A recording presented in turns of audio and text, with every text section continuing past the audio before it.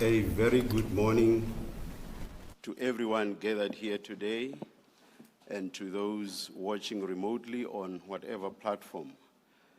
The interest shown by the South African public in this investigation is not surprising.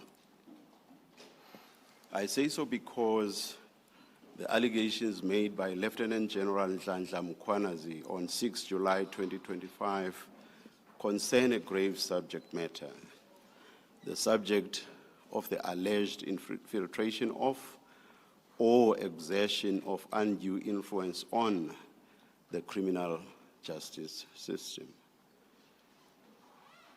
If the allegations are proved to be true, that spells doom for South Africa's criminal justice system. A healthy criminal justice system is key to the rule of law and, in turn, to a functioning constitutional democracy. With a criminal justice system that is populated by malleable and corrupt functionaries, many criminals, especially those holding positions of influence, will rarely, if ever, answer for their criminal deeds. Also, malleability, corruption, and dysfunctionality in the criminal justice system are at odds with what we, South Africans, expect of and are entitled to from a criminal justice system.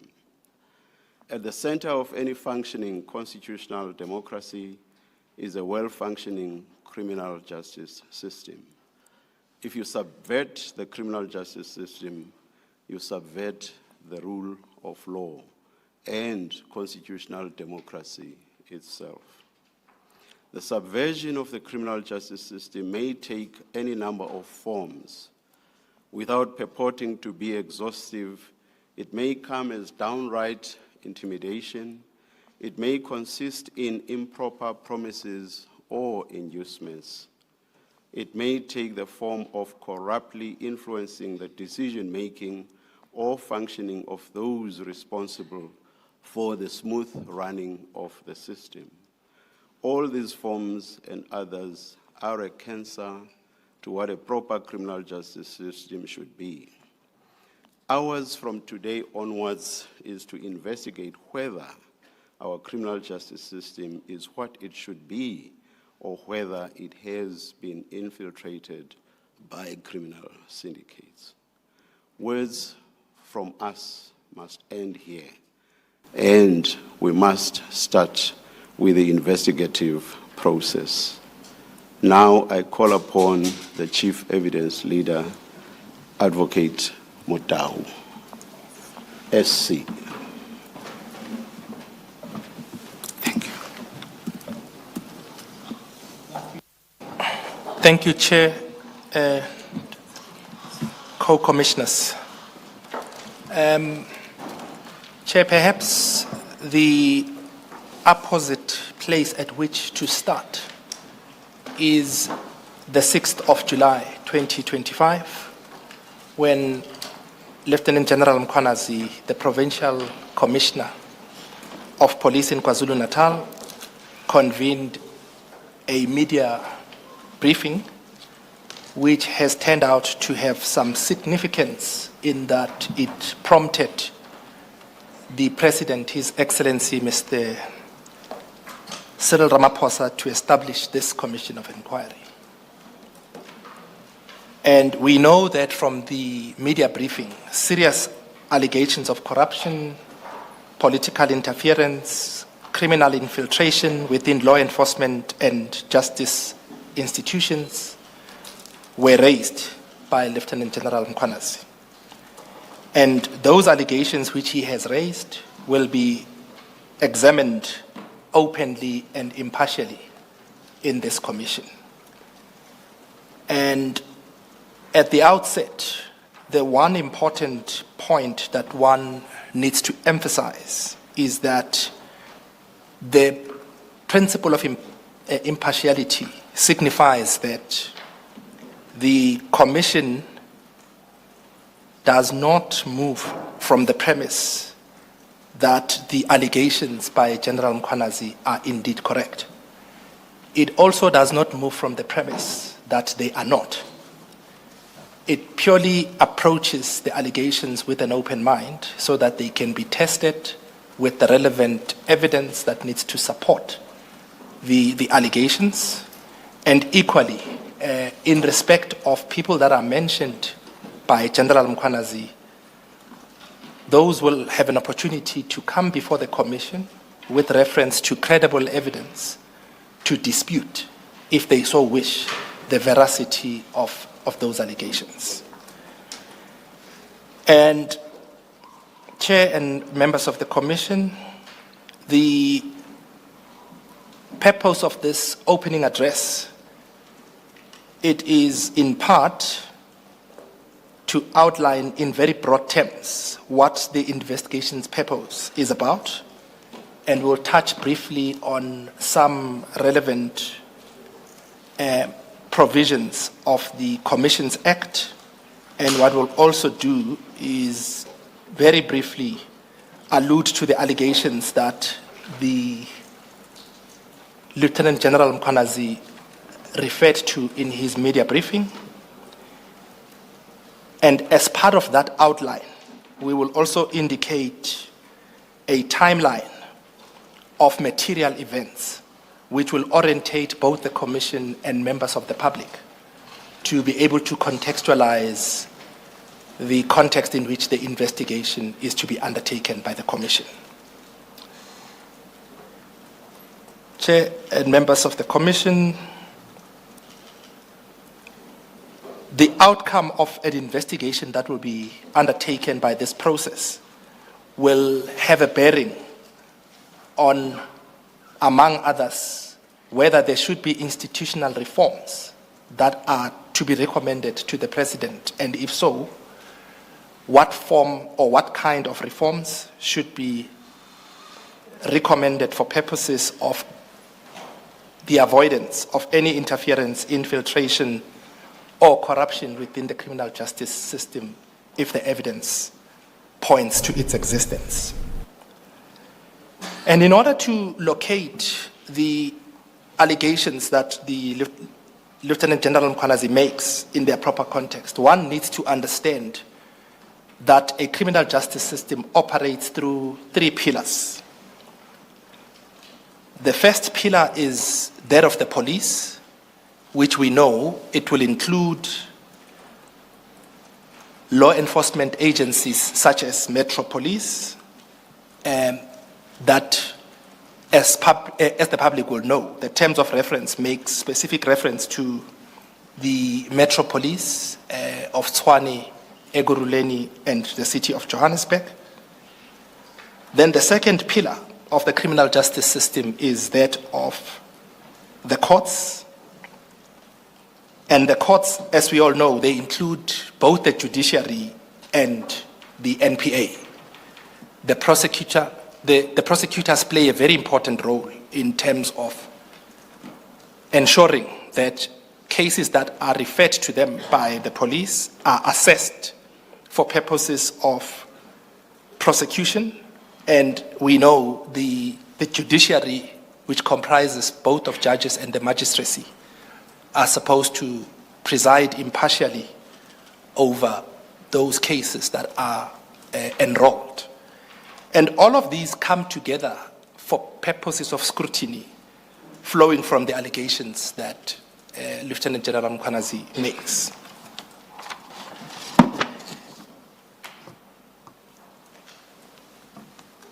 And to test out a few aspects that were made or were raised by General Mkhwanazi during the media briefing of the 6th of July, with reference to the three pillars of the criminal justice system, the media briefing highlighted in particular, and again at this juncture we need to emphasize the fact that what we are about to refer to, which is going to form the subject matter of this investigation, is approached purely on an impartial basis. The Commission has not formed a view, particularly in these early days, on whether there is truth in the allegations or whether these allegations are false. So in other words, that is the very reason why we have this Commission of Inquiry, to test these allegations. To go back then to the issues that were raised at the media briefing of the 6th of July, and those that are of particular importance that need to be tested is whether the Minister of Police interfered with sensitive police investigations and colluded with business people, including a murder accused, to disband the political killings task team, which is based in KwaZulu-Natal, and whether a Gauteng task team investigation which uncovered a syndicate ran by a drug cartel involving politicians, law enforcement, prosecutors, the judiciary, and business people was affected as a consequence of that alleged interference. And it should not escape any of us that if those allegations are true, they will erode and damage public trust in these very vital and crucial institutions. And for that reason, the truth, or rather the truthfulness of those allegations, needs to be proven, understanding the limited time within which the President has allocated the Commission to undertake its task. We are all aware that the task needs to be performed within a period of 6 months, and the urgency is one that all of us can appreciate. The criminal justice system continues to operate while the Commission is ongoing, and the delays will not assist the restoration of that public confidence in those institutions. And it is for that reason that the work of the Commission will be geared to producing a draft report within the first 3 months, as indicated in the terms of reference by the President, and hopefully to finalize the balance within the prescribed period, all things being equal. Then, the one aspect that is important to highlight and emphasize is Section 5 of the South Africa's Commissions Act, number 8 of 1947, which section stipulates that it is a criminal offense to obstruct the work of a commission of inquiry. That is an important aspect because it needs to be understood that the integrity of the investigations need to proceed unhindered. And in this regard, the Act makes it clear that any person who willfully hinders or obstructs a commission in the performance of its functions shall be guilty of an offense and would be liable upon conviction to a fine, imprisonment for up to 6 months, or both. And thus, it is important that the Commission, again, I stress, operates free of unlawful interference. Then, in respect of the approach to the evidence, there are a few key issues that we need to emphasize. The first being that when the Commission investigates the allegations that were made by Lieutenant General Mkhwanazi, the approach, as I've indicated, is that of impartiality, and it is one that presumes no particular outcome. And you will notice that I've been emphasizing this principle because of the heightened interest that the public has in this process. The need for thorough investigations, the need to offer the implicated persons a fair opportunity to respond to these allegations is an integral part that protects the integrity of the process. There will be 3 phases that are undertaken in this commission. And perhaps before I outline those, if I might just deal with the timeline of critical events which I had mentioned earlier, from the prism of which the investigation will be undertaken.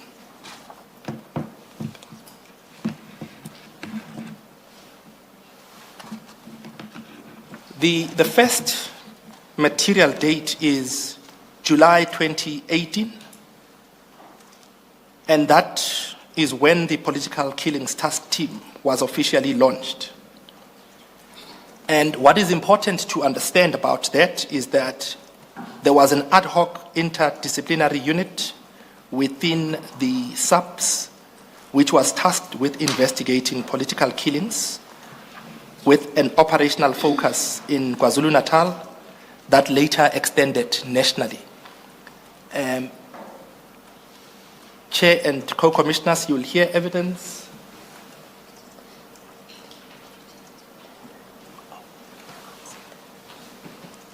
Sorry, Chair, I'm being asked to stop for a second so that the timeline can be projected.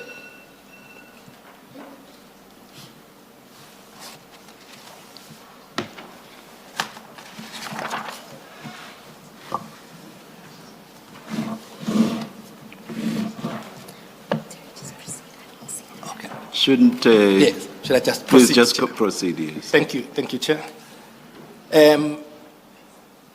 Yes, after July 28, the next date of significance is June 2019, where the Political Killing Task Team adopted an integrated model where the Director of Public Prosecutions in KZN assigned a dedicated team of prosecutors to the task team, which resulted in the task team being a multidisciplinary team that incorporated prosecutorial guidance. Then the next event is the 17th of April 2024, where Mr. Armand Swart, an engineer in Vereeniging, was murdered. This high-profile assassination served as a catalyst for a wider investigation that would reveal far-reaching connections within the criminal underworld and expose insidious infiltration of law enforcement by criminal syndicates. 3 suspects were arrested at Q, in Bramley on the same day, including one Mr. Michael Puletau, the SAPS Detective Branch, Johannesburg Central. And it is alleged that it is those 3 suspects that murdered Mr. Swartz. The suspects were found in possession of firearms, which was linked to the murder.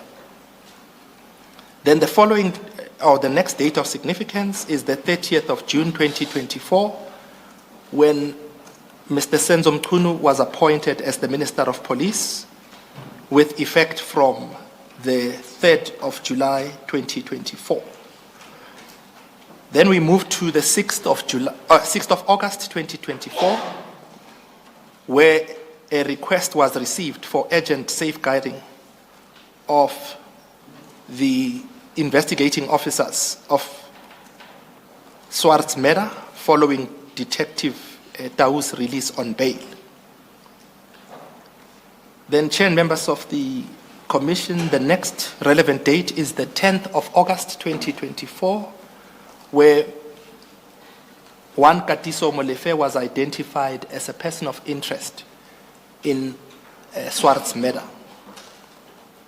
Then 30 August 2024, there was a request for the task team members to assist Gauteng Organized Crime Unit with the investigation. The 10th of October 2024, 10 task team members arrived in Johannesburg to assist in terms of the request that I alluded to earlier. The 6th of December 2024 is the next material date, and on which the investigation team, assisted by the task team, conducted 2 operations for different reasons. The first being the takedown and arrest of Mr. Katiso Molefe and the execution of a search and seizure warrant at the property of Mr. Vusimuzi Ket Matlala. And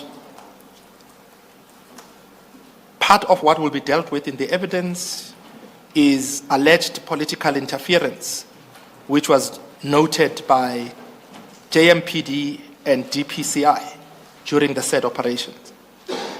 And again, I must emphasize, these are allegations. 30 December 2024 is the next event.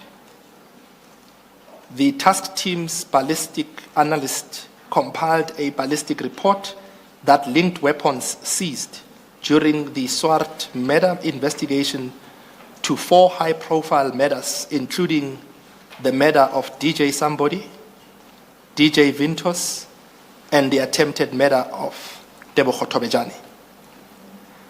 Then, on the following day, the 31st of December 2024, Minister Mchunu issued a directive that the task team be disbanded with immediate effect. 27 January 2025, is the next date of relevance, on which Lieutenant General Mkhwanazi appeared on EWN, where he made for the first time allegations of political interference and criminal infiltration in SAPS and in the criminal justice system. And on the 5th of March 2025, the General appeared before the Parliamentary Portfolio Committee on the Police, where he repeated allegations of political interference and criminal infiltration in SAPS and the criminal justice system. Then on 26 March 2025, 118 under investigation dockets, which were being investigated by the task team, were handed over to Lieutenant General Sentumule on the instructions of Lieutenant General Sibia. The 2nd of April 2025 is the next material date, being the date on which Katiso Molefe's bail application was refused. Then we move to the 10th of April 2025, and on that day, 3 additional dockets, which were still under investigation by the task team, were handed over to SAPS head office on the instructions of Lieutenant General Sibia. And Chair and members of the Commission, you'll recall earlier on I spoke about the 118, and if you add these 3, that's how we get to the 121 dockets. Then on 13 and 14 May, we outlined 2 material events. On the 13th, Medicare 24 Tshwane District PTY's contract with SAPS was cancelled. And Chair and members of the Commission, this is the tender or the contract that had been awarded to Mr. Ket Matlala. 14 May, Mr. Ket Matlala was arrested. His cell phone records were obtained, or rather, if I may just correct that, cell phone records which were obtained from Mr. Matlala's phone, which was seized on 14 May 2025, pointed to political interference by the cartel in SAPS operations and the criminal investigations at different levels. So the material in the form of the contents that were found in Mr. Matlala's cell phone when it was seized following his arrest on the 14th is a critical event in answering the part of the questions that are posed in this commission. Then the 26th of June 2025, Lieutenant General Khumalo, the Divisional Commissioner Crime Intelligence, and who's also the project leader of the task team, together with others, were arrested by IDEC for alleged fraud and corruption relating to an alleged unlawful senior appointment. Then the next material event is the 27th of June 2025, where Katiso Molefe's bail appeal was upheld and he was released on bail. The 2nd of July 2025 is the next event. And on that day, Lieutenant General Khumalo's bail conditions, which included a condition that he is not to enter any intelligence offices in the country, effectively precluded him as the head of intelligence from returning to work. Then 6 July is the reason why we are here. It is the media briefing by Lieutenant General Mkhwanazi. The 13th of July 2025, Minister Mkhunu was placed on leave. The 15th of July 2025, Lieutenant General Sibia was given orders to stay at home. And the 23rd of July 2025 was the establishment of the commission. So, Chair and members of the commission, these events, as I indicated, are quite material in serving as signposts and the context within which the evidence needs to be located and tested for purposes of veracity, credibility, etc. I earlier on indicated that the commission is going to be undertaken in 3 phases. If I can briefly highlight the first phase. During phase 1, the commission will begin by hearing comprehensive testimony from Lieutenant General Mkhwanazi himself as the originator of the allegations. He will be asked to detail his allegations in full and to present any evidence he has, either in the form of documents, communications, reports, etc. And one will understand why that is important, because utterances in a media briefing are just what they are. Those are just utterances, and they're just simply allegations. So the purpose of the commission is to test with reference to reliable evidence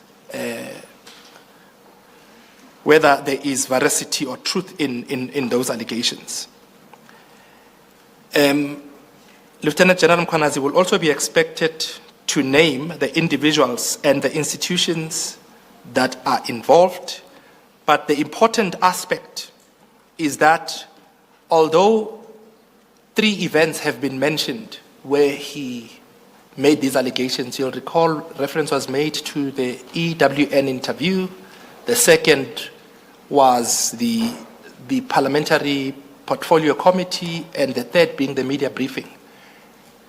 This commission is an opportunity for those allegations to be made by Lieutenant General Mkhwanazi under oath and to put them on record, subject, of course, to matters of safety that may necessitate that an application for some sensitive or confidential information that might compromise ongoing investigations to be held in camera.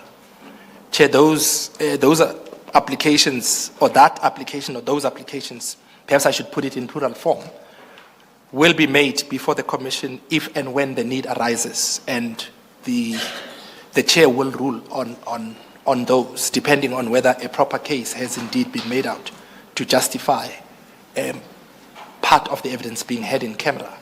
And the significance of this is that transparency and openness is the default position. And hearings are intended by their very nature to be open to the public. But a fair balance needs to be struck between the interest of the public to access the entirety of the information and to hear the entirety of the evidence that is being presented, tested against or weighed against the work that is currently ongoing. It should be borne in mind that the criminal justice system is still functioning. Its work has not been halted on account of the establishment of a commission of inquiry. Thus, it is important that sensitive and confidential information that threaten the integrity of those ongoing investigations be borne in mind. And during this phase again, the commission will also hear evidence from witnesses who will corroborate the allegations made by Lieutenant General Mkhwanazi. These witnesses will include, but are not limited to, the National Commissioner, General Masemola, being the person to whom Lieutenant General Mkhwanazi was reporting. Evidence of members of the task team will be heard, detectives involved in the investigations will testify, prosecutors and other various experts will testify during this phase.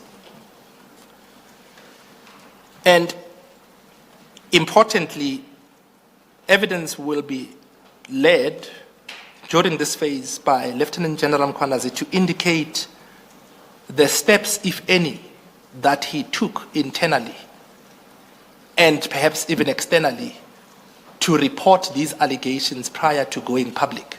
In other words, are the three events prior to the media briefing the only ones, or are there additional steps that he took? And if so, what are they? How did he take those steps? With whom did he communicate? And did those people act on them or not? Then the next phase, which is phase 2, and in this phase, the Commission will proceed to rigorously test the evidence and, where applicable, assess rebuttals to the allegations presented in phase 1. And in this phase, phase 2 that is, individuals and institutional representatives implicated by Lieutenant General Mkhwanazi and the statement and his evidence that he would have given, and persons such as the suspended Minister of Police will be invited, or if necessary, compelled to come and appear before the Commission and provide testimony. This phase is dedicated to objectively examining the allegations and allowing those named a fair opportunity to offer their explanation and to refute the claims made against them. Each will be called upon to address the specific matters relevant to their conduct, whereafter the Commission will evaluate the evidence having regard to the principles that guide how commissions operate in the interrogation of that evidence. And the last aspect to mention is that there would be cross-examination that is allowed during the second phase, because that is the testing of the allegations phase, for lack of a better description. Then the third and final phase of the hearings will be the phase in which the Commission will once again hear from Lieutenant General Mkhwanazi. So he will be recalled. And during that phase, other key witnesses will also be called to address the perspectives and counter-allegations that is presented by those implicated during the preceding phases. This phase will provide Lieutenant General Mkhwanazi with an opportunity to respond directly to any conflicting accounts, clarifying points of contentions, and where necessary, offer additional evidence or context. And importantly, during this phase, should there be any aspects where it is clear that there are errors or omissions that were made when allegations were raised by Lieutenant General Mkhwanazi, this would be an appropriate juncture for which those will be dealt with. And the last point to make in respect of phase 3, it is to mention the point that it will allow the credibility of the version of General Mkhwanazi viewed against those that he is accusing and or that he would have referred to be interchangeably assessed and evaluated, given the last opportunity of reply that he has. Then, lastly, before the conclusions, Chair, the timeline, I've dealt with it slightly earlier. We know that in terms of the terms of reference, the President has stipulated that a preliminary report should be furnished to him in 3 months, hopefully with actionable recommendations that would come from the Commission. And it is important to then stress the urgency versus the unlawful hindrance of the Commission's functions. Because the repercussions of any of those steps will negatively impact the Commission's ability to meet the tight deadline that has been set out by the President. Chair, with that being said, and subject to two things that I'm going to mention, the Commission is ready to lead its first witness, Lieutenant General Mkhwanazi. And the two things that I was going to mention, Chair, is the first one is, may we request a brief 5-minute adjournment to allow the team to set up and for the General to come and take his place, to give that. And the second aspect, Chair, is I need to leave and to consult with other witnesses in preparation of the witnesses that are lined up. And if I may, please be excused, Chair, together with the juniors that we're working with. Chief Evidence Leader, thank you very much for the opening address, and yes, you are excused. Thank you very much. Thank you, Chair. Members of the Commission. Before we take the 5-minute adjournment, may I just announce the following. We will take a tea break at 11:30. That will be for 15 minutes, so it will be up to 11:45, and we'll break for lunch at 1 p.m. and resume at 2 p.m. And we will adjourn for the day at 4 p.m. From tomorrow onwards, hearings will commence at 9:30, and because of the earlier start, the tea break will be at 11 instead of 11:30. May we take the 5-minute adjournment.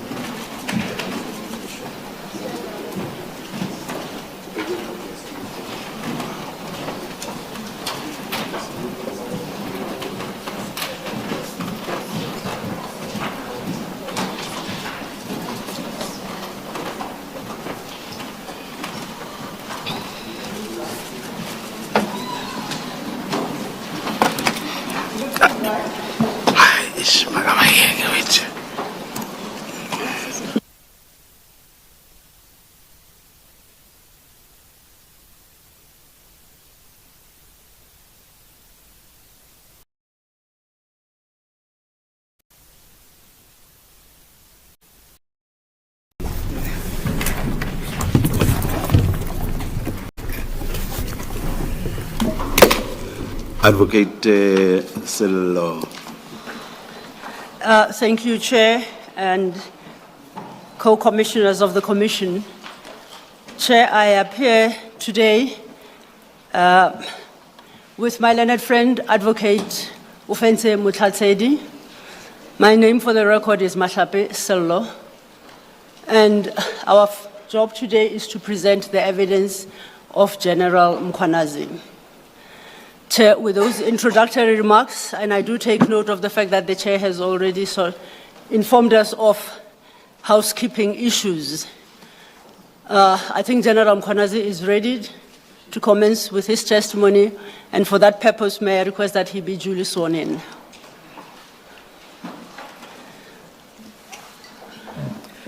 General, please state your full names for the record.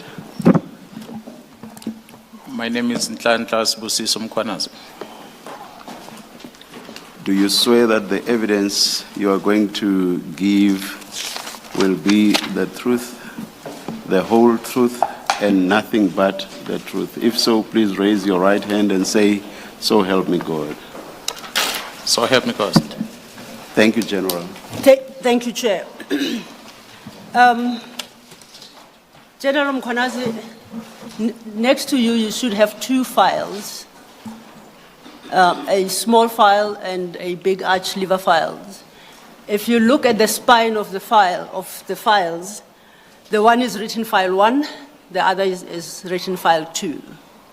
File 1 contains a single document, which is a statement, and file 2 contains the annexures to the statement. Do you have those before you? That's correct, Commissioner. Before we start, for the record, General, do you confirm that you have prepared and intend to submit a statement to this commission in respect of the issues that this commission is inquiring into? That is correct. I did prepare a statement. I would like to refer you then to file 1, the small file, and you consider that document, and in particular you go to the last page of that document, which should be page 100. At the bottom of that page is a signature above your name, Nhlanhla Mkhwanazi, is dated the 16th of September 2025. Would you confirm whether or not that is your signature above that name? Yes, Commissioner, I can confirm it is my signature. Do you confirm, therefore, for purposes of this hearing, that the document contained in file 1 does constitute your statement to the Commission? That is correct, Commissioner. It is my statement. Do you stand today by the correctness of the averments made in that statement? That is correct, Commissioner. I confirm. File 2, if you have a quick glance at it, as I said, are the annexures. These are the annexures to your statement as referred to in your statement. That is correct. Chair, the witness has confirmed his statement and the annexures in support thereof. We are ready to tender the statement into evidence. If I may just clarify, the sequencing. Are we going to call them volumes? Are we going to call them files? I've got two sets here. For record purpose, would it be volumes 1 and 2 of the commission? It doesn't really matter. You can call them file 1 and file 2, whatever you prefer.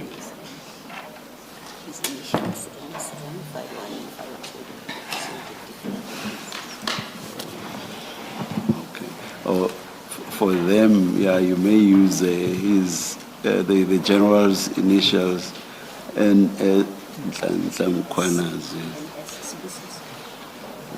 But the annexures themselves, let's see what do they? The MK. They use the annexures use MK. Let's call them MK 1 and MK1. Yes. 2, but you use numbers even for the annexures. Maybe May I propose we name them MK MK1? MK. It constitutes of 2 files, Yeah. file 1 and file 2. Yeah. Yes. Yeah, Thank you, Chair. yeah. Okay. Such a small matter, but cracking our heads. No. Thank you. It might not seem to matter at the moment, but by the time the 7th witness appears, Yes. then we have sort of lost track. Thank you. General Mkhwanazi, I know you'll be touching on these issues later on, but I suppose at the start of this hearing to perhaps address some protocol issues.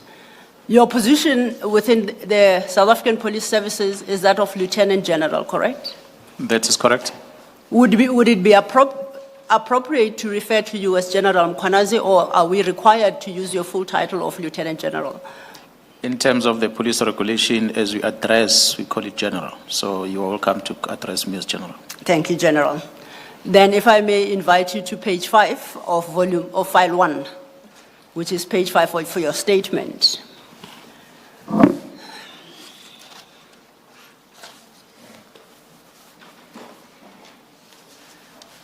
Could you very briefly introduce yourself to the Commission and for the record, indicating when you joined the police force and your progression through the force from when you joined till date? Commissioner, I did not join. I joined the force, you're correct. That was in 1993, which then translated into the service in 1995. When the dawn of democracy started in our country. I joined the service in 1993, June, when I underwent training at the police college in Pretoria. And from there, I was deployed to go and work in Potchefstroom. At the time, the unit was called Internal Stability Unit. In 1993, when December after my training, which the name then later changed into Public Order Policing Unit. And from Public Order Policing Unit, Potchefstroom, I moved to Durban, Public Order Policing Unit. That is when I joined the Special Task Force from Durban. I attended a training in the Special Task Force in 1998. And from there, I worked at the unit, the Special Task Force Durban, until 2001. In 2001, I moved to Pretoria, where I assumed command of the Pretoria unit, Special Task Force. And from there, I became the deputy head of the task force, and subsequent to that, promoted to the overall command of the Special Task Force in 2005. And from there, I moved to become a head of specialized operations that includes the Air Wing, the Special Task Force, the NIU, TRT, and other units that are tactical in the South African Police Service. And from there, I became the Acting National Commissioner. From the position of Acting National Commissioner, which was a couple of months, just less than a year, I spent the whole year after that enjoying time sitting at home without a post.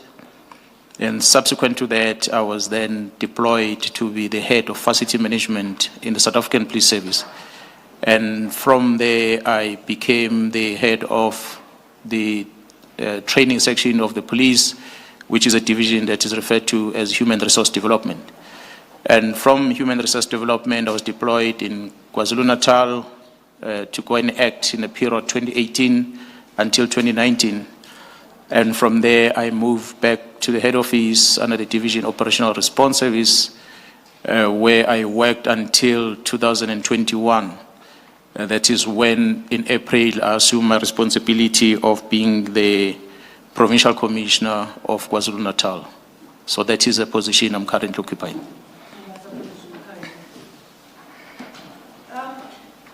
May I refer you to file 2?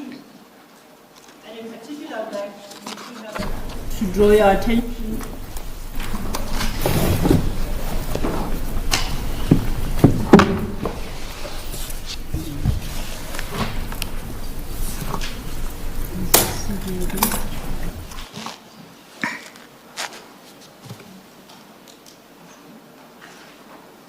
I would like to draw your attention to an extra MK3 that appears in file 2 from page 13. Oh, apologies. I'll start again. I do apologize. Apparently my mic was off, so I wouldn't have been on record. So, General, I refer you to the file 2, and in particular to page 135. It's a document marked Annexure MK3, and that is your curriculum vitae. Insofar as your educational background is concerned with reference to that document, could you please highlight some aspects thereof? Thank you, Commissioner. According to the curriculum vitae and the information that I know is that I finished my matric at the high school, Siyahlomula High School in Pietermaritzburg in the township of Ashdown. And from there, I conducted my tertiary studies at the Technical South Africa back then. That's when I obtained my national diploma in policing. And subsequent to that, I then obtained my bachelor degrees in policing at the Tshwane University of Technology. And that is my tertiary studies, Commissioners. Other than that, I attended quite a lot of other training programs, which would include executive development program that was held at Wits University. And there's other courses that I attended, which will include the executive development program from the African Institute for Mentoring and many other training programs within the South African Police Service, including other training abroad, such as in the United States of America and the U.S. Department of Justice Federal Bureau, where I attended training programs on a supervisor's role in counter-terrorism investigations, as well as Louisiana State University, where I attended a crisis response training. There is training programs that are attended at International Paul Tingley Management Services, which was a development program for high-performance managers, amongst others. As I said, Commissioner, there are many other developments that I had within the South African Police Service. I've counted some of them from Task Force, Public Order Police, and the likes. Thank you for that, General, and thank you for introducing yourself to members of the Commission. Now to turn to the business of the day. Please refer to file 1 now, to your statement, and I would like us to pick up this conversation from your paragraph 6. In paragraph 6, as I understand it, you seem to qualify the testimony you are about to give, and I would like you to explain to the commissioners the extent of that qualification and the explanation of the nature of the testimony and evidence that will be tendered in this commission.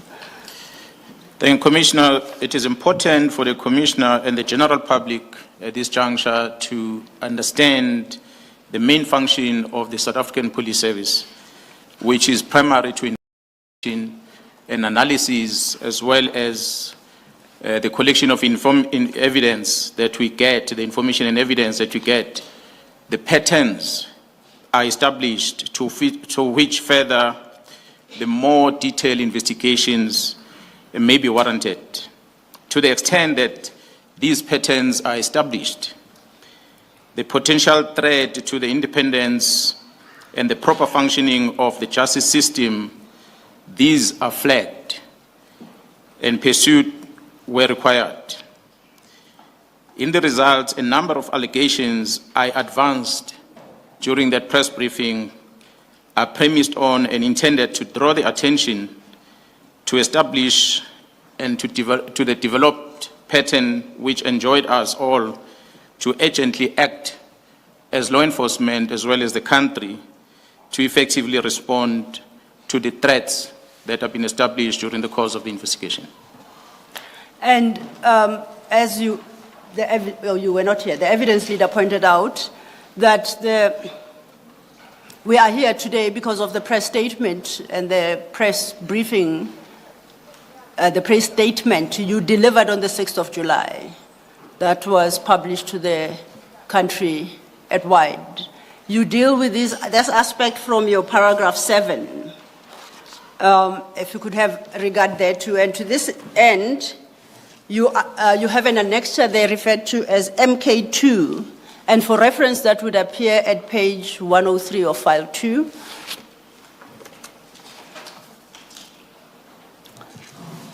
And at 104, my apologies, 103, yes, the actual document starts at 104.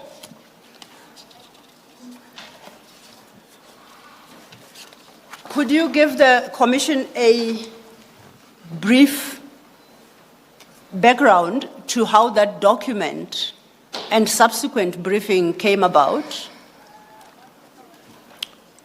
Commissioner, on the 6th of July, when I informed the public about the level of challenges that we're experiencing as a South African police service in relation to the work we do as the police, which involve criminality and the political interference on the work that we do as the police, which will also include corruption within the value chain of the justice system, which we are part of as law enforcement. That's why the presentation that is attached here will be used as a reference, which is marked. I'm not going to refer to all of them, but by and large, commissioners, that was to brief the nation to understand what challenges are we facing as a South African police service. Are you the sole author of the content of that document, or do you have other people or persons that participate in the creation of that document and the information contained therein? I must indicate, Commissioner, that this briefing which I made on the 6th of July, it is a product of the collective and collaborative efforts of various units within the South African Police Service. The majority of men and women in blue in this service who were responsible for, together with myself, in compiling this document. It is therefore a reflection of the common concerns that we share as colleagues in different ranks within the service, which made us to have a common desire for these problems to be resolved, and in order to enable these members of the service to be able to serve with honor and dignity. You make what I consider to be an important point at paragraph 11 that I think you should share with the Commission, which would seem to speak to a risk in the absence of positive action. What is that risk? What is the fear and what is the risk? Commissioner, on this paragraph level, it has been my aim that I want to demonstrate that the criminal justice system has been subject to a continuous threat, as well as sabotage, which has been with us over an extended period, to a point where we believe it is at real risk of a total collapse if nothing is done. Therefore, an urgent and effective interventions are required in order to avert this outcome. And I believe this Commission will stand to play a very important role in order to help us to prevent this total collapse of the justice system in our country. Your statement in that part concludes with a personal message. Would you like to deliver it at paragraph 12? Yes, that's correct, Commissioner. As we had appeared before the South Africans on the 6th of July, I must first thank the media in South Africa for affording us an opportunity to be able to share our challenges with the public, which then, as a result, it helped the state president to establish this commission following that press briefing, which we also appreciate, as this commission is going to help us to deal with the challenges that we are facing as we execute our duties. And lastly, I want to thank the general public for having received our message very well.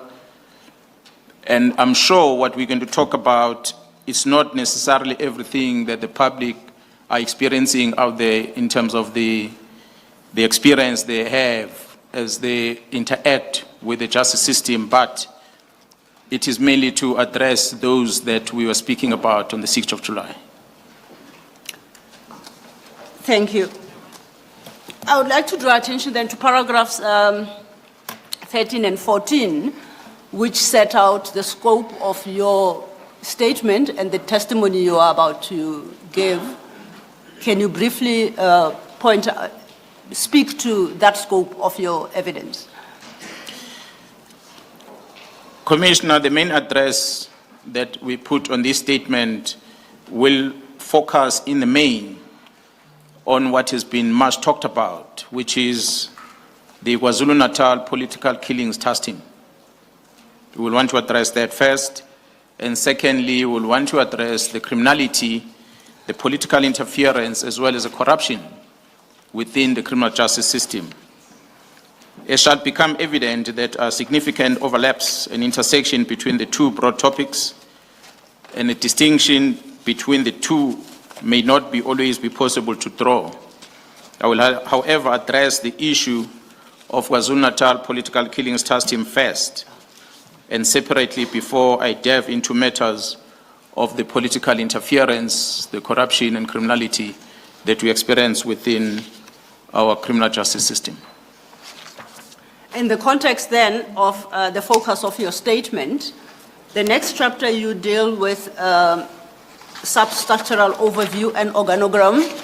You set out a background to the establishment of the SAPS, the legislative framework that governs the SAPS. And I would like us to work through that part of your statement in brief. We don't have to read everything. So you start at paragraph 20 with the establishment of SAPS. Any aspect you'd like to highlight in that regard? Yeah, well, Commissioner, in the main, as the general public will know, that Section 199 of the Constitution establishes all the security agencies that we have in the country, which include the South African Police Service, the Defence Force, as well as the intelligence. And all these services are structured and regulated in terms of national legislations, which in case of the South African Police Service, it will be the South African Police Service Act. And the SAPS members must always act in accordance with the Constitution and the law. And they must make sure that whatever they do does not advance the political interest of one party over the other. And ours is to make sure that we apply the fairness that the Constitution is directing us to do, to treat everyone equal before the law. And in any partisan manner or any interest that is shown by each member to the political party is prohibited by the law. In the next few pages, you summarize the SAPS mandate in terms of the Constitution, in terms of the Act, and you make reference to the regulations. Now, insofar as the Constitution is concerned, what would you like to highlight for purposes of the the Commission insofar as the role players as determined by Section 206 are concerned, the Minister, the National Commissioner, and the Provincial Commissioner. Commissioner, in the main, will draw attention to Section 205 of the Constitution, which outlines what are the primary responsibility of the South African Police Service, which will include the prevention, combating, investigation of crime, protection of the property and the citizen of this republic or the inhabitants of the republic, which also includes the maintenance of public order and to uphold the law as the South African Police Service. That is what the Constitution tells us to do. But the same Constitution, under different sections, Section 206 of the Constitution outlines the responsibility of the Minister of Police, which is that of a policy development. The Constitution says the Minister will develop the policy in consultation with the provincial executive or provincial government. And their needs in different provinces must be taken into account when the Minister develops this policy. And the same Constitution gives powers to each province to monitor police conduct and the police performance. And that is done through the executive, as each province has an assigned individual which is responsible for overseeing the work that the police are doing. In the same Constitution, Commissioner, other than 206 that talks about the executive authorities at national level as well as provincial level in terms of the ministers and MECs, in some provinces we have premiers that are overseeing that role, those that do not have MECs. But the Constitution under Section 207, it speaks about the appointment of a man or a woman to be the National Commissioner of the South African Police Service, who is appointed by the President of the Republic. And this individual is given the responsibility to exercise control and to manage the South African Police Service. And it does that in accordance with the national policy that will have been developed by the Minister, who is a cabinet member, and also under the direction of the very same cabinet member. The Section 207 further speaks about the appointment of provincial commissioners. And the provincial commissioners are appointed by the national commissioner. And the national commissioner does that in consultation with the executive in the province. And the responsibility of the provincial commissioners are outlined in the same Constitution, which says that the provincial commissioners are responsible for policing in their respective provinces as prescribed by the legislation and are subject to powers of the national commissioner, the powers and control of the national commissioner of the South African Police Service.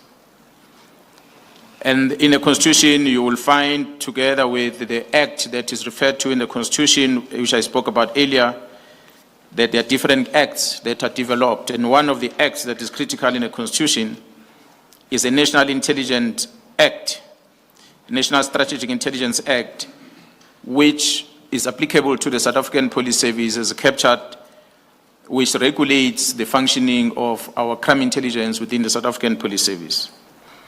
I sum the Constitution establishes a single police service, and this concept creates a unified and standardized police service across the Republic under the leadership of the National Commissioner of the South African Police Service. Thank you. You then tend to deal with the Act and the provisions of the Act. Your statement does speak to what the Act regulates and provides for. In this context, I would like you to walk us through the powers and the functions of the Provincial Commissioner. The Police Act, which is developed by government under Section 12 of the SAPS Act, that is where the powers of the Provincial Commissioner are written, which reads that the provincial commissioner shall have command of and control over the service in his or her jurisdiction in the province, and may exercise such powers and shall perform the duties and function necessary to give effect to the provision of the Constitution. The provincial commissioner further is authorized to distribute the strength of service amongst different areas in the province, dividing it into manageable areas, which will include the stations, different areas, and create offices and units within the province in order to be able to effectively perform or discharge the duties that outline in the Constitution. Now, at paragraph 34 of your statement, you once again reference the intelligence division of SAPS. You indicated that it is regulated in terms of the intelligence, in terms of the National Strategic Intelligence Act. With reference to your paragraph 34, could you explain to the Commission how that division, the intelligence division, fits in within the SAPS structure? The division, crime intelligence, that exists in the South African Police Service as established in terms of the Act, it's a division that reports via a Deputy National Commissioner to the National Commissioner within the South African Police Service, with primary job is to gather, evaluate, coordinate the intelligence in order to support the objectives of the SAPS across the country as we perform our duties. You follow that part of your statement with an overall summary of the key SAPS role players, and that is from your page 16, paragraph 41 of your statement, where you highlight, for purposes at least of your testimony, who are the key role players in this policing environment. Please highlight those. The key role players that are applicable in terms of the work that we do as we discharge our duties as South African Police Service will include the Minister of Police, whose executive authority responsible for policy development and directing the works that the National Commissioner does, the National Commissioner of the South African Police Service, the Provincial Commissioner of the South African Police Service, as well as the executive in the province, which are the members of the executive committees, which are commonly referred to as MECs.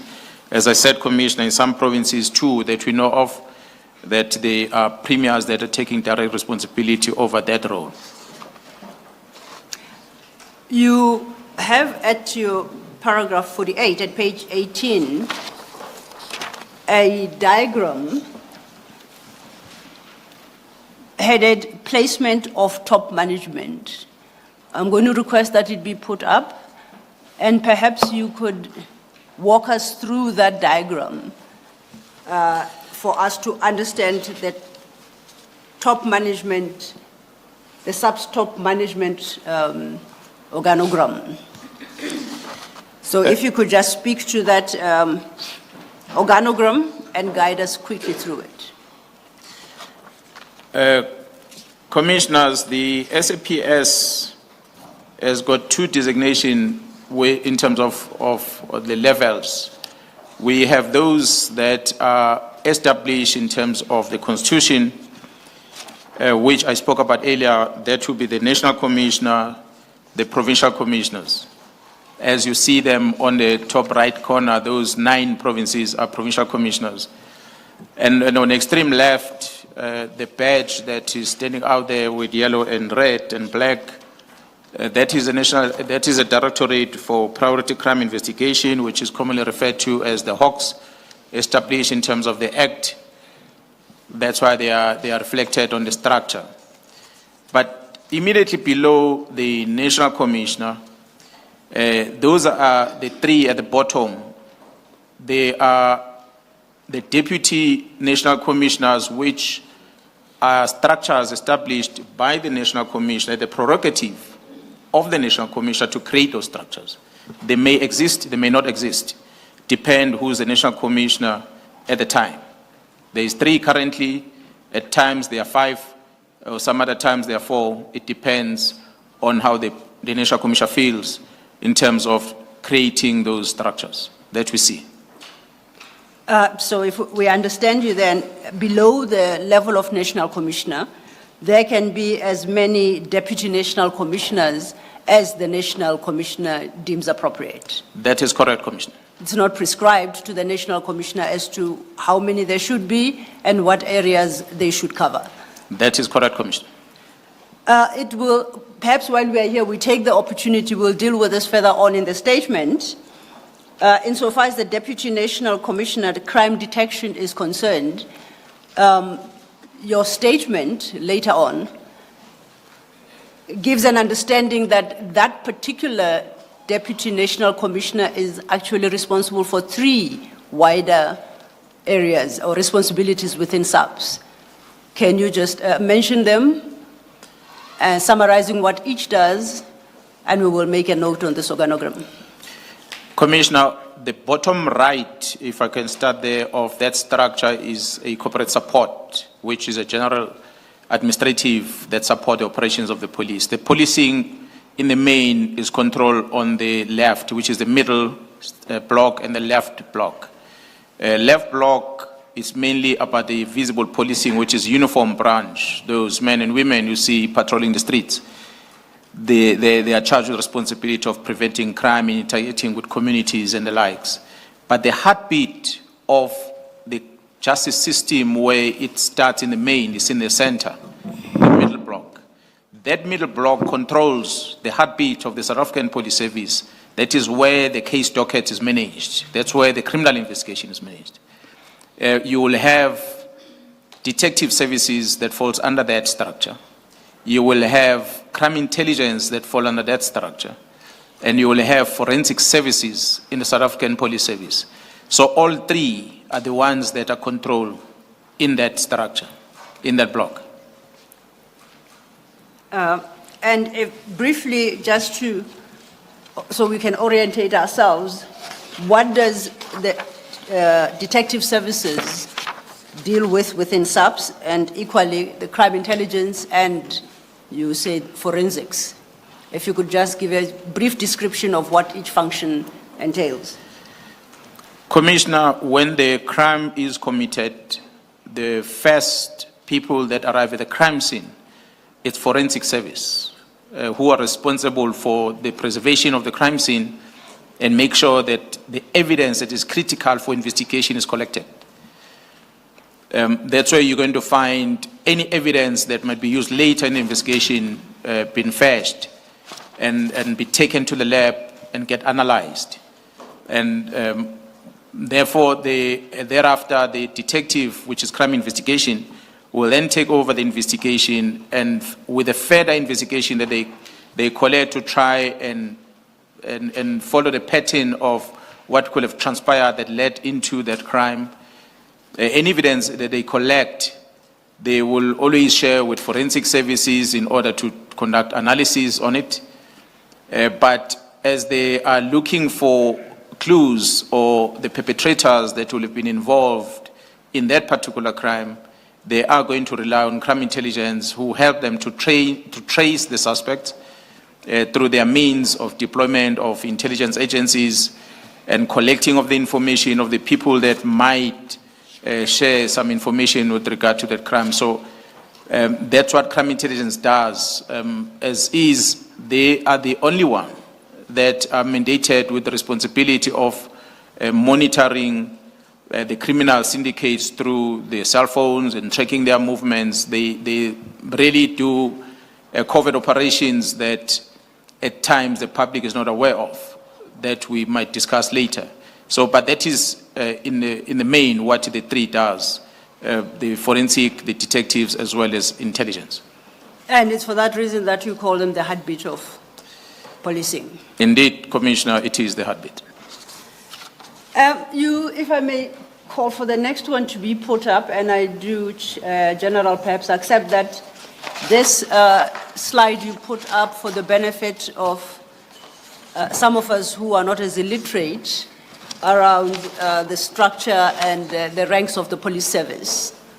So if you could just quickly highlight what is important for us to understand from that slide, would appreciate it. Commissioner, in the South African Police Service, we are categorized into two category of members in the service, and it is those that we refer to them as non-commissioned officers. And then we have those that refer to them as commissioned officers.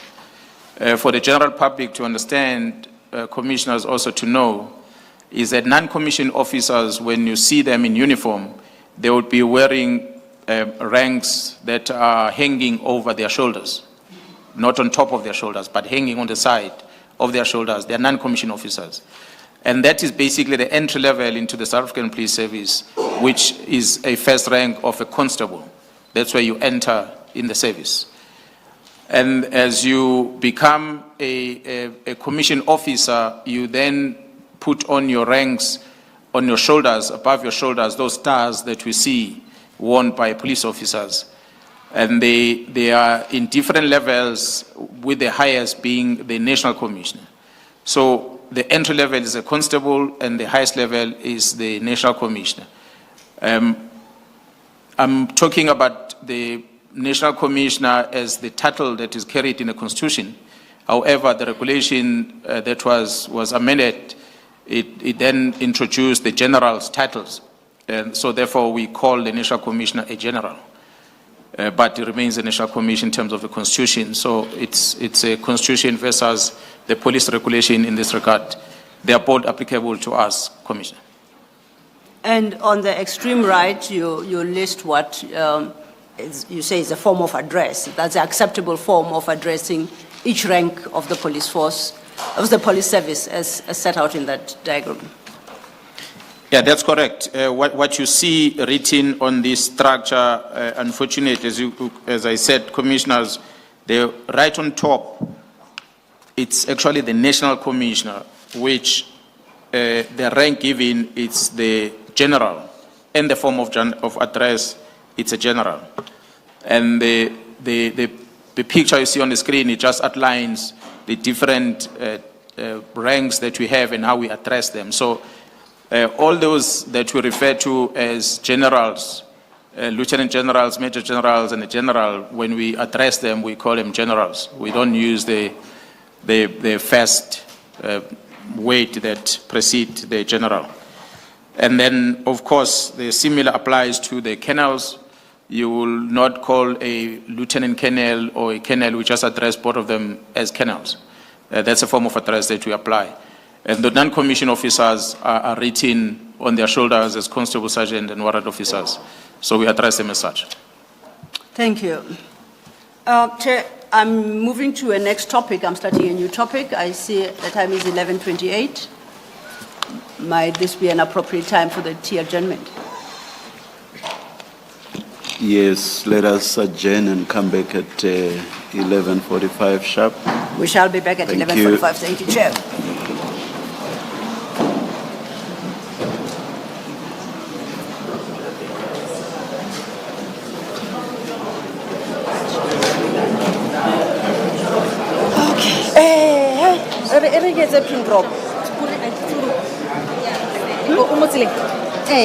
Oh, okay.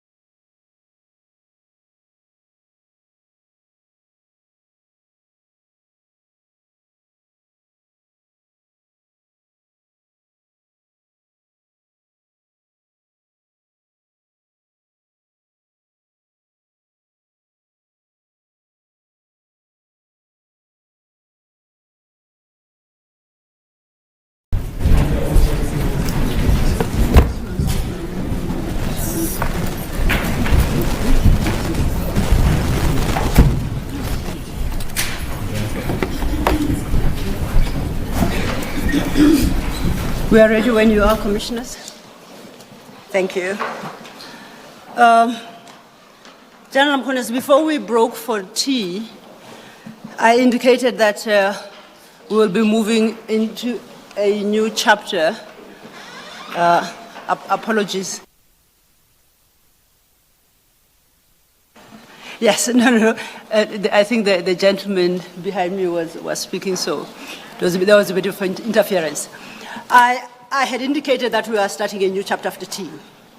And that chapter starts at your page 21 of your statement. And you deal from page 21 with the establishment of the Political Killings Trust Team. You indicated at the start of your testimony that the Political Killings Trust Team is one of the key topics that you wish to address in the course of your testimony. You indicated that there are two in the main, but this would be a starting point. That starts at page 21. From paragraph 50 to a problematic province with regard to political violence, which dates back to the days before democratic South Africa. And that problem remained, although it had subsided prior the establishment of this team, but it started rising again, and we started seeing the leaders of our country being attacked in different levels, which then necessitated an intervention from the SAPS and the executive in terms of trying to mitigate the threat of attacks to our political leaders. And we know of the task team that was established back in 2018. But this political killing task team has its genesis in a previous task team that was established back in 2011. And this was done following the resurfacing of the killings, as I said, in the province of KwaZulu-Natal, which was dominant at the time. And these killings in the province of KwaZulu-Natal had led into the establishment of, or the provincial government in KwaZulu-Natal, establishing a Morane Commission of Inquiry, which was established in 2016 by the Premier of the province, Premier Willis Mkhunu.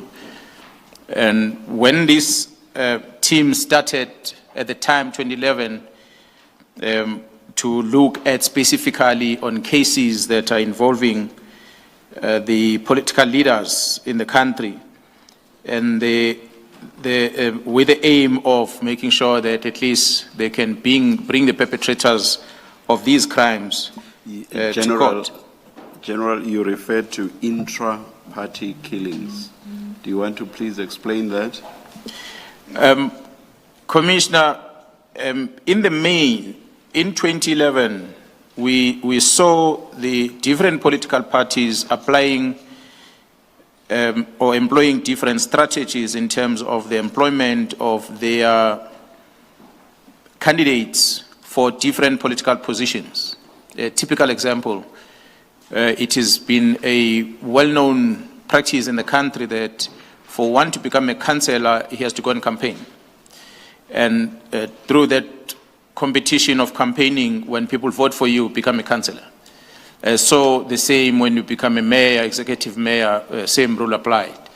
But when that strategy changed by the political parties deciding of who should be a councillor, who should be the mayor of the municipality, it became a conflict amongst the members of the same political party, where one person will have enjoyed the majority from the society, wanting to elevate that person to the position of being a leader of society in that particular locality. But the executive of the political party will take a decision that, regardless of popularity of that individual, but they choose another person to appoint as a leader. And the one who's popular, of course, will feel aggrieved, and the fights then started within the same political party. So that is basically what we're trying to communicate here, Commissioner. Please continue. Thank you so much. So the Morane Commission, which then was established, did confirm that these many assassinations were linked largely to corruption within local government, especially tenders. So you could imagine the one who is in position of authority as a political party leader or as a leader of society has some kind of influence over the issuing of tenders. And the business people that want to get tenders, they will always be friends with the one who's got an executive authority over that municipality or different provinces. And as a result, that corruption became the center of these incidents of threats, attempted murders, as well as murders. And the key recommendations that came from the Commission is the one that brought about the creation of the independent structures, which include having a designated focus from the South African Police Service in terms of investigation of these cases. And that's why then the South African Police Service responded by creating a team. But, Commissioner, that did not stop. We then saw more of those incidents happen up until 2018, when the President of the Republic decided that the efforts from law enforcement, being the South African Police Service alone, or the Minister of Police at the time, guiding or directing the interventions to try and mitigate this type of crime. It was then important from the present point of view that the police must not work alone. Therefore, the police must put the efforts together with other ministers within the cluster in order to be able to have a focused intervention in terms of trying to mitigate these incidents of political violence, if we were to call it. And as a result, in 2018, the President of the Republic appointed an interministerial committee, which we refer to as an IMC. I want to emphasize again, Commissioner, that the President of the Republic appointed an interministerial committee, which we refer to as an IMC. This committee constitutes of different ministers within the cluster. That will include the Minister of Police. It will include the Minister of State Security. It will include the Minister of Defense.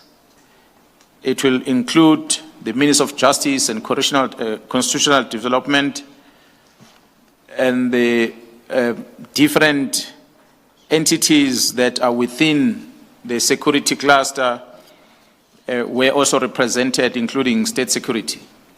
So all these ministers, they form that which we refer to as an IMC. And the Minister of Police was appointed as a chairperson of the IMC.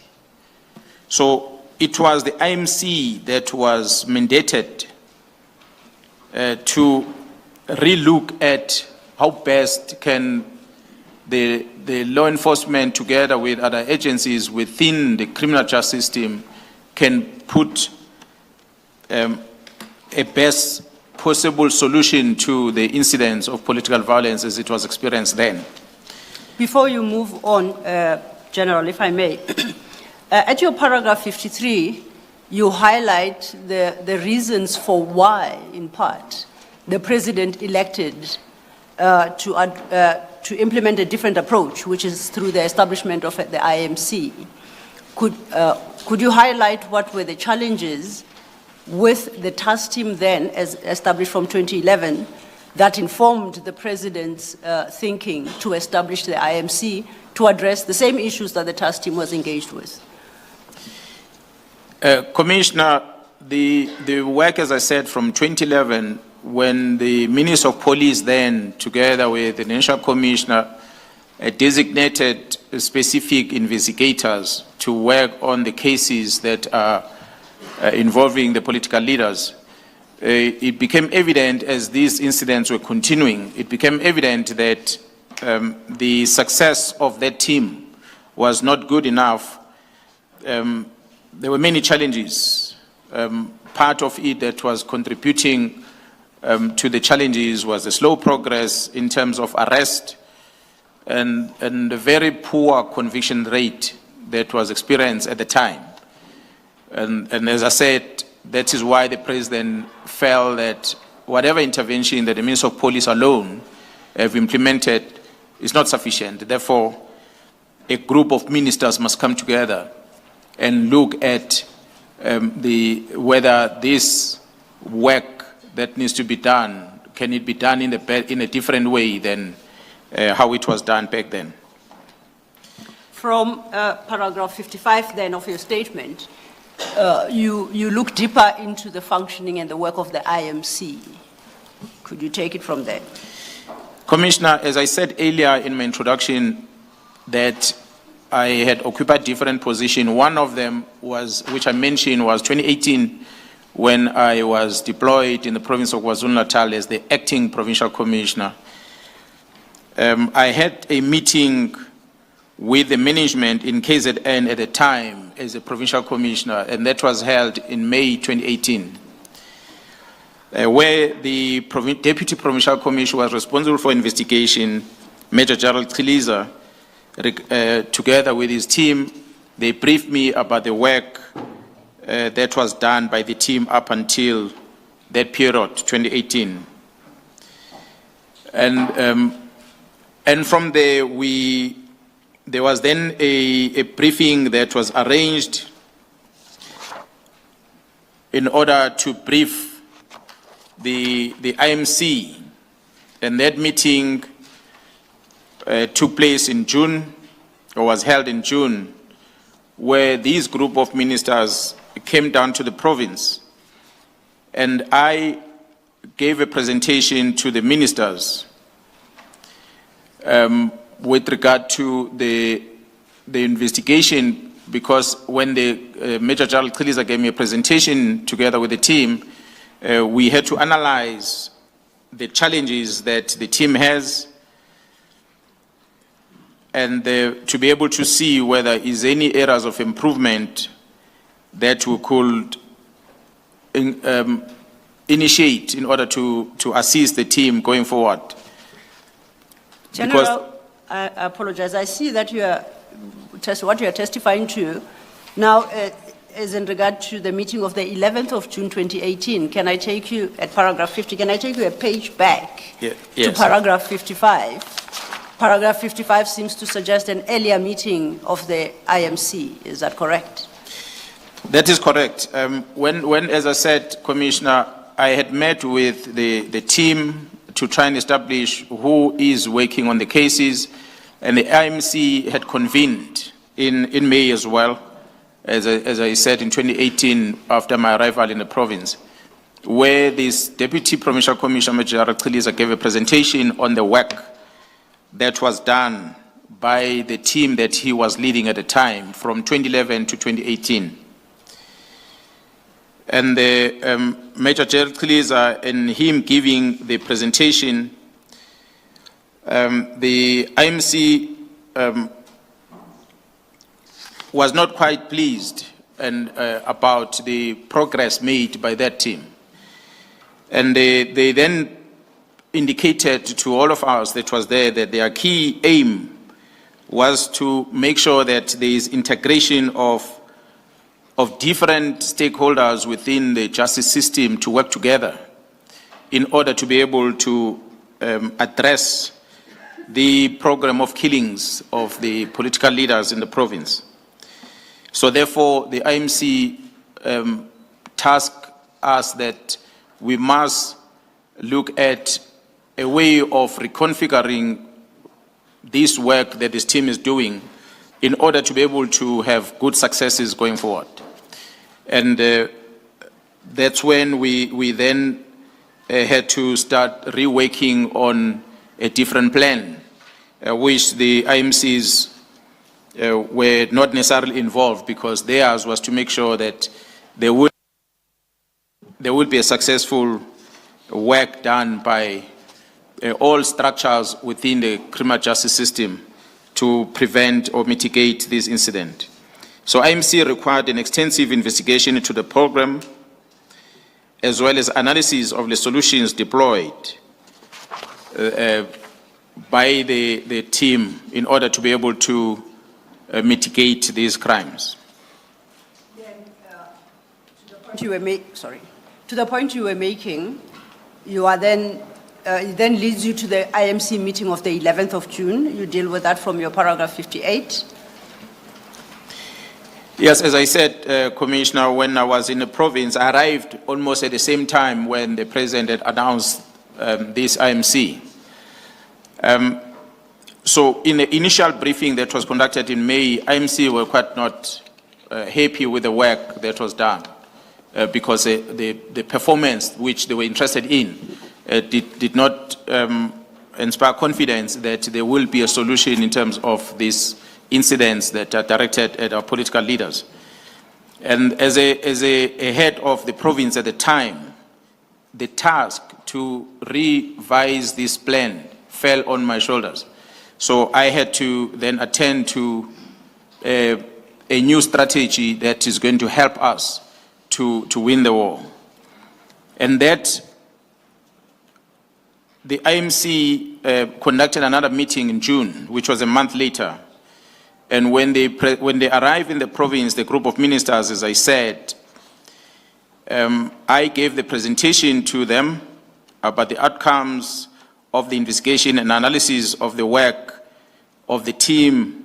And in summary, the key conclusion drawn from the analysis that we had conducted back then was that there was an ineffective and not appropriately structured way of working by the police at the time, which one of the challenges that was identified was that the team was operating in silos. We will have a detective working at the police station, which is said to be part of the task team, carrying one docket involving the political leaders, whereas the same detective has other cases that he needs to prioritize that has got nothing to do with the priority that was given to him or her. So those became a bit of a challenge that we had identified. And I concluded the presentation which I made to the IMCs at the time, where I made a proposal that an investigation and a prosecution strategy will be developed in order to try and address the problem. And this will require a specific budget and a specific support that will have to source from the National Commissioner in order to be able to deal with the problem at hand. The IMC welcomed that proposal, and they granted the requisite mandate for us to proceed in the best way that we can be able to mitigate this threat of this criminality that we're experiencing. So subsequent to that, we then developed a strategy which I led. During that period of development of the strategy, I kept the National Commissioner abreast of the strategy being considered by the team, because we will require the National Commissioner, as the head of the operations in the police, is the one who's managing the operations in the police, to grant us approval on this strategy.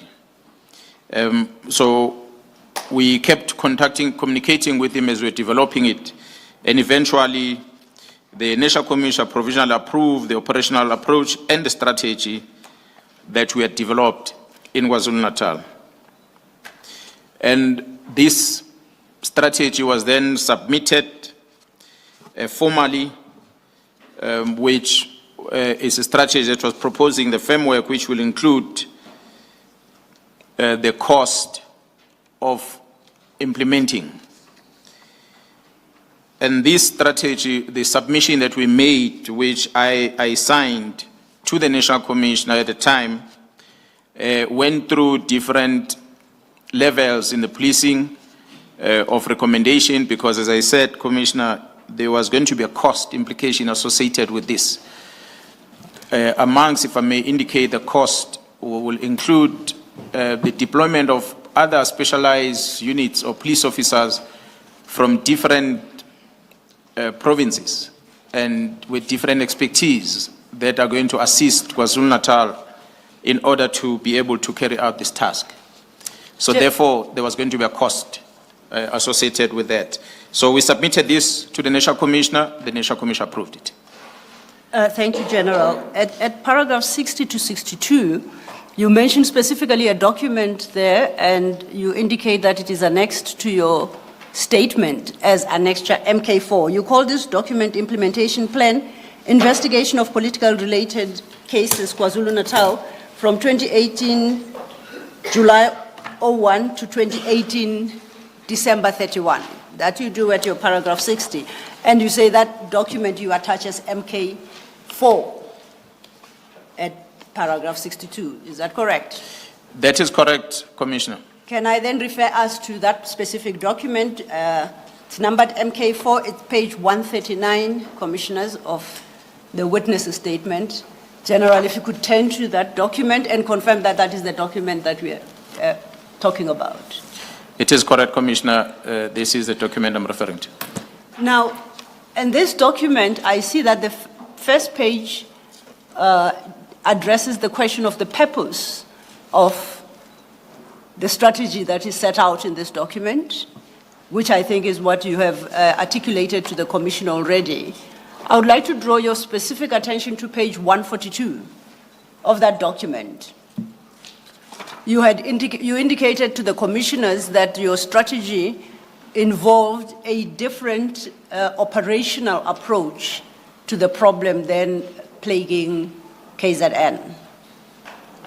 I would like you to talk to us about the specifics of this special or operational approach and plan, and take us through the nature of the plan, the makeup of the methodology, and the management of the would subsequently be established political killing task team.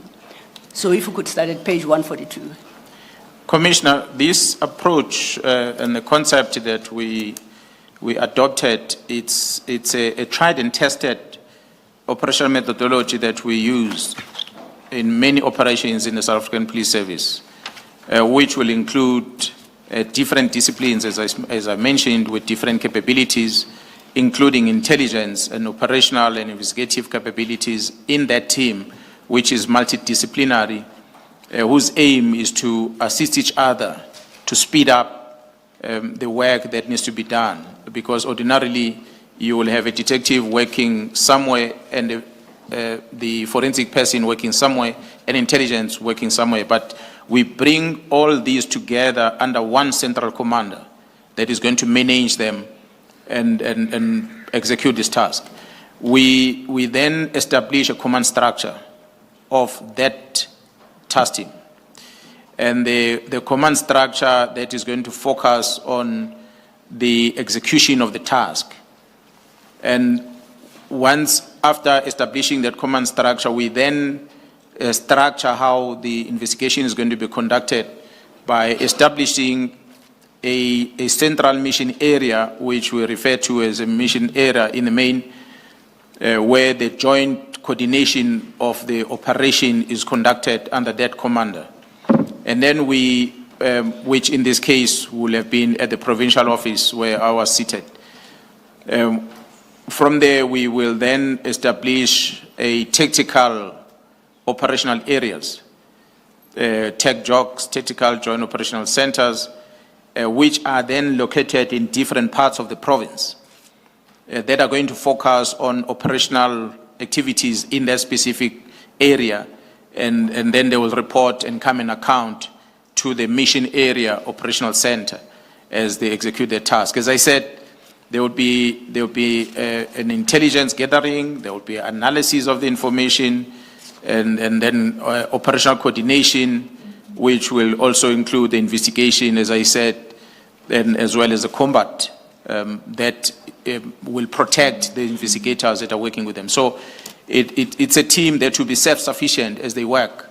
If a typical example, Commissioner, will will have experts from forensic in that team that and when they found evidence, for instance, a firearm in the crime scene, they don't have to send it to forensic and leave it like that. They know the workings of the forensic, so they will go in there and be able to engage with their colleague to speed up the process of that analysis.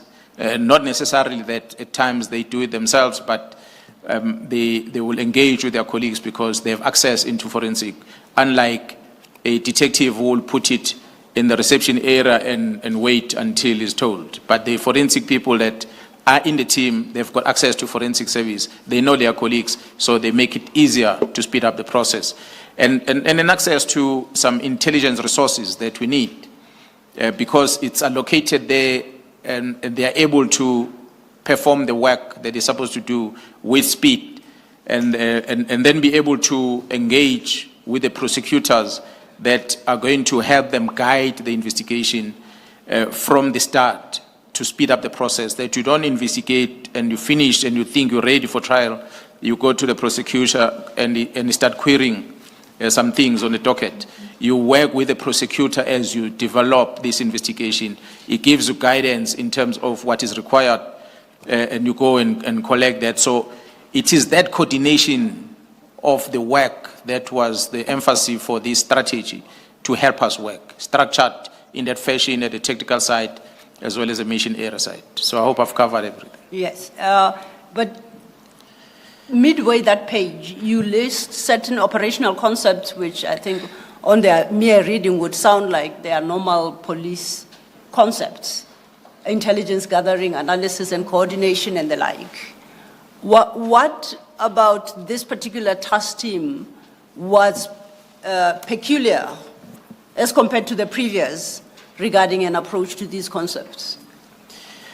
The difference is that we will have, Commissioner, as I said, with all these different disciplines coming together, and we have to group them. So we will have I will say, different pillars of focus. There are those that are going to focus on information gathering and collection and analysis. And there are those that are going to focus on investigation, engaging closer with the prosecution and the likes. And there are those that are going to focus on combat. When we refer to combat and direction, are those that are doing arrest, takedown, doing searches, coordinate searches and the likes within the team, escorting of detainees from correctional centers to courts and so forth. And they have their own leg that they focus on. And then we also have the communication section that has to communicate the work that the team is doing, so that we have a common message that goes out there. The compilation of the report that is presented to the executive, updating on the work that the team does, as we will be briefing the public from time to time. So we needed to have that pillar. So it was different pillars of this operation that we employed that help us to be able to do the job. You indicated earlier that a specific and separate budget was required for this exercise.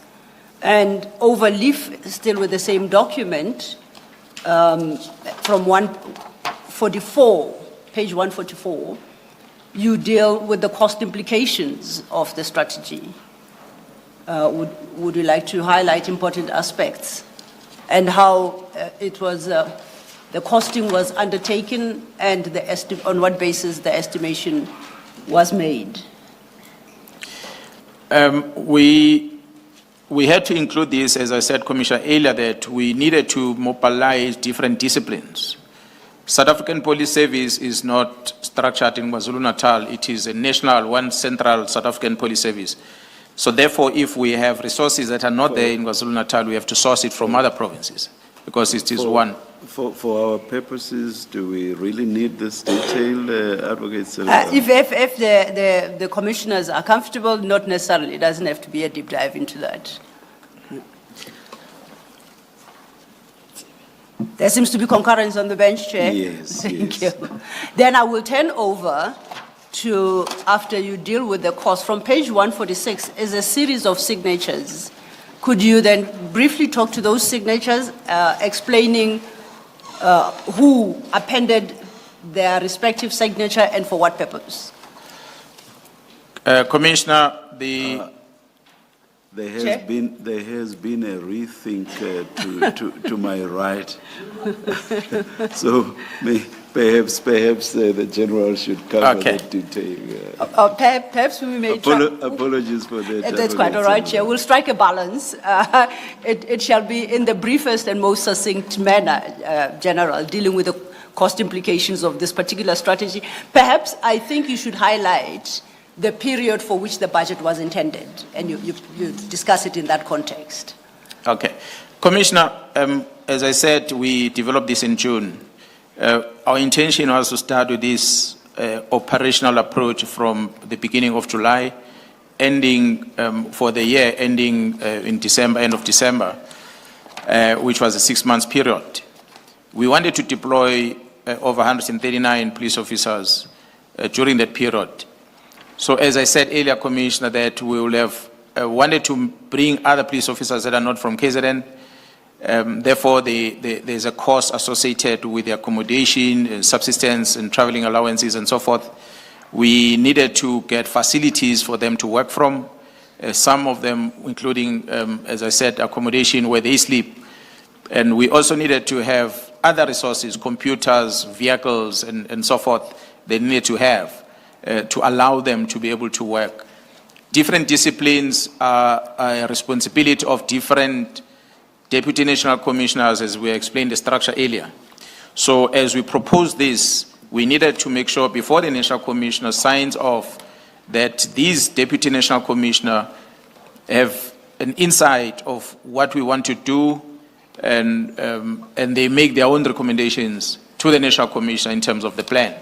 So that's why you see the submission having been made by myself as a provincial commissioner. The first person that signs on there was the national commissioner, the deputy national commissioner was responsible for policing at the time, Jaron Masimula, who's now a national commissioner, but at that time he was responsible for the left block on the structure that I showed earlier on policing. And the next one that signs off was a Deputy National Commissioner, Lieutenant General Zumane, who was responsible for the middle block, which is in investigation of the police. He recommended that. And the third person that signed was the head of the DPCI, the national head of the Directorate of Priority Crime Investigation. At the time, the Lieutenant General Sibia, who was in that position, had signed and recommended the same. And we then had to get from the corporate side, where the budget was sourced from, a Deputy National Commissioner was responsible for asset and legal service, where we needed this resource from. General Vuma, Lieutenant General Vuma, has signed also the recommendation of this, which means all the deputies that have different roles in terms of supporting the team signed this application, and it was then approved by the National Commissioner for us to be able to do the work. And if I then can take you to page 146, under item 7, you have listed 2 recommendations. Would it be correct to interpret the signatures appended to be in support of the recommendations as set out in item 7? So if you could first read out those recommendations, and then you may respond to my question. Commissioner, in understanding the roles of all the people that we want them to approve, and as well as what we want to do as this team, was to implement the strategy to investigate and prosecute perpetrators of political related cases. We needed that strategy to be approved first. That's why we'll need people that are responsible for the operational side of policing to satisfy themselves that is this going to achieve the results or the work that is expected. So that was the first recommendation, where we were focusing mainly on the operational side. We're requesting the strategy to be approved to investigate and make sure that there's a prosecution.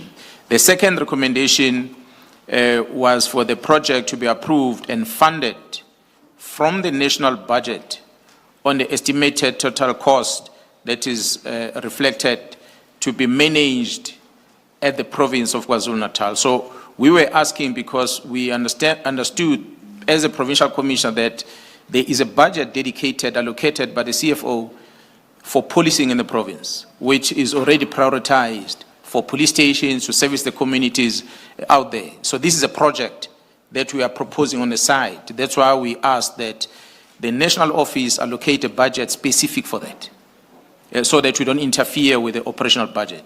So the approval as a result and the allocation of the budget came as a result of these recommendations that we made.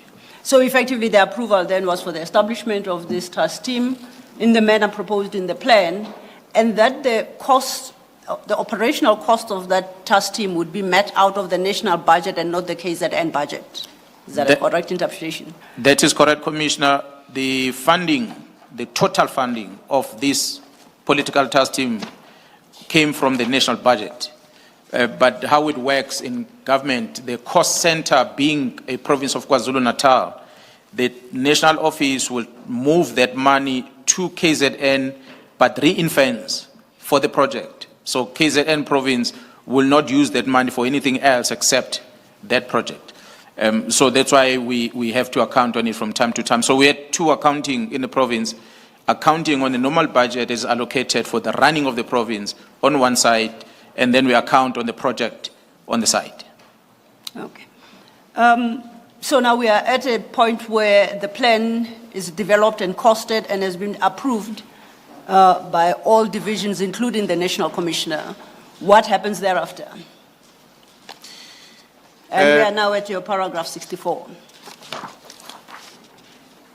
As I said, Commissioner, that the plan was approved, and this was presented to the IMC. You'll recall that, Commissioners, we said we submitted this and as early as in June to start this work in July. National Commission approved this thing on the 18th of June, and the work started beginning of July as it was envisaged. We had seen the IMCs in earlier before the work started. The IMCs came down to the province to come and monitor the work, whether is the work that has been done as we had promised them that we were going to develop something else. They came in September, where the National Commission then was also present, where the presentation of this framework, which was approved by the National Commissioner, was made to the IMCs, for the IMCs to be able to understand that which we had proposed and that which we are already doing in order to be able to meet the requests, the expectations of the Interministerial Committee. I understand from your statement then that as at the 13th of September 2018, the IMC supported the strategy and the approach as set out in the annexure under discussion. That is correct, Commissioner. The IMCs were quite happy with our approach and what the National Commission has approved and funded and the execution that was already taking place. I take it that the IMC, being a formal structure, would record its meetings and discussions in a formal document such as the minutes. Those are not attached to your statement to back up your claim that this approach was supported by the IMC. Would you like to inform the Commissioner why that is the case and whether those documents exist at all? Commissioner, the IMC, each time they came down to the province, they will have a secretariat that will be taking minutes of the presentation that are made to the IMC. And we'll hope perhaps if the commission will want to invite some of those individuals that are involved, they are free to do so. But I believe that at the office of the minister, as a person who was Minister of Police, as a person who was the chairperson, and the secretariat came from that office, these minutes should be available for the commission to access. Do you know what is the security status of those minutes? They would most likely have been classified. To what level exactly on the classification, I'm not so sure, but they will definitely be classified so that they're not easily available. But if they are declassified, of course, the Commission will be able to access such minutes. For the record, I'll state that the process, the Secretariat and the evidence leader have started the process of declassification. A request has been put in. It's a number of minutes. And if and when that process of declassification is finalized, same shall be presented and submitted into evidence. To the extent that may become necessary, perhaps on General Mkhwanazi's return, he can then complete this point around the support by the IMC through this implementation stage. Thank you, Chair. You introduced thereafter another document from your paragraph 67. Could you tell us what, after this plan was accepted, what happened within the task team and its approach? Commissioner, I must indicate, as I said earlier, that my term in KZN as an acting provincial commissioner was for a year, 2018 to 2019.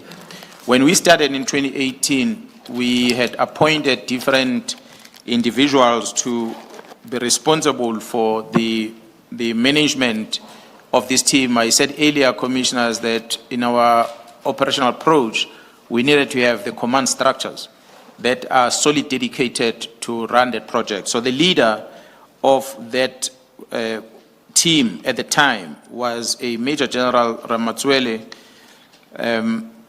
who was the person responsible, accounting to me, of course, as a provincial commissioner.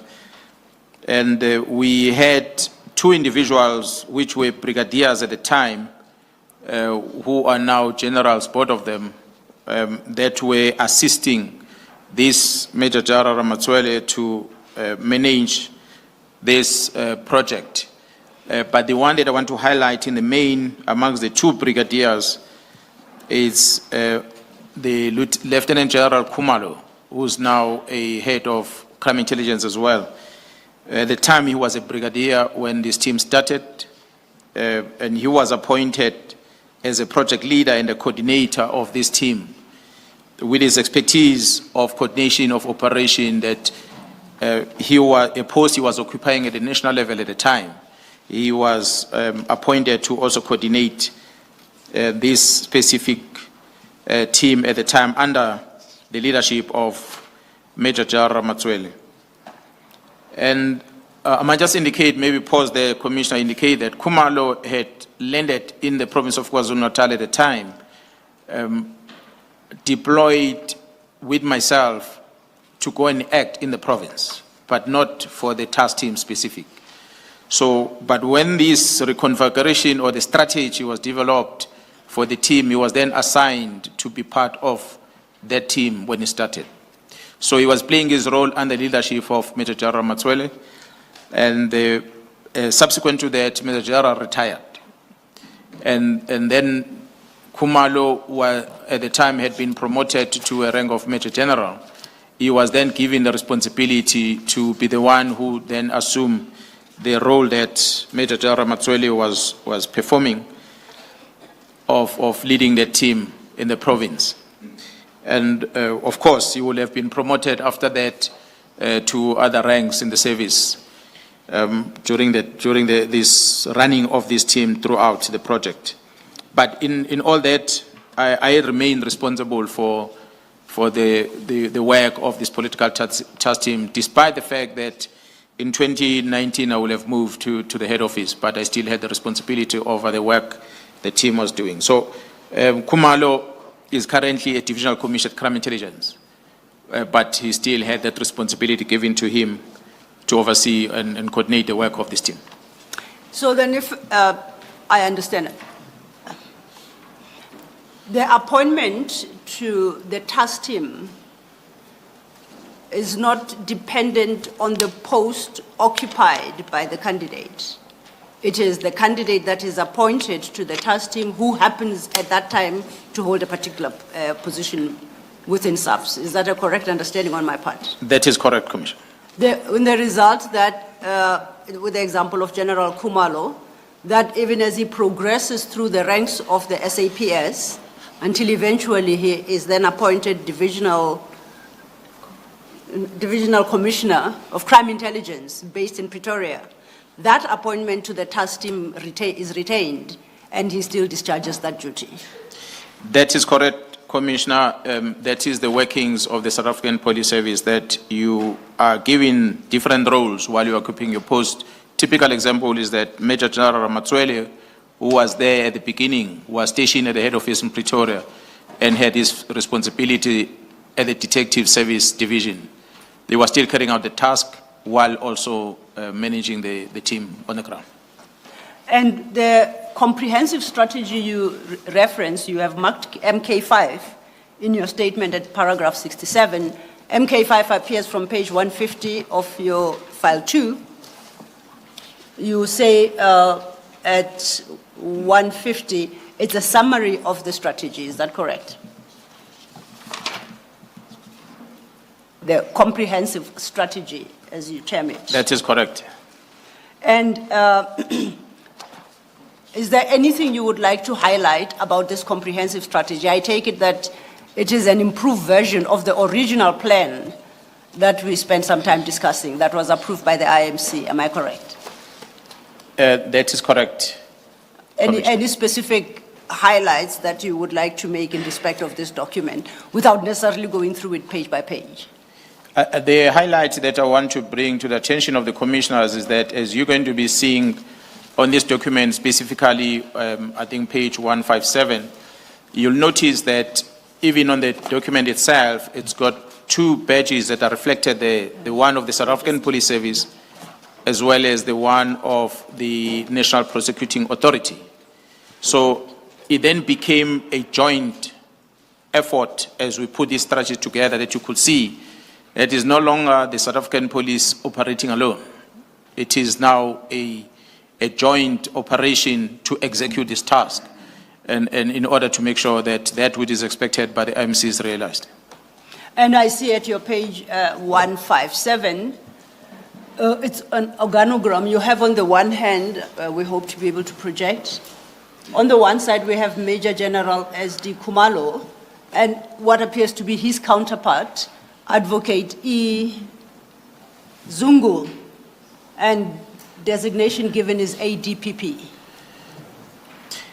The head of the NPA in the province, KwaZulu-Natal, was acting at the time, and that was Advocate Zungu, who was the head of the prosecution, who since she is now Advocate Harrison, and she is now not acting but a full-time director of the public prosecution in the province.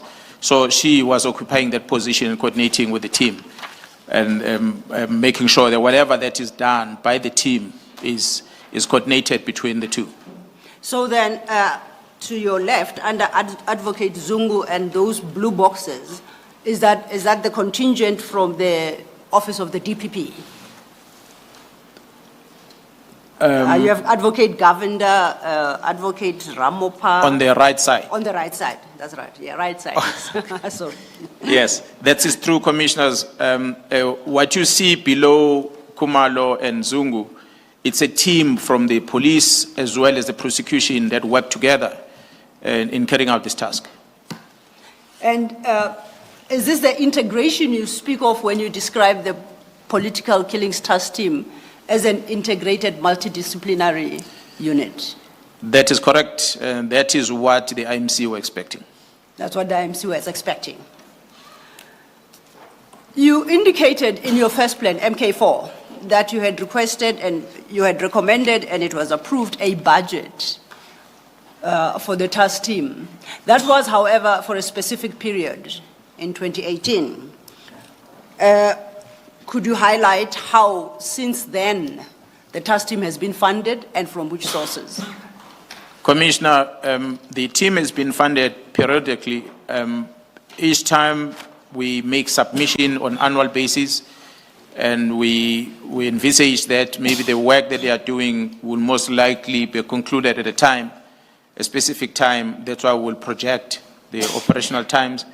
And unfortunately, the workload keep on increasing, and the successes of the team demanded that there's a continuation. That is why our initial request that we requested that this fund be coming from the national office dedicated specifically for this project continues. So each time we make a new submission, we request the new funding, and the funding is allocated and the team continues. Ever since the inception, that's how it's been functioning. It has never touched the budget of provinces or specific units, but it was a specific allocated budget for the team. You say you make submissions and you seek approval from who? Who do you make the submissions to? Whose approval do you seek? It's always a national commissioner that will approve the operations of this nature in the South African Police Service. So the different levels, which will include critical, the Chief Financial Officer of the South African Police Service, who must then indicate the availability of funds. At times, we'll get funds not exactly as we ask for. We will ask for 1 rand, they give us 50 cents, typical example. But the CFO has to indicate to the National Commissioner that there is money available to carry out, to finance this project for this period before the National Commissioner can approve that. And is this process of seeking approval, is it a formal process in a sense that it's reflected in formal documentation of SAPS, or all it takes is a call from yourself as a provincial commissioner to the national commissioner? How does it work? Commissioners, state money has to be accounted for. So we have to follow a formal process to do this. That's why when we make a submission and the budget is allocated, we'll have started in the middle of the year. We did not foresee what we're going to need in the following year. But as the years progresses, we're able to project that in the following year, we're going to need X amount of money for this. We make a submission. And when the budget is allocated by the CFO, it's going to be declared in the books of the organization as we present before the oversight committees, be it Auditor General of South Africa or the Parliament. They get to know that the specific budget allocated for this project and the outcome of the project is also presented to those structures in order to justify the money spent. So is it your point that there is a written record that can be obtained for all the approvals sought and granted and the budgets allocated for the task team in each successive year? That is correct, Commissioner. Turning then to page 26 of your statement at paragraph 21, you talk about the concept of formation of task teams and how that is normal within the South African Police Services. Could you briefly put us through that? Commissioner, the establishment of the task team within the South African Police Service, it's a normal operational response that we employ in order to address a specific issue or challenge that we experience in the country. And these task teams are constituted at the provincial level by the discretion of the provincial commissioner, and some of them are initiated at the national level by the discretion and approval of the national commissioner. Political Killings Task Team is one of many of such projects-based interventions that we employed in the South African Police Service. I might indicate that we have 11 of them at a national level that I can make a reference to. Political Task Team is one of those projects. There are many others, of which some of them are predating the date when the task team started, that have been in existence in the South African Police Service. Operating in different provinces include Gauteng, Western Cape, Eastern Cape, Mpumalanga, Limpopo, as well as one that is running across all provinces, which is coordinated at national level. You draw a distinction between what you say is a task team established at provincial level, and you distinguish that from the 11 which you term national priority intervention operations, of which the task team is one. What is the difference between the two categories? The provincial and national. No, between this national priority intervention operations, of which the task team is one, and the other task teams established within the various provinces. In the main, largely, Commissioner, as I said, they are established in order to address a specific problem. What we see in the main is that those that are established at the provincial level don't have a budget. They work from the operational budget that is within the province. There's no specific allocation budget for those. But the ones that are established at the national level will form the priorities of addressing a specific problem in the country, which might be confined to a specific province. And therefore, the national level intervenes. And in majority of the time, or largely, there is funding that comes from the national level for these type of projects. And largely because these national projects will include police officers that are coming from the length and breadth of the country to go to a specific area where the problem exists. So if the problem is here in Gauteng, it might require the mobilization of resources from other provinces to come into Gauteng and work with the Gauteng. That's why the budget has to be made available for that purpose. But one in the provincial level, most likely going to work from home. So you just drive, instead of going to one station, you go to another, you do the work, you go and sleep at home after that. So the one at provincial level does not necessarily have any financial implications. Okay. In the next few paragraphs, you deal with aspects you have already covered, including the organogram within the task team and the coordinating structure. At page 29, that is the structure we had on the wall. That is the prevailing structure as we speak today. That is correct. That is what the team is using currently. You deal from page 30 with the fact that the public killings, political killings, task team, my apologies, operates in KwaZulu-Natal, and at paragraph 83. You say it operates at KwaZulu-Natal and the Eastern Cape under General Khumalo's supervision and directed by the National Steering Committee, the IMC, and the President. Now, one, could you explain what you mean by the first statement that it operates in KwaZulu-Natal and Eastern Cape, if you said its original mandate was to address the political killings within KwaZulu-Natal? General, before you respond, have you explained to us what the National Steering Committee is? If you have, please forgive me, just repeat what that is. Commissioner, thank you. If I invite you again to number 80 on my statement that shows the structure, that there is a steering committee that is reflected there. The steering committee, it's a coordination structure that looks at the performance of the team. And this one that is reflected here is at the provincial level. So which means the people who are not necessarily part of the day-to-day operation will come and receive presentation and assess the work that the team is doing and be able to guide if there's areas or challenges that the team is experiencing.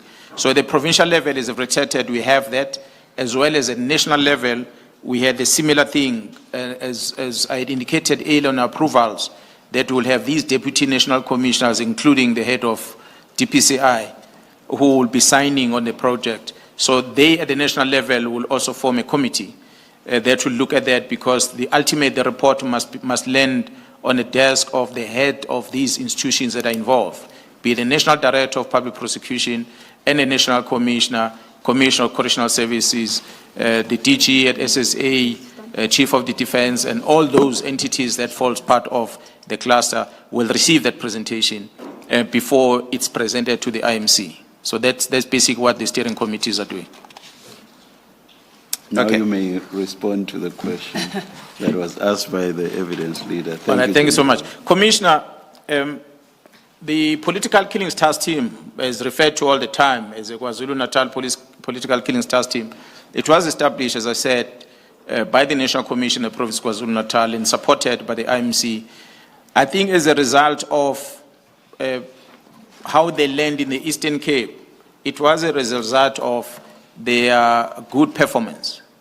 You will see the success rate that this team have achieved, which then caused a problem for themselves, because then the state president had received complaining about incidents that had happened at Fort Hare University in the Eastern Cape, where there seems to have been challenges with regard to the investigation of those incidents that were happening at that university. And there was a direction that this team must also take responsibility on investigating those cases. That's how they landed in the Eastern Cape. Sorry to interrupt again. At the end of paragraph 93, you actually do make the point about the success of the task team. The last sentence reads, the PKTT thus has a demonstrably unmatched success rate. What I'm interested in is this: what is the comparator?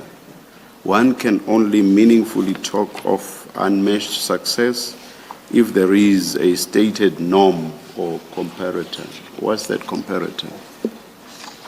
Commissioner, I will not necessarily be able to give the figures at this present moment, but the detection rate as prescribed has a standard that is set, which is a performance target, that both the police investigation in terms of detection rate for the successful prosecution is measured. It appears in our books that we present, which is managed under detective services. And then also the success rate within the NPA themselves. They've got their own measurement target that they have as a department that they account for in terms of their annual performance plan that they throw and present to Parliament every year. So combine the two when you look at how the team performed, both on investigation and detection, successful prosecution, as well as you compare that with a normal investigation work that is done and prosecution that is done by the NPA in courts. And this one, detection and prosecution rate, success is higher. We can make those available to the Commissioner, so we're able to draw a comparison. Thank you, Chair. I stopped you mid-sentence, General, so you may continue where you were. Yeah, I realize Yes, that the commissioners have read this statement, so And in fact, because the chair jumped a couple of pages ahead to your conclusion. So yes, I agree with you. It's demonstrative of that. But then if you could take a step back. yes. The issue we're dealing with was that you indicate that this political killings task team was established to deal with political killings in KZN. At your paragraph 83, you then suggest that it currently operates in both KZN and the Eastern Cape. And I wanted to understand how that came about. As I said, the task team was established and it accounts to these steering committees. So when the direction came that they must go to the Eastern Cape, it will have came through the normal channel, a project leader getting a directive from the steering committee that will have received this directive from the IMC. The IMC will have been requested by the President to see to it that a similar intervention is done in the Eastern Cape.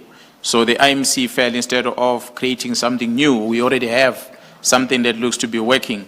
They approached the National Commissioner or the National Steering Committee to say, can we move this thing over there and see how it can work? And that's why the National Commissioner and the Steering Committee agreed that they are going to direct a project leader to move over there and be able to assist in the Eastern Cape. Okay. From paragraph 85, you deal with what you term successes of the PKTT. The next couple of pages reflect quite a lot of statistics. Not inviting you to go into into the statistics themselves, I think you have persuaded the chair as to the successes of the PKTT. But the issue I would like you to highlight, and I'll take you like paragraph to paragraph. Starting then at paragraph 87, you indicate that from 2018 to date, the task team has been assigned responsibility for approximately 612 dockets. So that's over a span of more than 5 years, about 7 years. It is your description of the dockets set out in paragraph 87 I would like you to spend some time on. You indicate that this includes 333 dockets concerning politically related cases. I think by now we are clear what that could be, like the political killings in KZN. You then say there are 90 parallel cases. Could you explain to us the concept of parallel cases? The parallel cases, Commissioner, will be cases that are of a high profile that might not necessarily meet the criteria that have been laid out on what the team must focus on. However, they might be of such a significant to the province, largely, for us to have a focused investigation on those cases. When the team started, we drew up the category of cases that the team must deal with.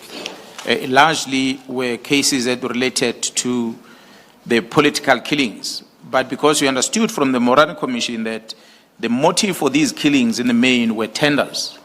So, and the people that were affected in the main are the municipal managers, the CFOs or municipalities, and as well as different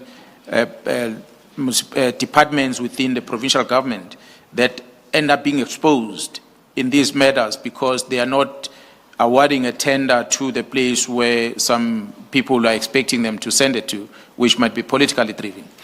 And you'll find that while we are pursuing that, maybe the family relatives of such individuals, they become victims themselves. Typical example, if the CFO or the municipal manager relative is kidnapped or the family is attacked and they were thinking that they are attacking the political leader or the CFO or municipal manager, but maybe they attack his family and he's not there at the time. We can see as a province that this looks like was directed at this person. And this person is protected by the work of this team. But the relative is not. But we can see this attack was aimed at getting to this person. So we take that docket and it becomes a parallel docket because it's not listed. That individual who's a victim is not listed as one of the priority people that we must focus on. But because of the sheer involvement of those people in the work that a specific person that we're supposed to be protecting is affected, then we take those and they become parallel. Then can you distinguish that from what you call ad hoc? Because another category is ad hoc cases. Then the ad hoc cases will be some cases that are. No, I'm Commissioner, you'll pardon me. I mixed the two. The parallel cases, ad hoc cases, the one I'm talking about ad hoc, that would be someone related to the person we're looking for, or we're supposed to protect. That is ad hoc. My bad. My apologies for that.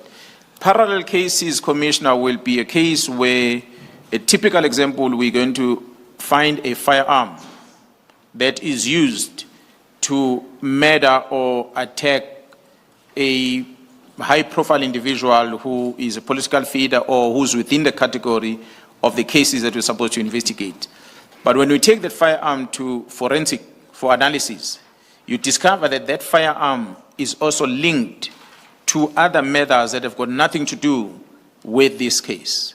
Typical example could be a death of a school principal somewhere, over something that is unrelated to what we're investigating. But because we now have a firearm, and the likelihood is that the suspect that we have on this case and the weapon used is also undergoing another case elsewhere.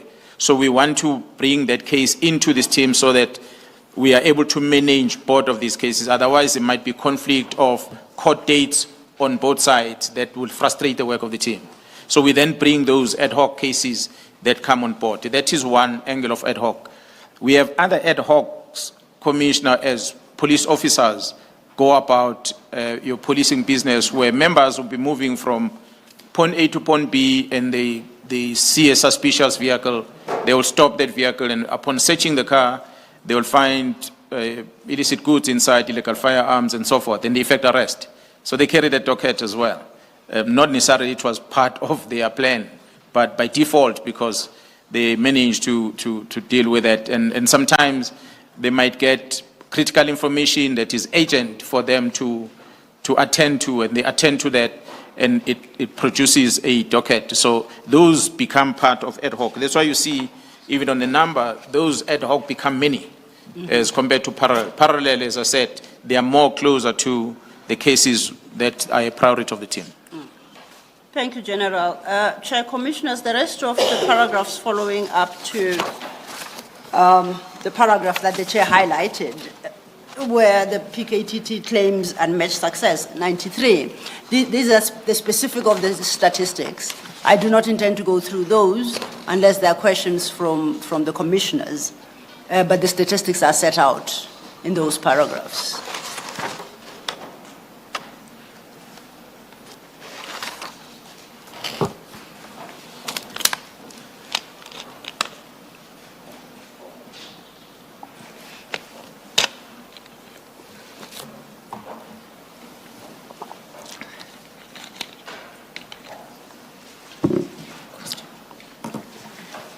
Evidence Leader Sillo. Yes, Commissioner.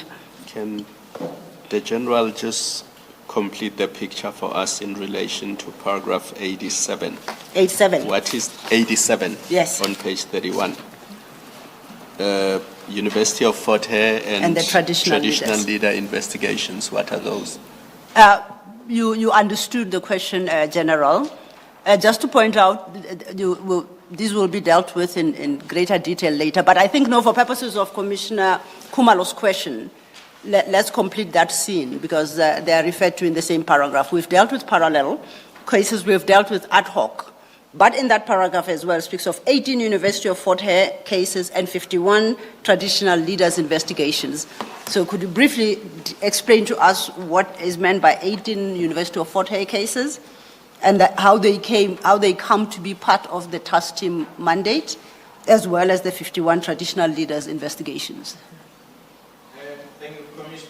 Thank you, Commissioner. The Commissioner did take us to the last sentence on paragraph 93, which reads that the political task team killings task team thus has a demonstrably unmatched success rate. It is this success that brings about these interventions, as we had reflected also on paragraph 83. When the crisis is observed at a particular area by the executive authority, and a request is then made for the intervention in that front. So in this case, I did indicate that previously how the team landed in the Eastern Cape, specifically at University of Fort Hare. That's why you see the total number of cases that the team has been dealing with at Fort Hare University, 18 in total, which was mainly also murders, attempted murders as a result of corruption within the university. The request as a result of the pressure from the traditional leadership that themselves were experiencing attacks largely in KwaZulu-Natal province. That influence, I believe, the President of the Republic to approach the executive IMC in order to direct them to also pay special attention on on this incident that not only affecting political leaders, but also affecting traditional leaders, specifically in KwaZulu-Natal province. So as a result, through the IMC and the steering committee, the team was then given the responsibility to also investigate cases that are involving the attacks and deaths of traditional leaders in our province of KwaZulu-Natal. So that's why you see the total 51, which was also in addition to the work of the team. So in essence, the original mandate of the political killings task team, as I understand you, was expanded to include the two issues you speak of, the University of Fort Hare and traditional leaders. That is correct. That is correct. Can you indicate for the record who extended that mandate? So it's a mandate that will be directed by the IMC after approaching the steering committee, and then the steering committee through the National Commissioner will then direct the team to take over that responsibility. And just for, I guess, my own edification to conclude, particularly on the Eastern Cape, the mandate, so far as Eastern Cape is concerned, the extension of the mandate is specifically to the University of Fort Hare cases, such that once completed, the political killings task team would not have a role in the Eastern Cape. That is correct. I must indicate, Commissioner, that the team being moved from KZN to focus on the Eastern Cape, it did not necessarily mean that there is a complete new budget that is allocated for that purpose. So they had to do that work with the same budget that we did not plan for originally, that we planned to do the work in KZN, but they use the same budget to also move to the Eastern Cape to do the work. Thank you, General.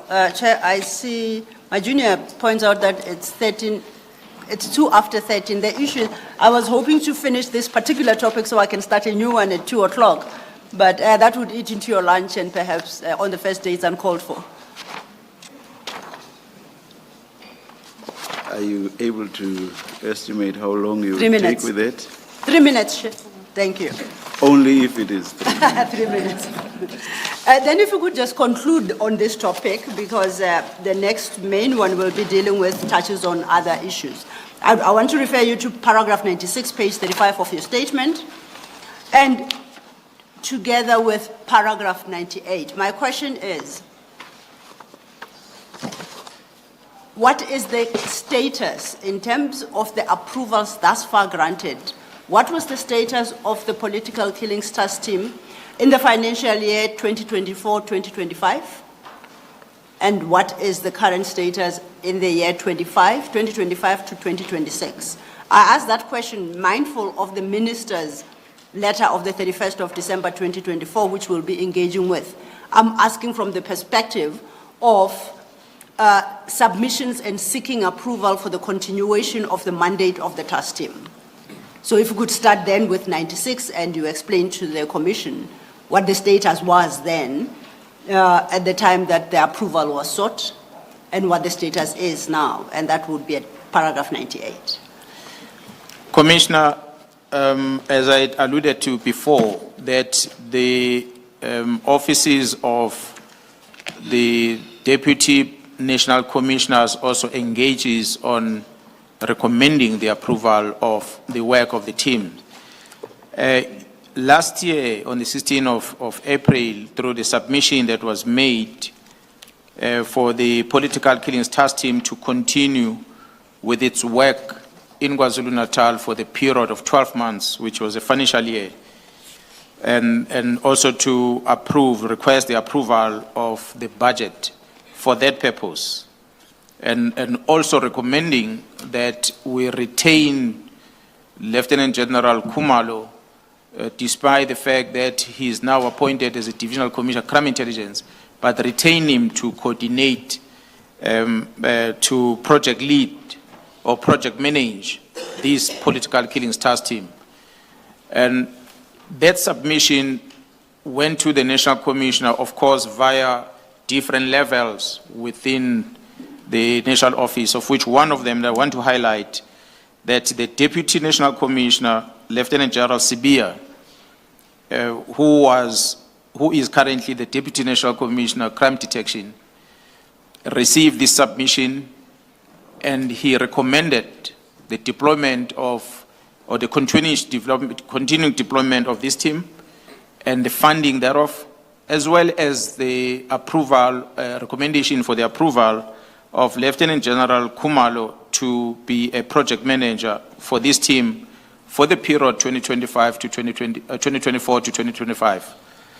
And this submission was made to the National Commissioner via the CFO, who allocated the funds, and the National Commissioner approved as such. So an approval was granted in April last year, which an approval will have lasted until the end of the financial year, which is March 2025.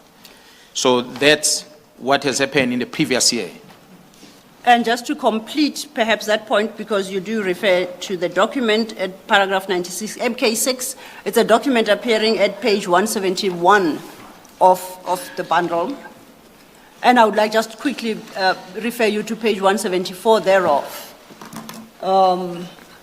Again, it's that signature page, an overleaf culminating in, I think, the National Commissioner's signature.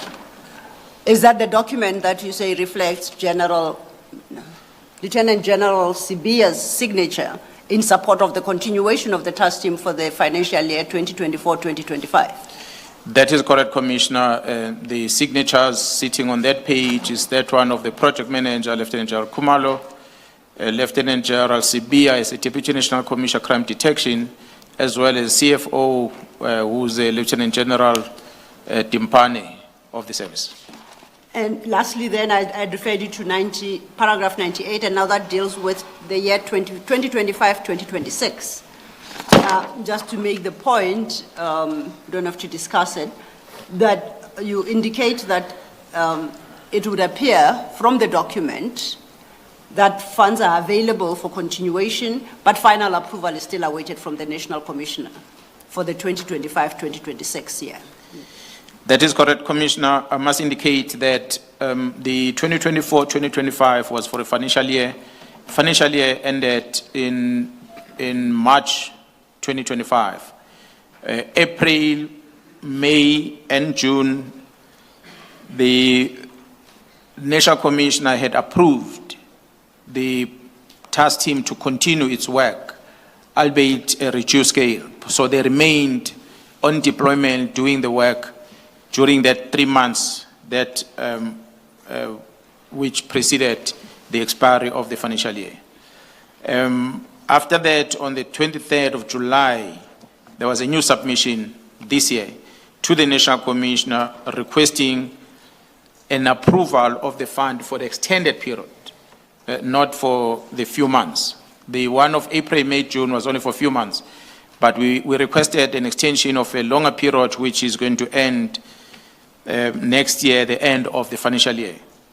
That request that was submitted to the National Commissioner requesting that further extension, as well as made a submission also to the CFO.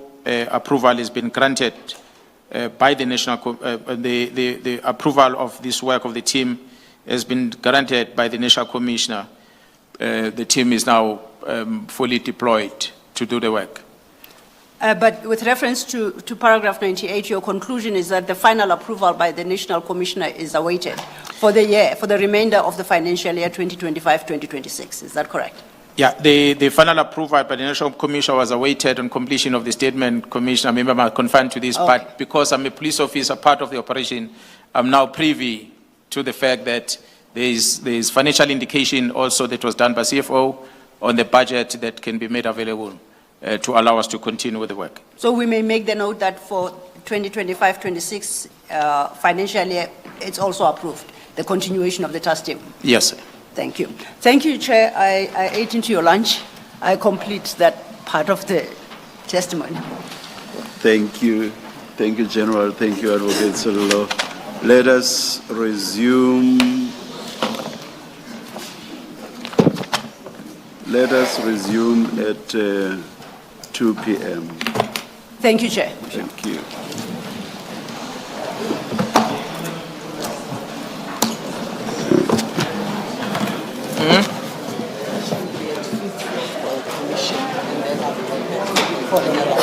Okay, I'll be with him here. the same, eh? Yeah, we'll sit with him here. Yeah. We don't get 2 hours here, no, because we can have Zalun at the Bazalun. No problem. No,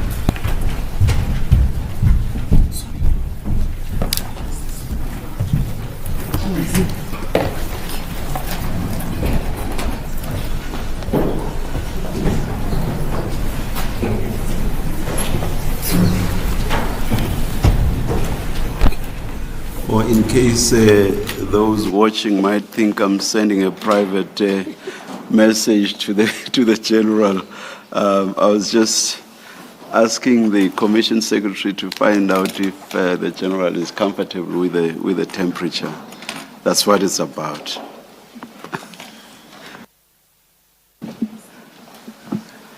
Yes, Advocate. Thank you, Chair. I tried to resist the temptation of asking whether that question will be directed to us as well, but clearly it's not forthcoming. We are ready, Chair. Thank you. Thank you. Mr. Mkhwanazi, we are back with your statement. When we parted before lunch, we had just finished the topic on the financing and funding of the political task team. We have made a note that you updating your statement at paragraph 98, it ended up with a statement to the effect that for the 2025-2026 financial year, final approval by the National Commissioner is awaited. Your testimony was that that approval has since been granted. We shall note that for the record. I invite us to then turn to the next topic that follows in your statement, starting at page 36. You headed involvement of the PKTT in the Gauteng counterintelligence operation. In the first few paragraphs of your statement, and if you could follow the orders you have set them out in your statement, you provide a general background to what you will eventually speak to, which is the actual involvement of the task team in that operation. So if you could start from paragraph 99 with the events of the 17th of April 2024. Thank you. Thank you, Commissioner. I will start with the incident that happened, which I had presented before the South Africans on the 6th of July, was that a shooting incident that occurred, which led into the death of an employee of a Q-Tech engineering company that is based in Vereeniging in Gauteng, where a late Mr. Aman Swart was killed while he was in his vehicle outside the workplace. What we understand is that the subsequent to that shooting, which was involving the Transnet contracts, it seems to have involved organized crime, and to some degree it had involved police corruption, which had posed the risk to the investigation team that was dealing with that incident. So I was advised that the organized crime unit, which had taken over that investigation, were operating under the leadership of the Deputy Provincial Commissioner in Gauteng, who is responsible for investigation, and that is Major General Khumalo. And this investigation became part of the wider investigation which took place subsequent to that incident in Gauteng, which it is called the Gauteng Counterintelligence Operation, GCI Ops. After the shooting incident that occurred in April 2024, 3 suspects were arrested as a result of that investigation. Amongst the 3 suspects, or the names of the 3 suspects, one of them at the time was a police officer, Michael Puletau. He was arrested together with 2 individuals, Musa Kekana as well as Tiago Floyd Deni Mabusela. So the charges that were leveled against them, they varied from murder, conspiracy, attempted murder, possession of suspected stolen property, as well as the possession of unlicensed firearm and ammunition. Through forensic analysis, those firearms were linked with multiple other murders other than the one that occurred of Mr. Swart. So when the forensic analyzed these firearms, it just strengthened the case against the accused and exposing these accused to a wider syndicate which had significant access to finance and at times, because there were a lot of money that were being paid for the jobs that they were doing.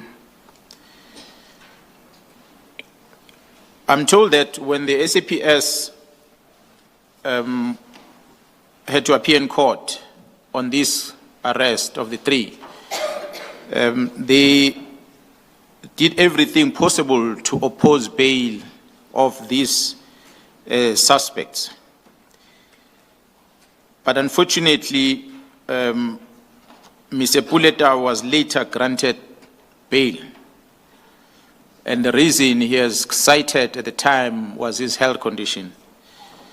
And this sparked grave concern amongst investigators as well as the prosecution team, because they started fearing their lives and the threat towards their lives started escalating.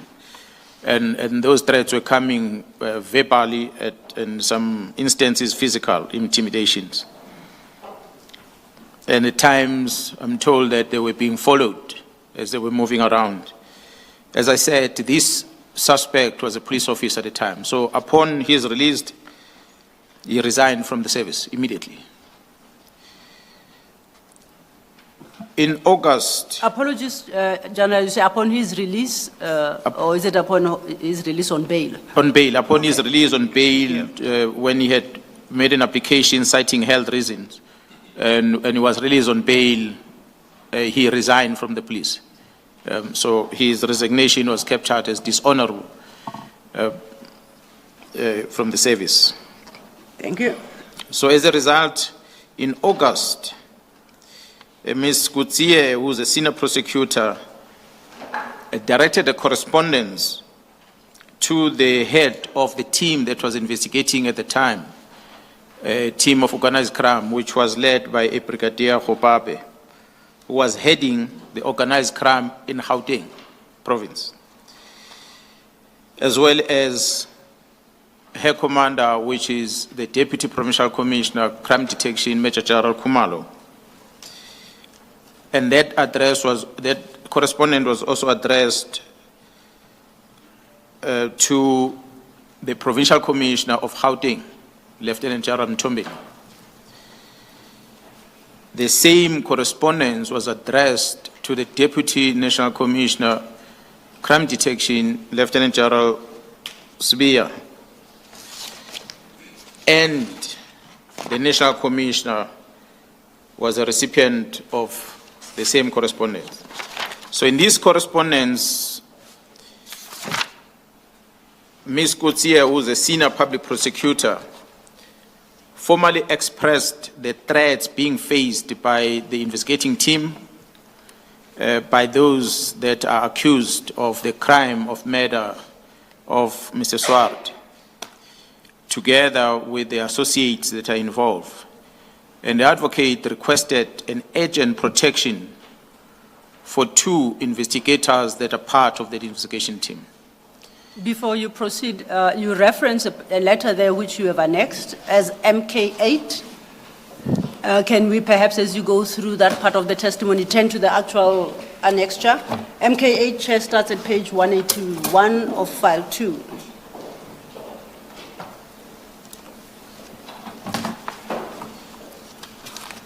And perhaps in addressing the concerns raised by Mrs. Kutsie, it might be appropriate to read some aspects of the letter.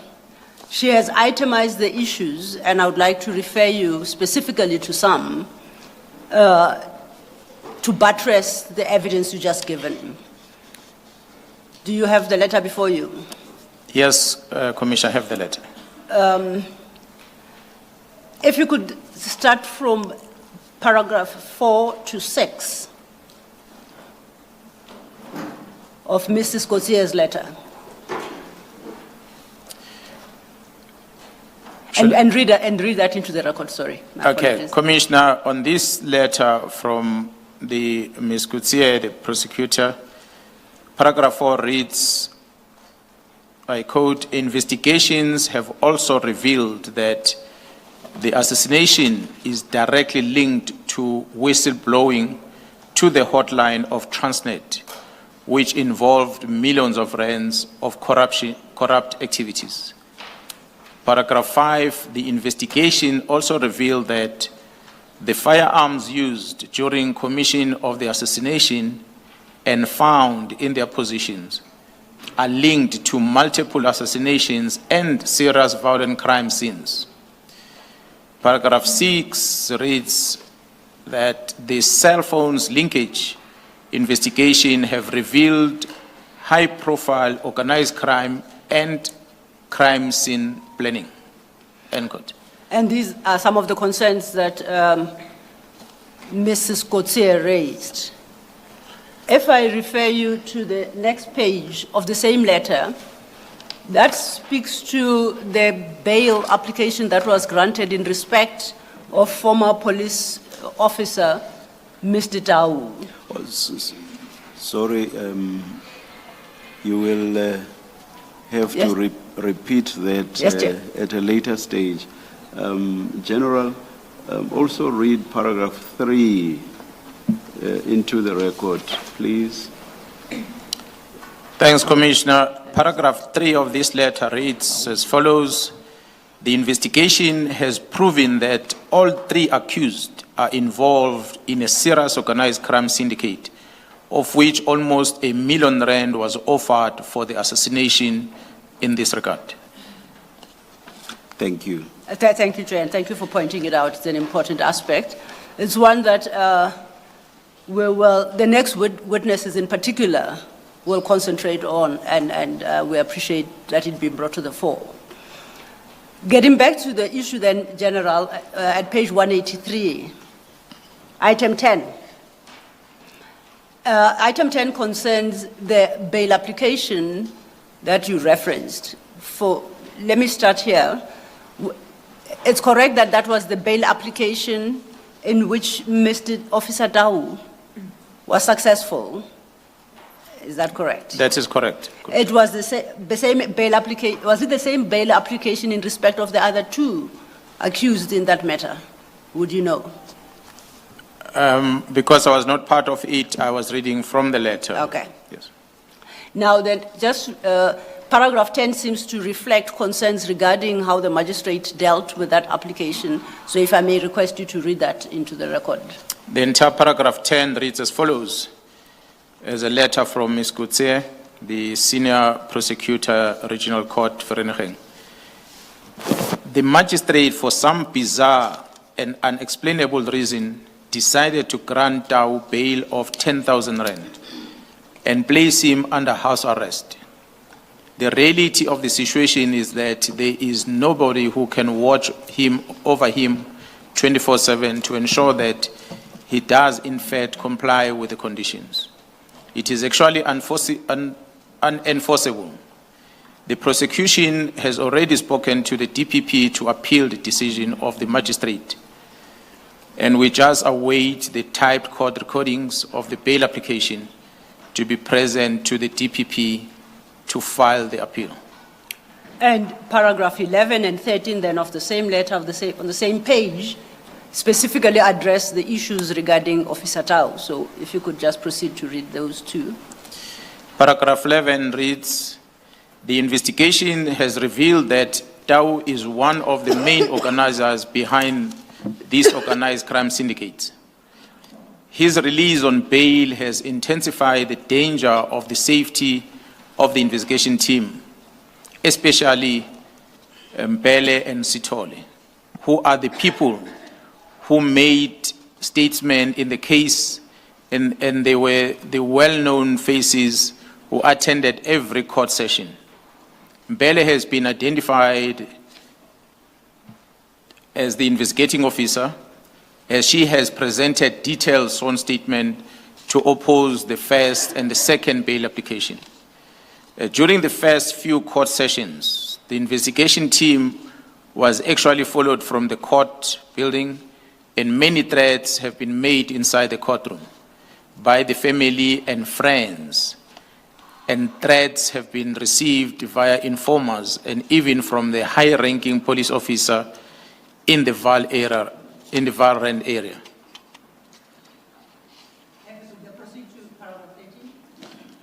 Paragraph 13 reads, Tau clearly has a very large support system, and large amount of money are spent to obtain the best and most expensive advocates. The money is clearly coming from the syndicate, as all three accused are currently unemployed. And lastly, then, at paragraphs 14 and 15, Mrs. Coetzee addresses the question of how the investigations have been conducted. And lastly, the state.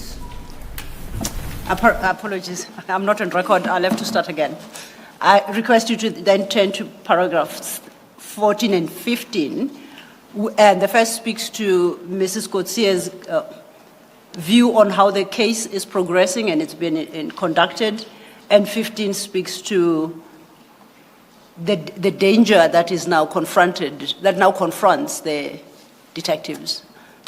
14, Commissioner, reads as follows. The case is brilliantly investigated, and the accused are 100% connected to all the charges against them. They obviously face long terms of imprisonment as well as defined life sentence for the assassination. Number 15 reads, from the above mentioned, it is clear that the lives of the investigating officers are currently in grave danger, as well as the safety of police dockets. And I see at 16, final paragraph, it's a direct now request to the addressees in that letter. The specific address request that is on this letter, Commissioner, on paragraph 16 reads, you are requested to urgently arrange for the safeguarding of especially Mbele and Sithole. There is a real danger that their lives are in extreme danger, as these organized criminals will do everything in their ability to try and destroy the evidence against them and or to seriously derail the trial.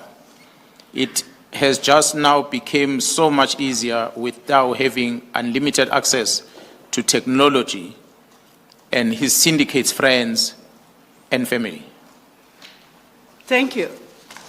From paragraph 105 of your statement, then at page 36, you then deal with what transpired after receipt of this letter, particularly from General Khumalo's perspective, if you could pick it up from there. Commissioner, I had mentioned that General Khumalo, who was the leader or was a project manager of the political task team in KZN, had been appointed as a divisional commissioner of crime intelligence. Through the formal SAPS channels, the request that was provided to the head of investigation in the province, which is also a Major General Khumalo, that Khumalo requested crime intelligence, which fell under a Major General Lekalakala in Gauteng, who is responsible for crime intelligence in Gauteng, was requested to conduct the threat assessment as a result of this letter. And the threat assessment was then assigned to Colonel Ntuli, who works under crime intelligence. Colonel Ntuli's findings were that the risk was high and they recommended 24-hour protection. In addition to what Colonel Ntuli requested was that Lieutenant General Khumalo need to be informed. And after General Khumalo, as the head of crime intelligence, who was responsible for this threat assessment, after he was informed, the case, this resulted into the case being moved to the national office, and therefore the counterintelligence had to be involved. which then resulted into the case within counterintelligence of crime intelligence being registered to run parallel to this case of Vereeniging. So Lieutenant Jaro Khumalo, as the head of crime intelligence, after being briefed about this threat, he then tasked counterintelligence to register a case so they can run an investigation parallel to what was sitting in court already in Vereeniging. Then your paragraph 106, you basically summarize what you have read into the record from Ms. Coetzee letter. And at paragraph 107, you summarize the impact of the claims by Ms. Coetzee in her letter. And if you could take the commission through that. Given the apparent association of the SAPS officials of all ranks with persons who are subject of investigation, the threat made against investigators and allegations that were leveled against the magistrate of bribery, established links to members of the cartel that were under investigation, a growing concern of infiltration of police, and the reduction of the investigation team, which at the time there were 5 members, and they were reduced to 2. May I interrupt you, and I do apologize. A bit of a misstep. I skipped paragraph 106, which actually reflects information you subsequently obtained over and above what Mrs. Coetzee complained of. And you indicate that through the investigative efforts involving now counterintelligence, you came to learn of other information. So if I can ask that we take a step back to paragraph 106, my mistake, I apologize. Yes, Commissioner, in this paragraph, I was trying to indicate, which I in time came to learn, that through the investigation, that the challenges, various challenges were experienced by the investigation team, which will include the deliberate omission of crucial information which the detectives were expecting to come from forensic services. Forensic services is within the police, who are charged with the responsibility of assisting the investigators with analysis of those firearms that were found. So these investigators of this organized crime team, they started experiencing the omission of some critical information that the forensic service is supposed to be providing to them. And not only that, these investigators will start interacting, will be invited to some meetings by senior officials in the South African Police Service, who then started engaging on the case that these members were investigating. And amongst those engagement they started having with senior officers within the South African Police Service, I must indicate that those engagements were not necessarily largely in Gauteng province, as these members were working under Gauteng province, but they were invited by senior officers at the head office of detective services. At times there were monies, bribes that were offered to them, and not to oppose bail. In some cases that involved Dow, especially in the main. And so the detectives, in the course of the investigation, they felt threatened as these engagements that were happening with the senior officers seems to indicate that there is a high level of connection between the accused or the suspects and senior officials within the police at the head office in the main within detective environment. Moreover, during the period of the incarceration and while on bail, the accused, who's a former police officer, a former detective, Michael Puletau, had made threats against the very same investigation team. Before Yes, the general proceeds, Advocate Cyril,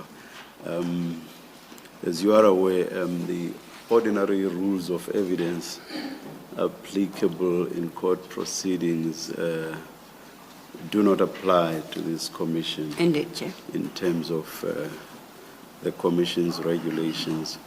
But I would imagine that that notwithstanding, the probative value of the evidence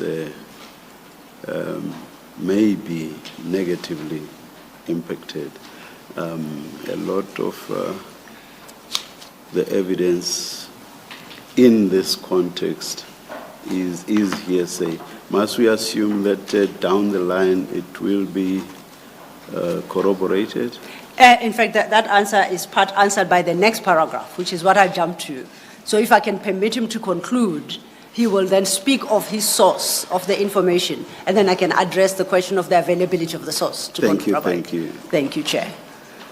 So then, General, that leads us into paragraph 107. So if you could summarize that paragraph 107, and you, in that narrative, disclose your source of information, of the information you just set out before the commissioners. Commissioner, as I said earlier, that Lieutenant General Khumalo was the Divisional Commissioner of Crime Intelligence.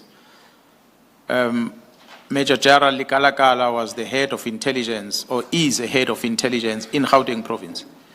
Colonel Ntuli worked under Likalakala. So Ntuli conducted threat assessment, and subsequent to that, Lieutenant General Khumalo at the division is informed.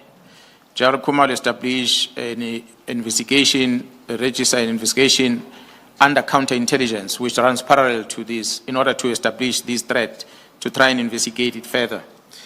But when these threats were presented to him towards these two detectives that were remaining in the team, he then felt that it is important for a special intervention to be made in order to protect these two investigators. So it is for that reason that General Khumalo felt that he needs to request support from law enforcement who falls outside Gauteng province in order to make sure that the work of these two detectives is protected parallel to the work that he already started from counterintelligence.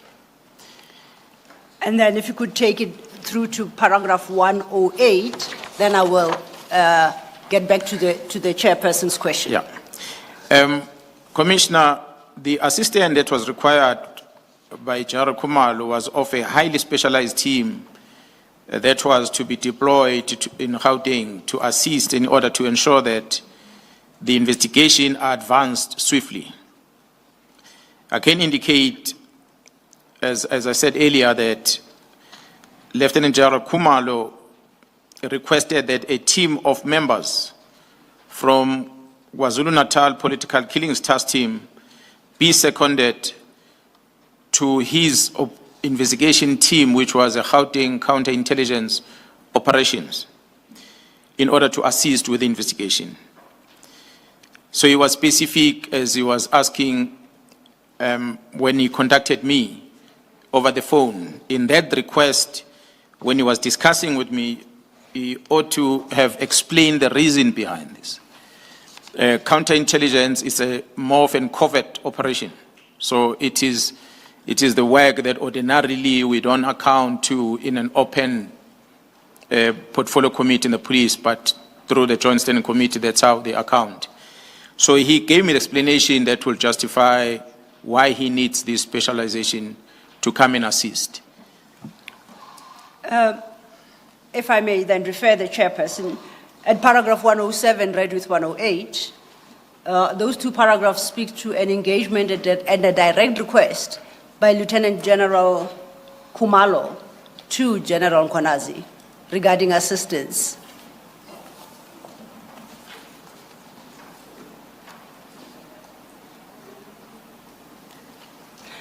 Thank you, Chair. And having pointed that out, if we could just skip to paragraph 156 and 157. And in the context of where the witness started describing the nature of his testimony and perhaps evidence that would be available to the commission, 156, he makes the point that the bulk of the information that informs the work of the Commission relies on ongoing investigations, and as such cannot be disclosed publicly, as this would adversely affect these investigations. Having pointed that out, however, at 157, he gives assurance to the Commission that full disclosure of all relevant facts will be made at subsequent in-camera hearings. So to your question, there will be corroboration. It will just be a question of the extent to which that would be held in public or in camera. Because of the possibility of some of it being in camera, I'm not in a position to say as to which witness will be available for that session. Yes.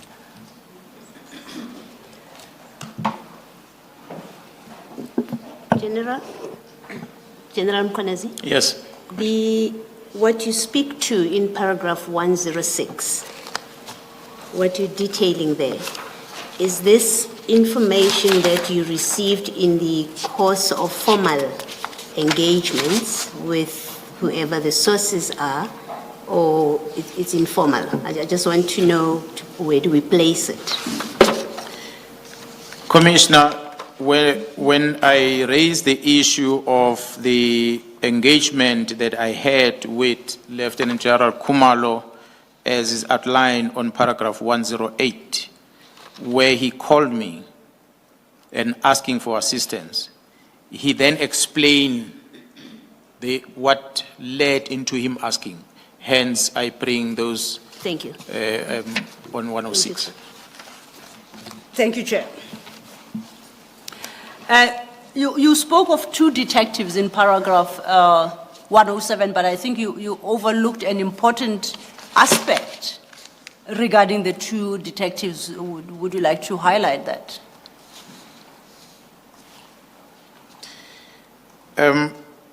I must indicate that, Commissioner, there were 5 altogether. And what made this threat to be high was because there was a reduction of the number of investigators into that case of Vereeniging from 5 to 2. Well, of course, we don't know the reasons as to what led into that. So part of the threat was that the team that was busy with this investigation felt that they can protect themselves because there's quite a lot of them, but suddenly they are reduced to 2.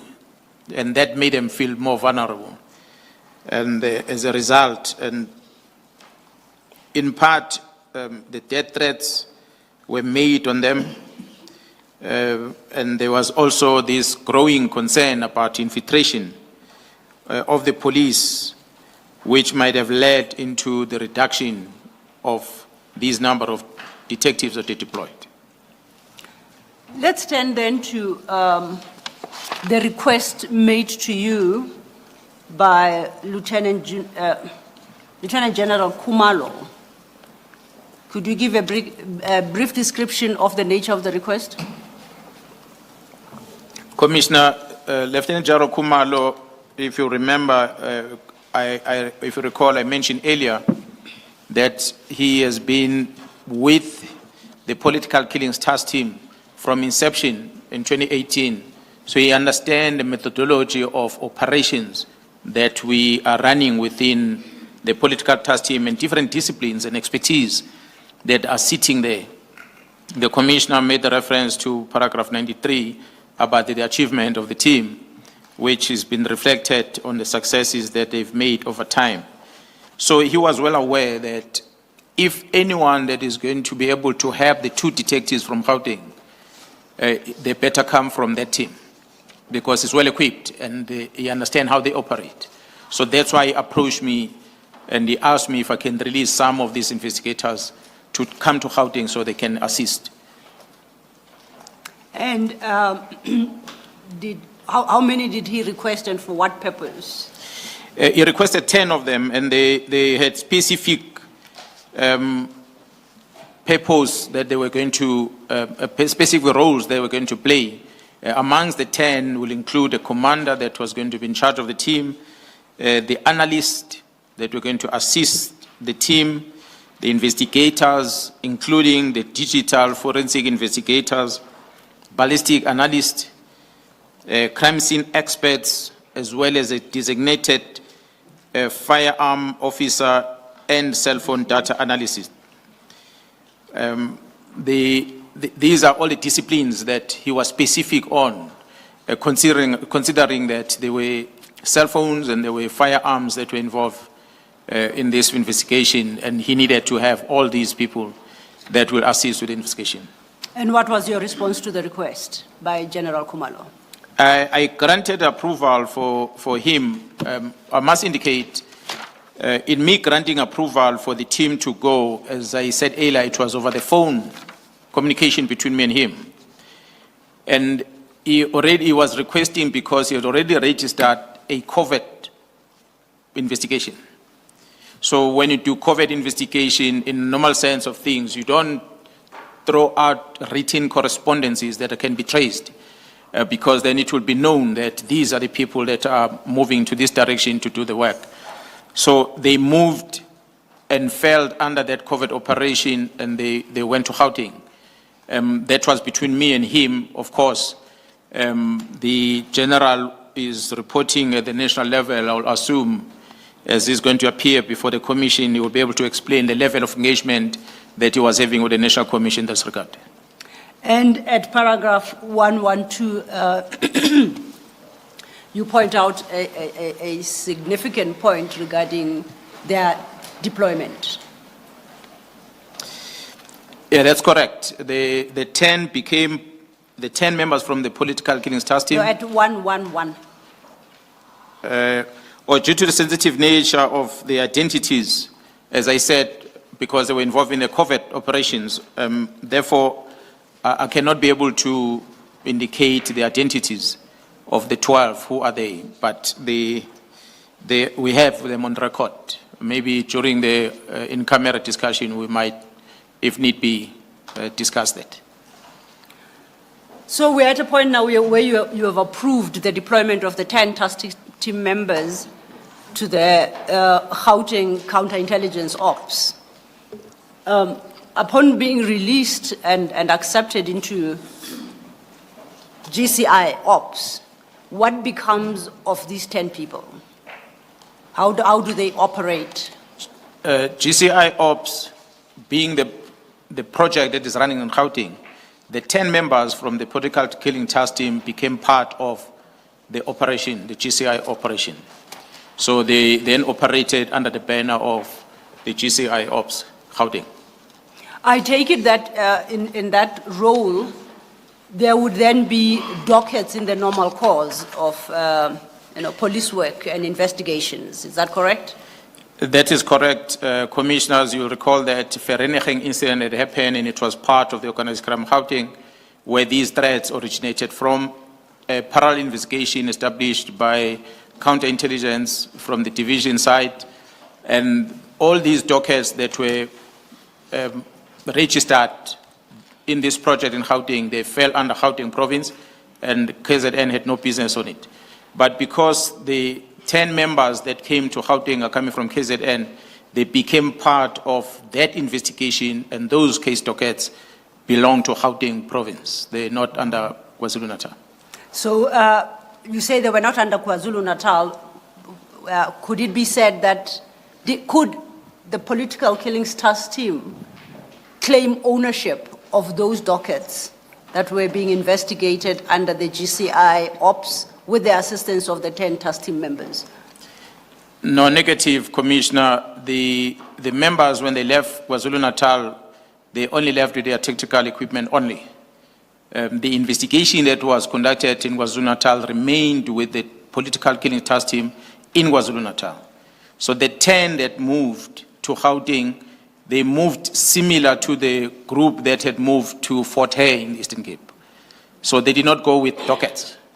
Those that went to Eastern Cape had gone there without dockets. They registered dockets in Eastern Cape. It became Eastern Cape dockets. Although the team kept them because they were working, that project was not under Eastern Cape, it was under the political task team, so they kept those dockets in the team.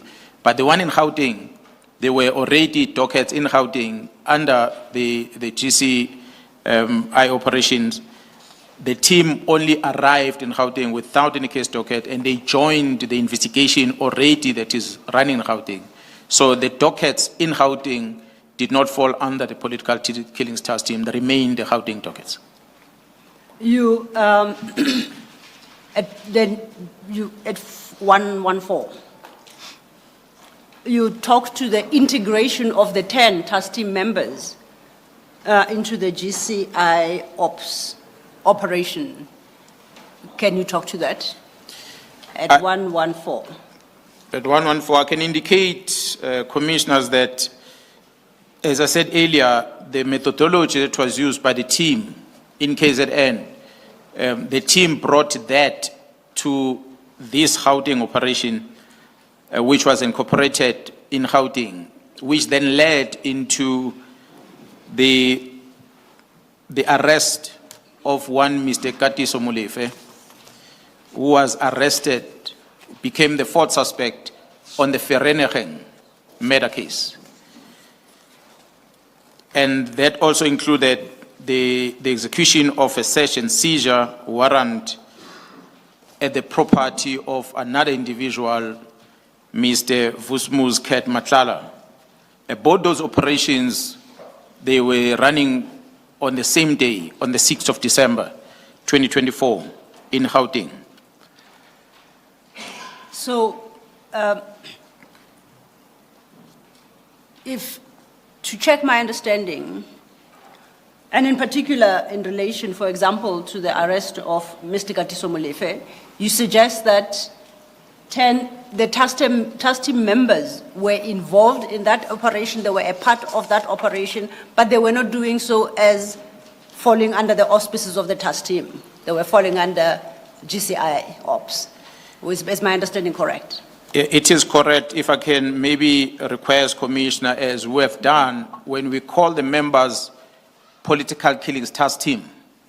So this is a group of members that are part of the team, or some of them are coming from Limpopo, some of them are coming from Cape Town, some of them from other provinces, and from different disciplines, be it crime intelligence, be it detective and forensic, but they are not referred to as Limpopo, they are not referred to as forensic, they are referred to as a political killings task team. So the 10, upon leaving KZN, they put aside the title of being a political killings task team, and they wore the badge of being a Gauteng counterintelligence operation. So going forward, we'll then talk about the Gauteng organized crime investigative team operation that was running. So that is the title that they would be carrying, knowing that they are coming from wherever they come from, but they are now a Gauteng organized crime operation team. So then at paragraph 115, you suggest to leave these issues at this juncture, explaining that General Khumalo will in due course testify to these facts.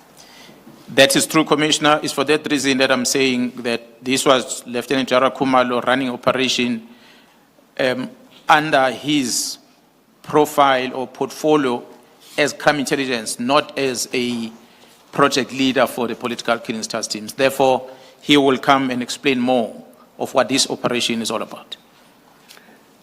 You next specifically make reference to two arrests. The arrest of, the heading of your subject is arrest of Molefe and Madlanga. And you deal with a number of issues pertaining to these arrests. I would like us to go through that, starting at paragraph 116. Commissioner, the heading here says arrest of Molefe and Madlanga. Of course, we are covering, we had said earlier on paragraph 114 that there was a search and seizure at Madlanga, but not the arrest. That was on the 6th. But as we work on this paragraph going down, we're going to reflect the arrest of Madlanga, which then occurred later. That's why the heading reads arrest of both Molefe and Madlanga. As I said, Commissioner, that General Kumalo, Lieutenant General Kumalo, as a project leader, as a person who had asked me to release members to go and assist, we therefore remain in contact, communication between me and him, partly mainly because I needed to get a regular feedback about these members that he had requested for, because I needed to establish the extent, the duration that these members are going to remain in this team. So we had to keep in contact and updating me on what was happening. And the main reason is because the members still had to execute the task of KZN as it was given to them, which will include some of the work that was done in the Eastern Cape. But they were withdrawn to come and support him in Gauteng.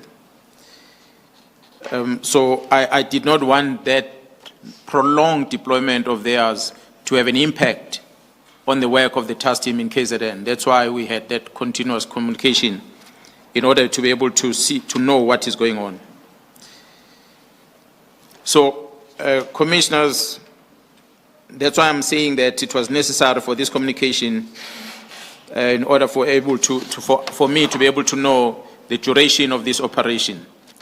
And that is why then during this engagement between me and him, he will constantly update me about the work that the GCI ops were doing in Gauteng. And he then outlined to me that on the 6th of December last year, the members that the operation GCI ops in Gauteng resulted in the arrest of Mr. Mlife, as well as the search and seizure and the questioning of Mr. Nhlanhla. Both of them were accused. One was accused of murder on Vereeniging, and the other one was questioned with regard to the kidnapping of one Mr. Jerry Boshoga. So I am advised, Commissioner, that soon after Mlife's arrest and charged for murder and conspiracy to commit murder, after that charges were leveled against him, there's been further charges that has also been included on Mr. Molefe. Mr. Nhlanhla was questioned in December, but only to be arrested in May this year, where he was arrested on 3 counts of attempted murder as well as conspiracy to commit murder. So both of these individuals have now formally been charged with serious offenses for which harsh sentences will probably be imposed by the law if proven. So it is my considered view that the secondment of these 10 members from the political killings task team was correct. The decision that we made to release them have got us a result in terms of assisting in dealing with the organized crime and also satisfying the concerns that were raised by the senior prosecutor, Advocate Kutsie, when she wrote a letter and raising a concern with regard to the work of the investigators on the Vereeniging case. So in terms of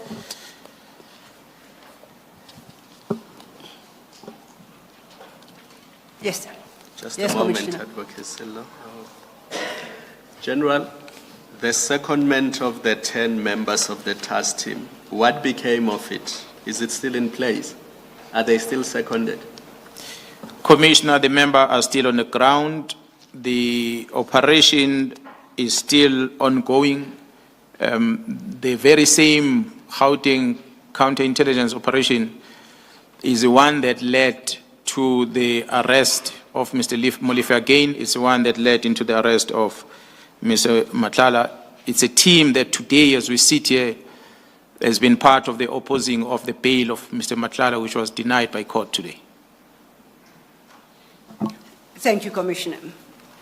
So now, on our timeline, we've come up to the 6th of December 2024 with the arrest of Mr. Molefe and the search and seizure warrant being executed on Mr. Nhlanhla and questioning both of them regarding the kidnapping of one Mr. Jerry Bushocha. We go overleaf at page 43 of your statement, and the topic there is headed the disestablishment of the PKTT. And your first paragraph there precedes with the wording on or about the 2nd of January 2025. Before you address yourself to that, the last date we had was the 6th of December that you speak of. The next is the 2nd of January.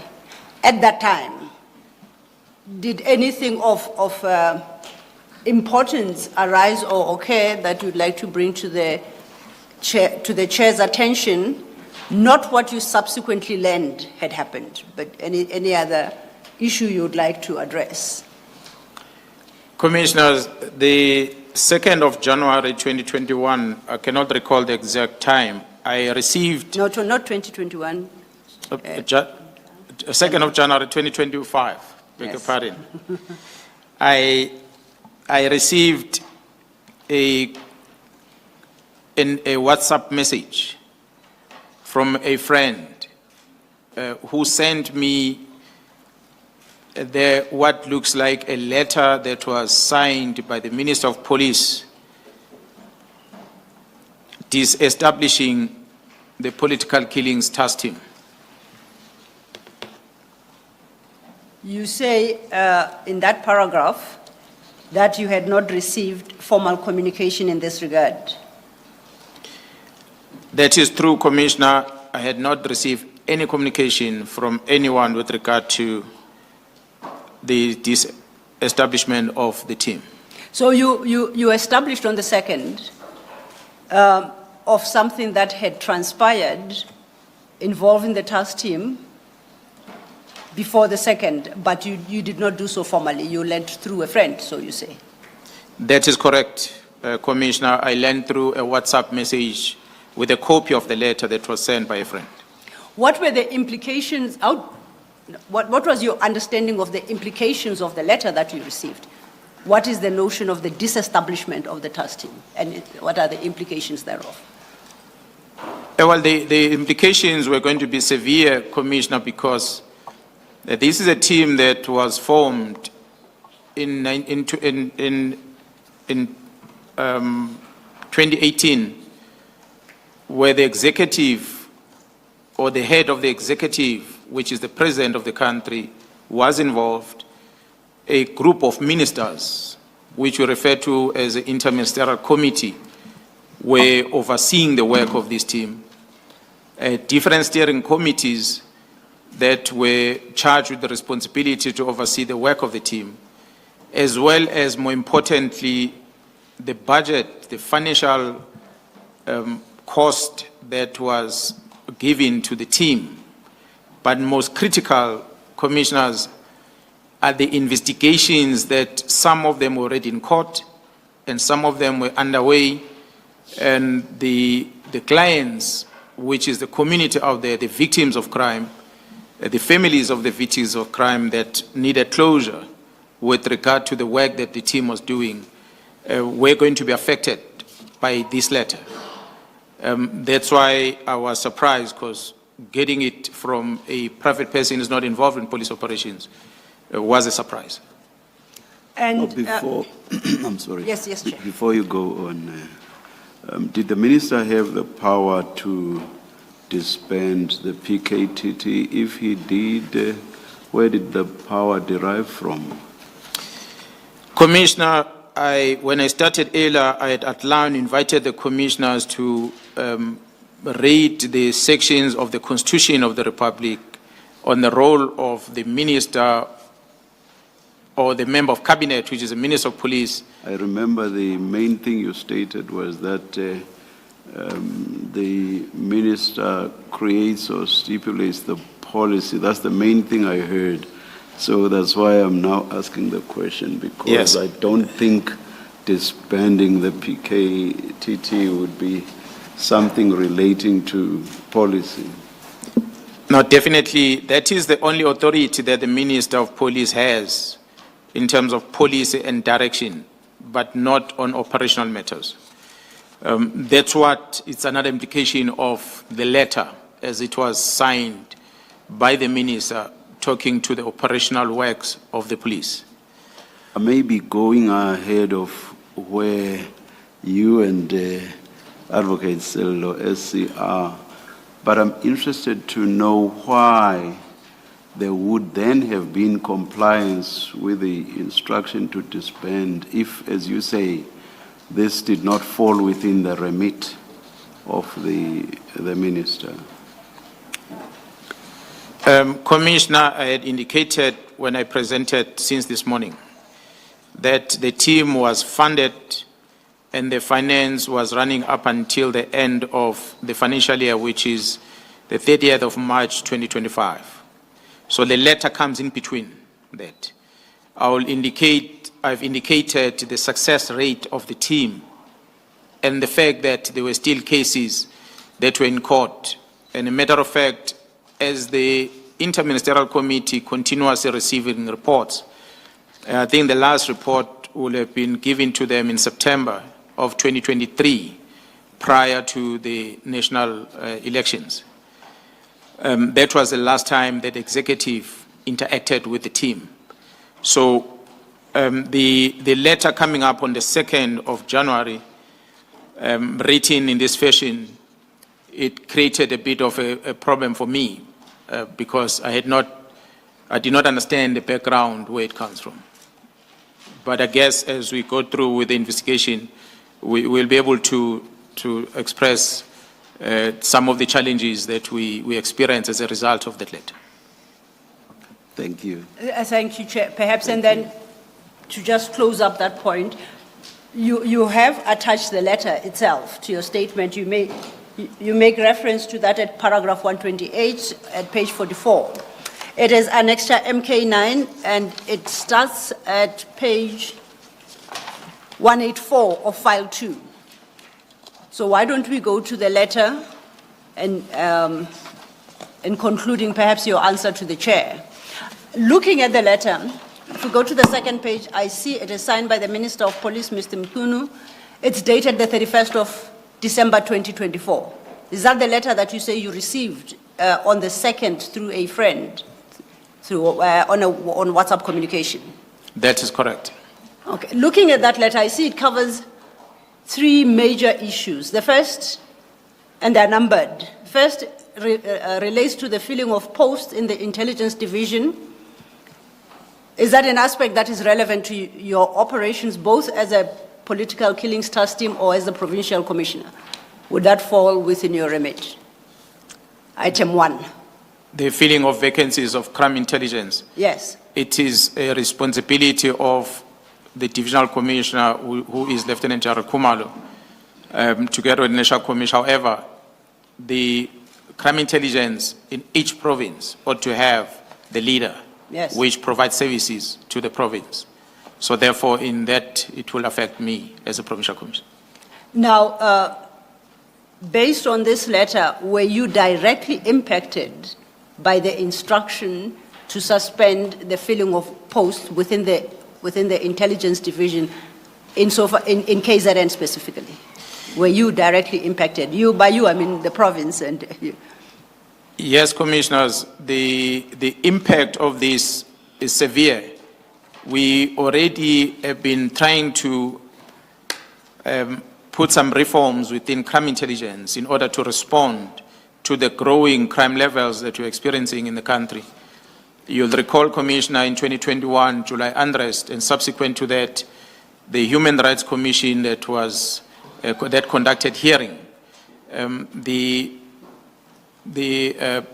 level of intelligence or the poor performance of intelligence was highlighted during the Human Rights Commission, and the recommendation was that we need to improve in this regard. So therefore, for us not to fill up vacancies that are critical within the space was going to have an impact in our efforts to fight crime and maintaining public order in the province of KwaZulu-Natal. The next item is under 2, it's headed ports of entry. My reading of that part of the letter is that the minister was calling for a report in regard to border management. Do you read it the same? That is correct. Okay. So, and the third then is headed Political Killings Task Team. And perhaps it's only appropriate that you read what the minister's directive as reflected therein into the record, and that would part answer, I believe, the question posed by the chair. The letter is on this paragraph, if I may quote, Political Killings Task Team. In 2019, a directive was made to the National Commissioner of Police following the Morane Commission report, even though not flowing directly from such, that an interministerial task force be established. The key mandate was to stop, investigate, resolved, unresolved matters of politicians in the country, especially in KwaZulu-Natal. My observation in this regard, as indicated above, is that further existence of this team is no longer required, nor is it adding any value to policing in South Africa.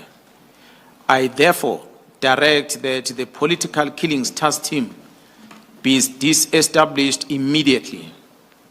Further, that a preliminary report in this regard be submitted to the Minister by the 20th of January 2025.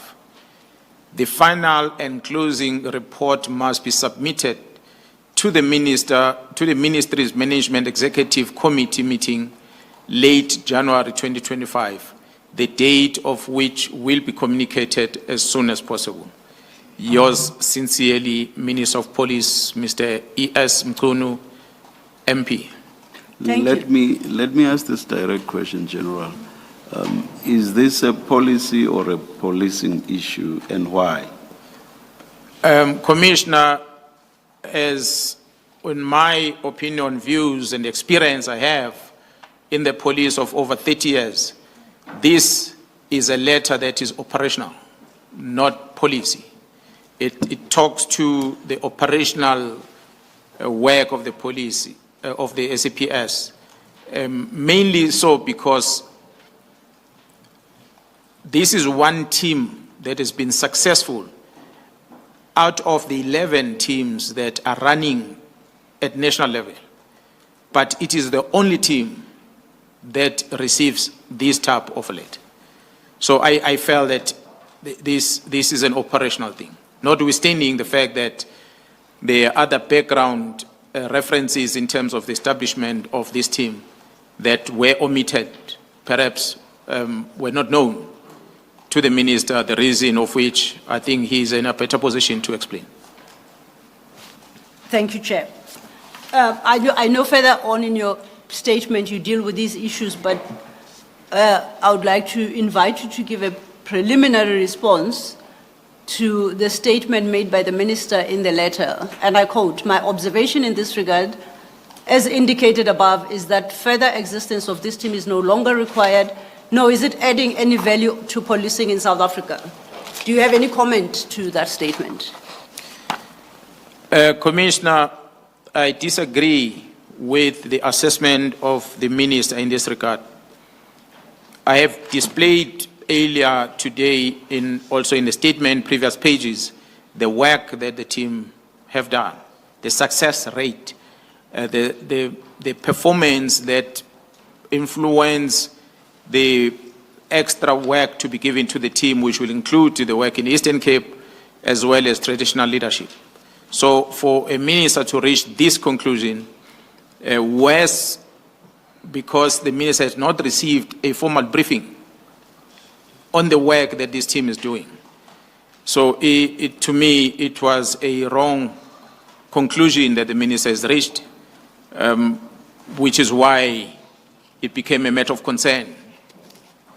I think somewhere in your statement, but as part of that same theme, you say that the disbandment would have resulted in all dockets having to be sent to different corners within KwaZulu-Natal to be handled by individual investigators who would no longer have the benefit of this integrated approach to one, investigating, and also two, to prosecution, which, according to your statement, would have been disadvantageous to the process.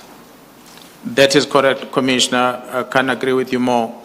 The minister's conclusion of saying that the team does not any value in policing in South Africa was misplaced.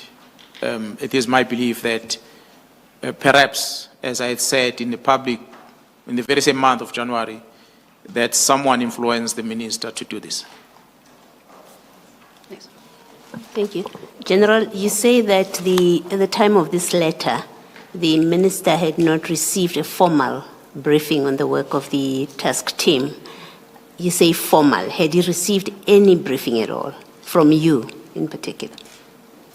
Commissioner, when the minister arrived, I cannot remember the date when he was appointed, he had invited the police management to the South African Police Service Academy at Pretoria West, where presentations were given to the minister.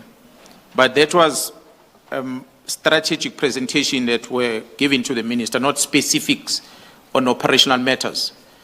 I had an opportunity also to stand, take a podium there and present to the minister. One of the remarks I made in my presentation to him was to invite him to visit KZN so that he get to experience some of the operational challenges that we have as a province, especially because he's a resident of the very same province. So it was in a part of my presentation when I was talking to him. So, but in a formal briefing, as it was done during the IMC of the previous administration, there was never such a briefing. There was never such an opportunity presented for a formal briefing to be made to outline in details of what the team has achieved up until the time when he wrote this letter. Actually, up to date, he has never had that platform. And perhaps if I may just follow up on that. Earlier in the morning, you, in discussion of the IMC, you stated that the Minister of Police is the chair of that committee. Is that correct? That is correct. Is the chair of the committee. Do you know who calls for the meetings of that committee? Although I will not necessarily know between the ministries how they communicate, but from the police, we'll always get correspondence coming from the Minister of Police as a chairperson convening such a briefing session. So that will go via the National Commissioner's Office and it will be brought to us so that we prepare for that briefing and the date when the briefing is going to take place. Since the Minister Mkhunu assumed office, I think it was May 2024, have you received such an invitation? We have never received an invitation at all.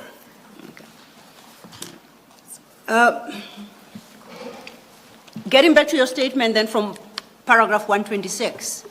From 126, you engage with the steps you took upon learning of the minister's decision on the 2nd of December, albeit through a friend. Can we talk about the immediate steps you took upon learning of the minister's decision? Where we started paragraph 126 of your statement. Yes. Ms. Silo, don't you mean paragraph 123? I do mean paragraph 123 indeed. Thank you, Commissioner. my page flipped. It's marked for another purpose. It is 123. I apologize, General, for the confusion. Thank you, Commissioner. Yes, Commissioner. Perhaps maybe I must pause to mention something that perhaps I did not include on my statement, that upon receipt of this WhatsApp message with a letter. The first point of contact was to engage the Chief of Staff at the Minister's office, Mr. Nkabinde. He's a well-known individual to me. I personally called him, understanding that there can never be any letter signed by the minister that does not pass his desk, or at least pass his hand. So I asked about it, whether is he aware, or maybe it's just a fake letter that is created by someone and is circulating. So I asked him if he's aware of such a letter that is disestablishing the team. And his response was yes, he is aware of the letter. In actual fact, his words were, the letter has been going back and forth. Someone crafting it, sending it to the minister, has been corrected. Eventually, it was put under pressure to dispatch it to the Office of the National Commissioner. So the letter, as I saw it, it's a correct letter that was signed by the Minister of Police. So from there, because it was unofficial when I was talking to him when he gave me the response, I then felt at the time what had confused me the most, Commissioner, is because I will expect, obviously, the letters addressed to the National Commissioner, that the National Commissioner will communicate with me about this. I took an opportunity to call him. The National Commissioner must indicate, Commissioner, that he was on leave at the time when I received this letter, when I saw this letter. He was on vacation leave. I cannot remember exact date. It could have been a Tuesday, but it was during the week when this letter came out. A weekend prior to that, which was a Saturday, the National Commissioner and the Minister of Police had visited KwaZulu-Natal province to come and support us as we were mourning the death of one of our colleagues. So there was a funeral that took place at the area of Mpangeni in KwaZulu-Natal. It's a Saturday. And when the funeral ended, the minister, in his own words, was that he's going to rest in the province, he's going to be around the province, so I must be aware of that.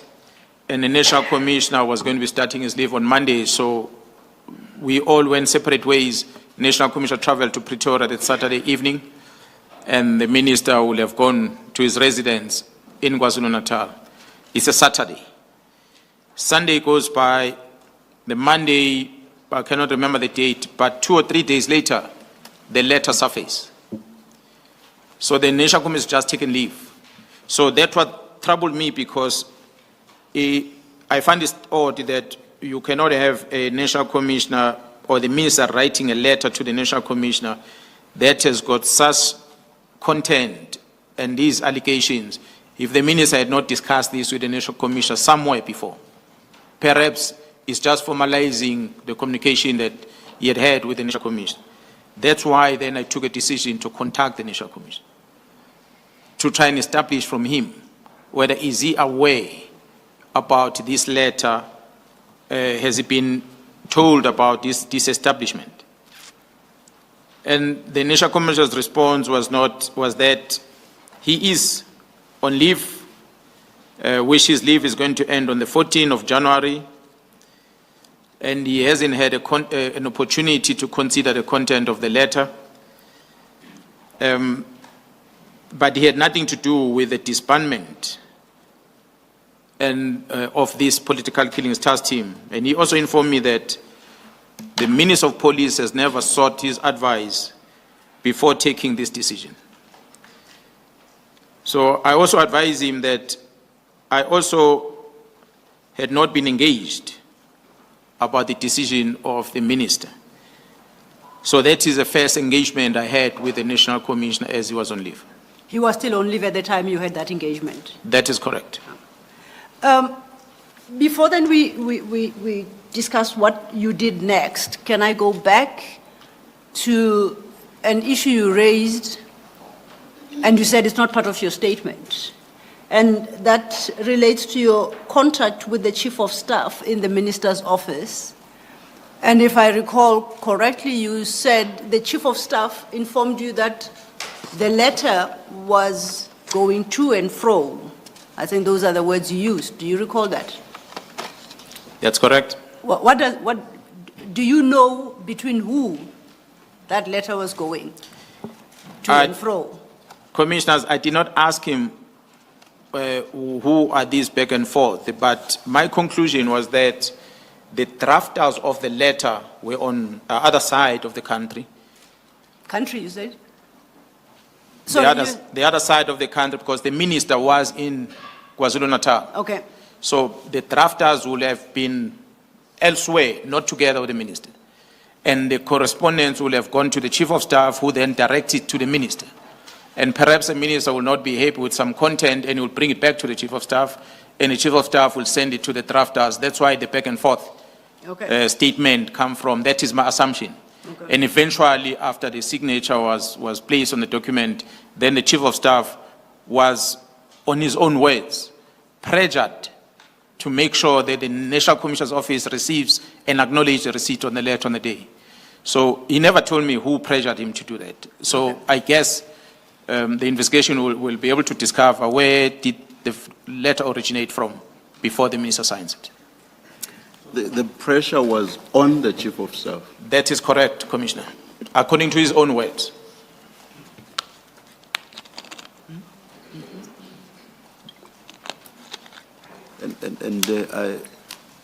Over what period, if you know, was the minister in KZN? I know from the time of the funeral. When was the funeral? And do you know up to what point? I do not know the duration that the minister was in KZN for, but actually I don't even know when he arrived in KZN, but the funeral was on the Saturday, which was the last Saturday of December. The funeral was on that Saturday in KwaZulu-Natal, and on the 2nd is when this letter was signed. And when we separated on the day of the funeral, the minister told me that he's going to be in the province. So whether he had left the province maybe between the funeral day and the date of the letter, I do not know. Thank you, General. Thank you, Chair. So the National Commissioner was not able to shed any better light on the letter because he says he wasn't aware of it. He was not engaged before it was crafted and dispatched, and he didn't know anything about it. That's what you. What then did you do next?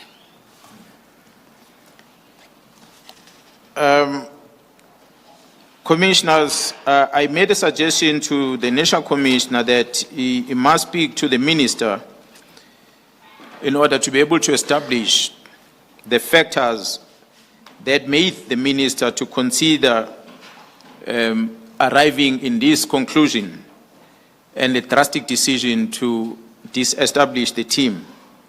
Because in my views, it was an irrational and irregular. The decision was going to have a serious impact, as I said, in terms of the investigation of crime and those cases that were before the team. And also in the main, because I, as per the Constitution, given the responsibility to make sure that policing is done in the province of KwaZulu-Natal, and the population of over 12.5 million, we're going to look at me as having failed them. So the consequence of a sudden stop of investigation was going to impact on us as the South African Police Service in the province of KwaZulu-Natal, and myself as a person responsible for the work that needed to be done. And what, do you know whether or not the National Commissioner acted on your request to engage the minister and establish the issues that you've highlighted? Well, I did not hear from the National Commissioner after that, Commissioners, as the time were progressing. I did not, he never really came back to me to tell me what is the next course of action, but it continuously signs off the extension of the deployment of the team in the province, regardless of the letter. And you indicate that you took some resolutions following the National Commissioner's failure to report back to you on any contact and conversation he may have had with the minister? What were those steps he took? Part of the, if I hear the question correct, Commissioner, on what I did after speaking to the National Commissioner, and National Commissioner not able to come back to me. Yes. I said earlier I had engagement with the Chief of Staff right at the beginning because he's a person I knew very well. And I even requested the Chief of Staff that he must try and arrange a meeting with the Minister so that we can be able to tell the Minister about the consequence of the letter that he has written. And after engaging with the National Commissioner, I did not leave it there. I continuously tried different individuals outside the structure of government, people that I thought the minister might listen to. I tried to engage them, to try and reach out to the minister so that we can talk about this. But that did not give me any success. I then took a decision to engage the minister directly in the form of a WhatsApp that I sent him. He acknowledged that and he was to set up a meeting, but to date, that meeting never materialized.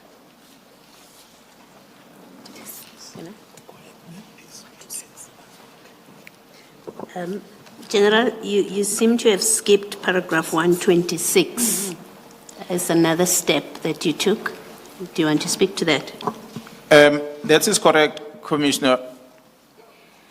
In my effort to try and make sure that we get to engage with the minister about this matter, part of my request to the National Commissioner was that if he's not able to get an audience with the minister to talk about this, the least he must do is to approach the head of state, the president, because he accounts to the president, and the president knows about the establishment of this team and the work that the team is doing over these years.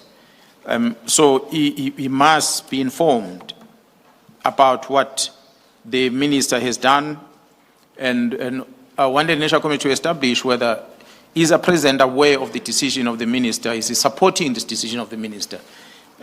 Because as a provincial commissioner, I can't go directly to the president, so I needed to engage my boss, which is the National Commissioner, to reach out to his boss, the president, because, of course, the executive authority, the minister, taking a decision that seems to be contrary to what we are doing as the police. I also wanted to indicate, I reminded the National Commissioner that the work of this team was as a result of the Interministerial Committee. This is not a South African Police Service operation. This is an integrated operation which account to a group of ministers as doing oversight on behalf of the president. So it cannot be correct then that one minister takes a decision without being part of the collective, or even so, the decision that is taken is an operational decision, whereas the IMC at the beginning did not participate in the formation of the team. It was the National Commission that signs off the formation of the team. The IMC were only presented with a strategy that we're going to do, which they adopted, they agree with us, and they will have received or gave their opinions if there was no need for that to continue anymore. They will have convened us and told us that the country is okay now, the murder rates have gone down that are targeted to the politicians, or therefore you might want to reconsider this operational approach that you are doing and maybe revisit the strategy, but that didn't happen. So that was our concern. And did you receive a report back from the National Commissioner whether he's attempted to speak to the President? No, unfortunately, I did not receive a report back. I do not know what was engagement. It is for that reason, Commissioner, that without receiving that, I personally reached out to the chairperson of the portfolio committee as an oversight body to the police work, because I realize it looks like every door I'm knocking, nothing is happening. National Commissioner, please speak to the minister, it's not happening. National Commissioner, check with the president, I'm not getting a feedback. And the next body that I must engage is an oversight body, which is Parliament. I then contacted the chairperson of the portfolio committee, Honorable Cameron, myself. I requested him to invite me to the portfolio committee. Ordinarily, I was not supposed to be part of the portfolio committee.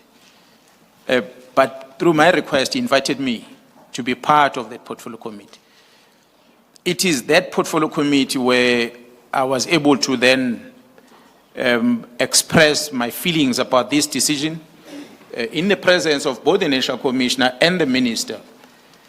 But even that effort failed. Nothing happened as a result. So those are all the efforts that I did. Thank you, Ms. Silla. Thank you, Commissioner. And just to remind you, General, there's a portion in your statement where you elaborate further on these steps, and we will get back to it. And in particular, the engagement you had with the portfolio committee, because that's the first place where you were engaged by potential decision makers on the matter. All other previous efforts had been unsuccessful. But before we get there, getting back to our page 44, and I'm at paragraph 127, I'm going to invite you to read your paragraph 127 into the record. And then I point out before you do so that, and I don't know if you'll agree with me, that's conjecture on your part. It's not a fact what is in 127. So if you're going to read it, I need you to explain what informs or what leads you to form that conclusion. Commissioner, on this paragraph, I wrote that at this stage, it had become clear to me at least that the minister issued the directive based on advice that other than the based on the records, official records of the SAPS. It was an advice from someone that would have told the minister. So I strongly suspected that that advice the minister received was the one to disband the task team. And it is my feeling, Commissioner, that after having received these continuous briefing from the Gauteng counterintelligence operation about the work that they are doing in Gauteng and the sensitivity of the cases they are investigating and the extent of corruption that they are experiencing with these investigations, that for sure someone believed, because there were threats against the 2 detectives of Gauteng and the 10 members of the political killings task team had came to Gauteng to assist. Hence, they became part of the project. Someone thought that the political killings task team was the one that was responsible for the investigations in Gauteng towards these criminal syndicates that we had alluded to, we spoke about earlier, which involved in the participation of senior police officers in the South African Police Service, especially at the head office, as well as the senior politicians and their associate. So somebody believed that it is the political killings task team that was busy with the Gauteng investigation. That was my conclusion, that whoever advised a minister advised him to close the team because they thought it is the team that is doing that investigation.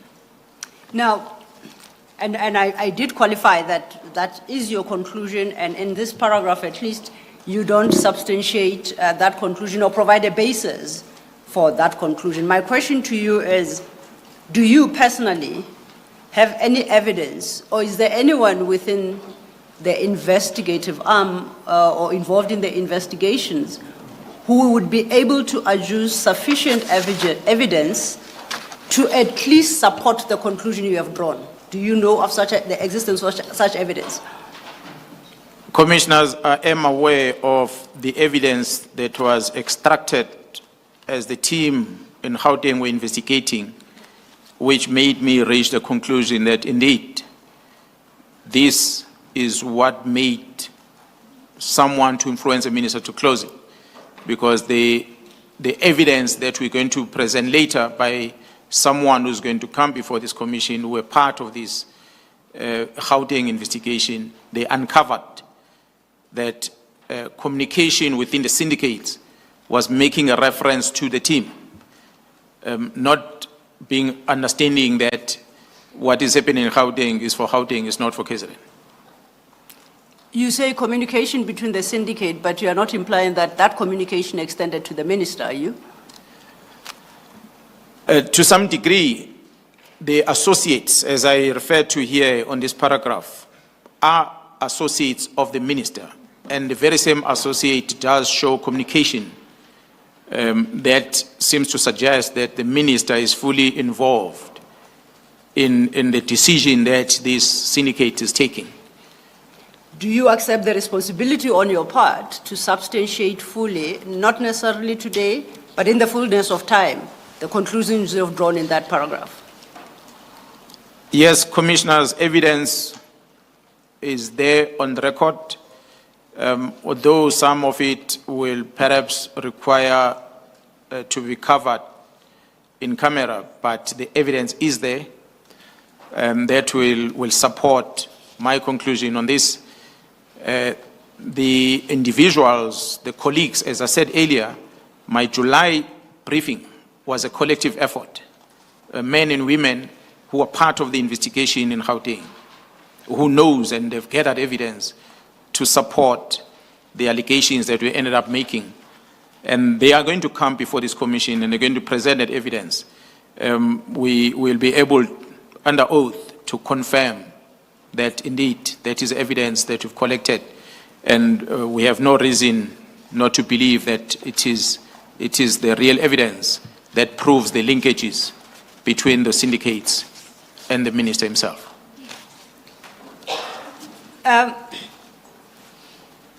I suspect the commissioners will flag that particular paragraph and the allegations you make there, and we'll see where the commission goes and whether or not eventually the evidence is adduced. Continuing with your statement, however, from paragraph 129 to paragraph 137, you basically deal with the experience of the task team, the efforts of the task team, the reports continuously made by the task team in challenging the conclusion arrived at by the minister in his letter of the 31st. You see that? Would you like to briefly touch on the issues that you raise in those paragraphs? Commissioner, referring to paragraph 129. I'm referring to from paragraph 129, where you engage now with the letter, and you stated in the letter, I quote, the minister claims that his observation is that the existence of this team is no longer required. I do not know what facts support the minister's conclusion. I deny the correctness of the minister's conclusion and aver that they are wholly baseless. That's what you stated 129. In succeeding paragraphs, you then engage with the basis for why you disagree with the minister's conclusion. And that's what I would like you to summarize for the benefit of the commission. And that should take you to 137, paragraph 137. Okay, thank you, Commissioner. As I indicated earlier, that this political killings task team is one of many task teams that are running in the country. So for the minister to isolate the political killing task team alone raises question. And for the conclusion that the minister says that the team does not add any value, the value of the police is to prevent crime, to investigate crime, and bring the perpetrators thereof to justice. And this team has demonstrated that. So I did not understand the value the minister was referring to. Whether was he privy to the success, the achievement of the team or not, it's something perhaps the commission will be able to bring, because to date I've never had an opportunity to ask him. These are questions I wanted to ask him, and I never had an opportunity to ask. So therefore it could not be justified that the team, with these stats that it has, that it can just be classified as a team that does not add value in the work of the police in the country. And as I said, commissioners, that this team, through their success rate, they were even given a task that went beyond the scope of the work on their inception, and they were tasked to go and work in the Eastern Cape, and they were given the responsibility to investigate cases of traditional leaderships and the likes. So it cannot be then correct for the minister to say a team that is recognized, and it's only one that has been recognized like this in the country, for such a team to simply make an allegation that it does not add value, it's wrong in all front. That's why I disagree with what the minister said. It is simply inconceivable that the entire operational management of the SAPS, under the leadership of the National Commissioner, who will see the value of this team and the efforts, the dedication, the times that these members, officers have spent away from home for years in order to assist in dealing with the reduction of our leaders of our country, the murders of our leaders of our country, that it is therefore seen by a minister as not adding value. So the sacrifice of these police officers, the recognition that the National Commissioner has made over these members, the support and the appreciation that the Interministerial Committee has expressed, including the President himself, when he was briefed about the work of this team, and he expressed it, commissioners, not only to the IMC at one stage, he spoke directly to the investigator, to the members themselves, where he said, you are doing a good job, when he was briefed. So for all that, for the minister to come and say it doesn't add any value when everyone else is recognizing, was very bizarre, to say the least. So the reason I advance annually for the continuation of this team are those reflected in the very same reports that we're giving to the IMCs, because those reports were indicating the work still that needs to be done, the success rate the team has achieved in order to motivate the continuing existence of the team. To this extent, the minister, as a newly appointed minister to the post, having appointed in May last year, under this administration, may have required a historic perspective, the understanding of what this team has been doing before he signs this letter. He need only have had regard, ask the office, his office, to finish him with reports that were already available in his office, which were the IMC reports that are giving the status of the work of the team. He will have received that and get a briefing on it, or at least he will have engaged with the president. But prior to engaging the president, he will have called for this reporting from myself or whoever that was part of this team, in order to understand before he engages the president on the work of this team. So, for the reason unknown to me, the minister elected not only to rely on saying that the team does not add any value, but he decided to issue a directive to disestablish the team. I must say, commissioners, although not written here, that in his own words, I think it will be in the record of Parliament, where the minister said he had indicated an engagement with the president about this decision that he has taken. So that's why he stands by his decision. So, which then is strange, because the National Commission has never received anything to counter that.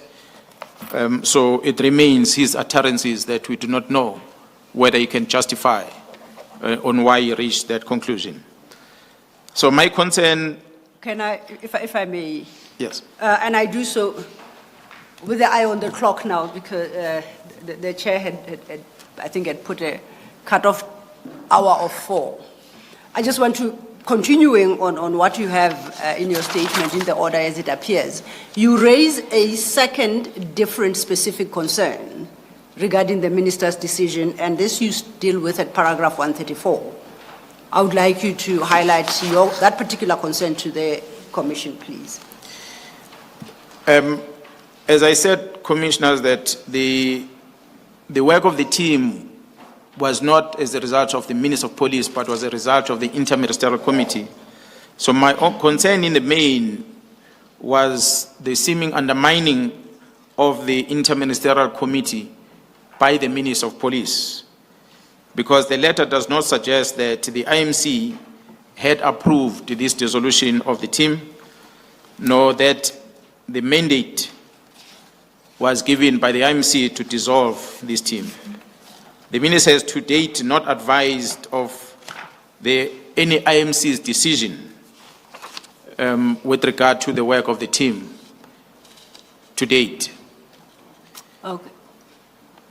Now I'll take us briefly to the dissolution, the disestablishment letter, if one can call it that, of the minister. We went through it, we highlighted what the directives were concerning the filling of the posts of, for the intelligence division regarding ports of entry and the political task team. That would be at pages 185 to 186. Now, if you cast your eye on that document, does the minister say anything about what must happen to the dockets at the time being handled by the task team upon dissolution of the team?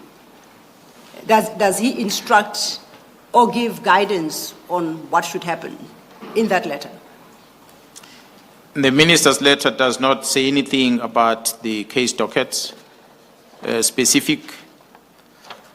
So he did not direct on what must be done on this docket. I am informed that the determination on what must happen to the docket was taken by General Sibia through the written correspondence that he directed to his subordinate, which is the head of detectives, Lieutenant General Sentumule. So you annex further as MK10 a letter dated the 4th of February 2025. This is authored by General Sibia, and you say that it was directed to General Sentumule. Could you just briefly tell us who's General Sentumule, whether she and how, fit in and how? Lieutenant General Sentumule is a divisional commissioner responsible for crime detection in the country. And she is stationed at the head office, resulting under General Sibia as a Deputy National Commissioner. Your MK10, Annexure MK10 starts from page 187. If you could turn to that.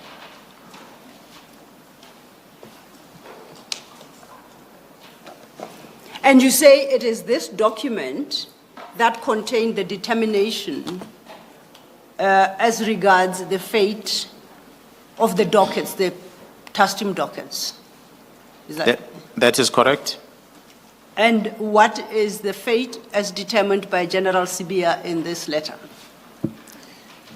In the main, the Sibia is instructing the divisional commissioner to ensure that the cases under investigation, the instruction by the Minister of Police, the directive of the day of the 31st of December, which was issued by the Minister of Police, that this directive be implemented immediately. And that's why on his letter, he makes a reference that in compliance with this directive, he, as General Sibia, is directing that the Divisional Commissioner Crime Detection must engage with the Divisional Commissioner Crime Intelligence. Yes. And I understand that, in summary, the directive there is all the dockets should be directed to a specific place at national office outside the KZN area. Is my understanding correct? That is correct. Now, do you know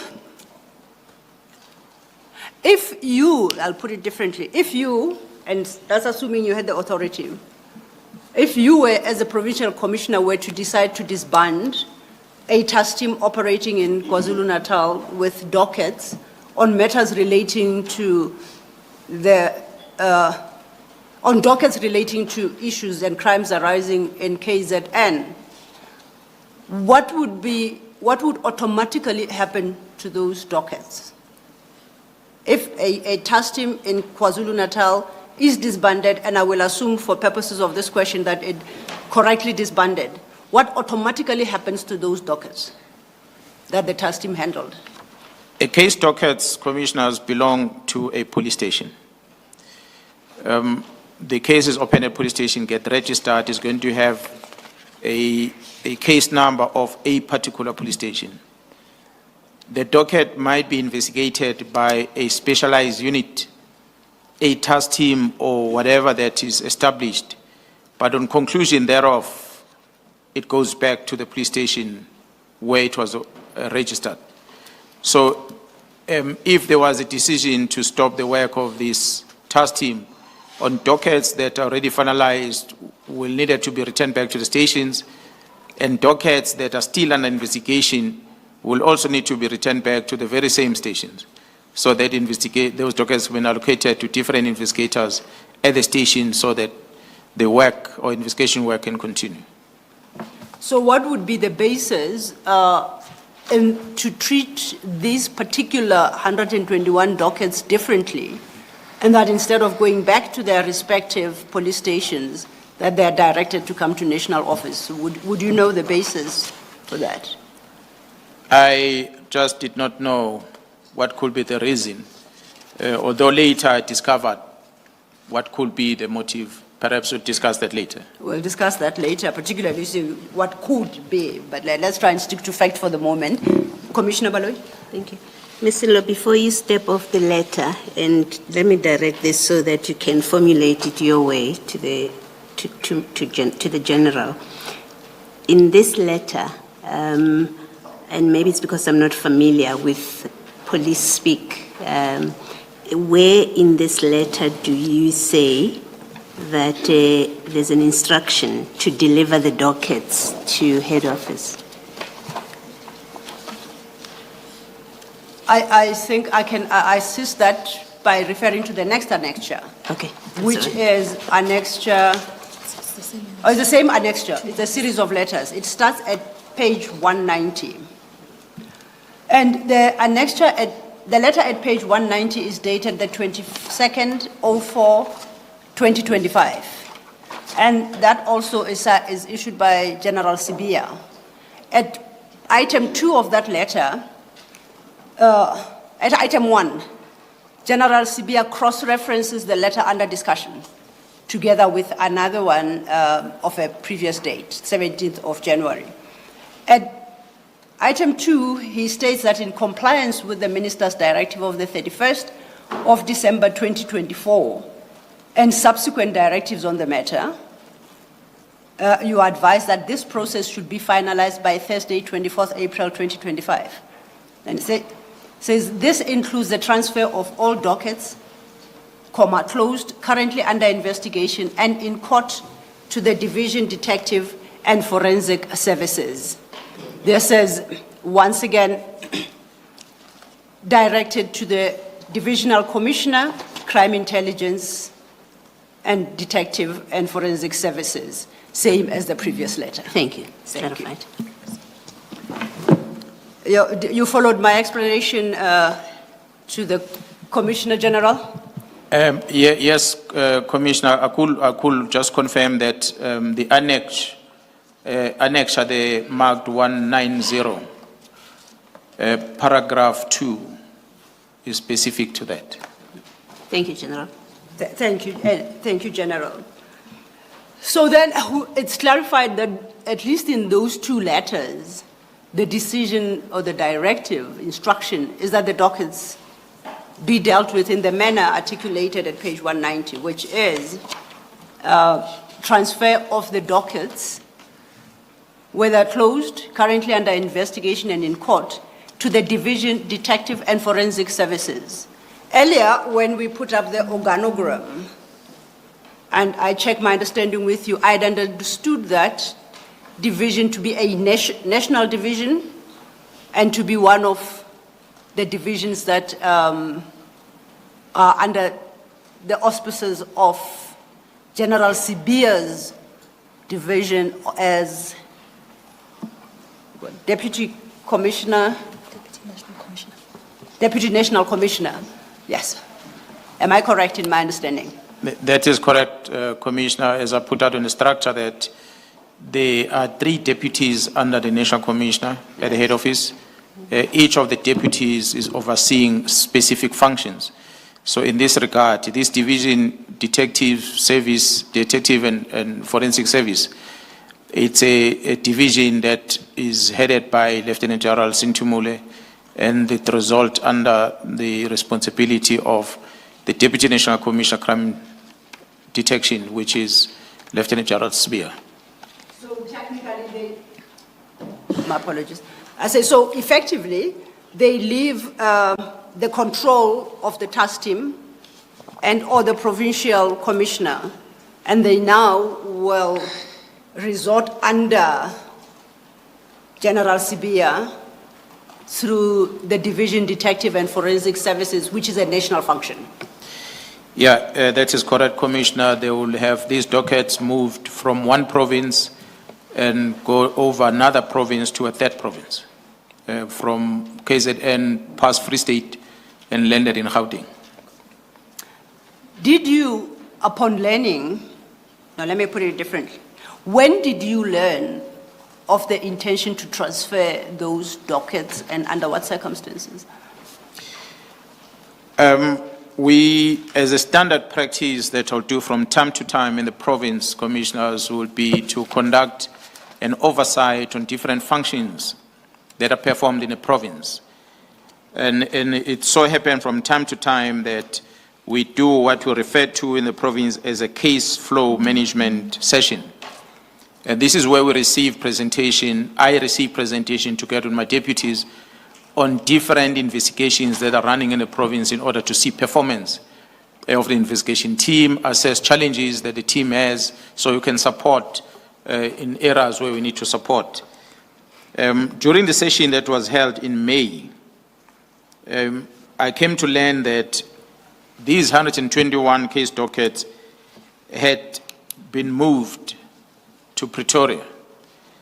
And that briefing was given to me by a member that was in charge of this political killings task team at the time in KZN, Colonel Matlo, who advised me that when they moved this docket, it was as instruction of J.R. Kumalo, who was a project manager of the political killings task team. That's when I became aware, May 2025. May 2025.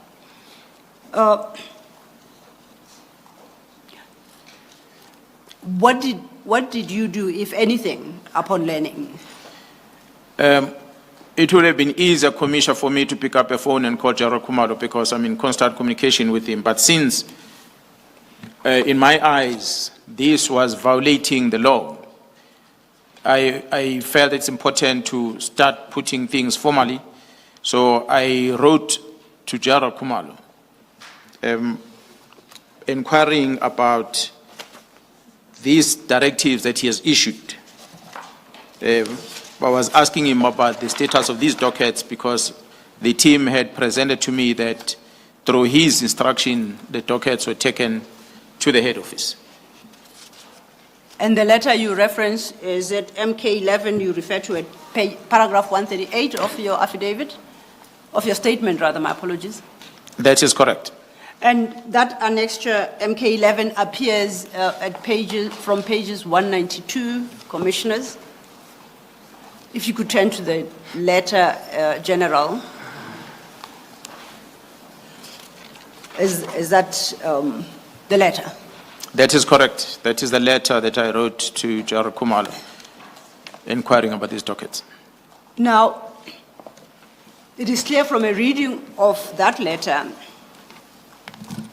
that you made the inquiry to General Khumalo in the terms that you expressed yourself, but neither your statement nor your annexures say anything about whether or not you received a response from General Khumalo on these issues, did you? Yeah, well, General Khumalo did indicate to me that he had received instruction which led him to hand over these dockets to the head office. And that instruction came from the Deputy National Commissioner Crime Detection, General Spear,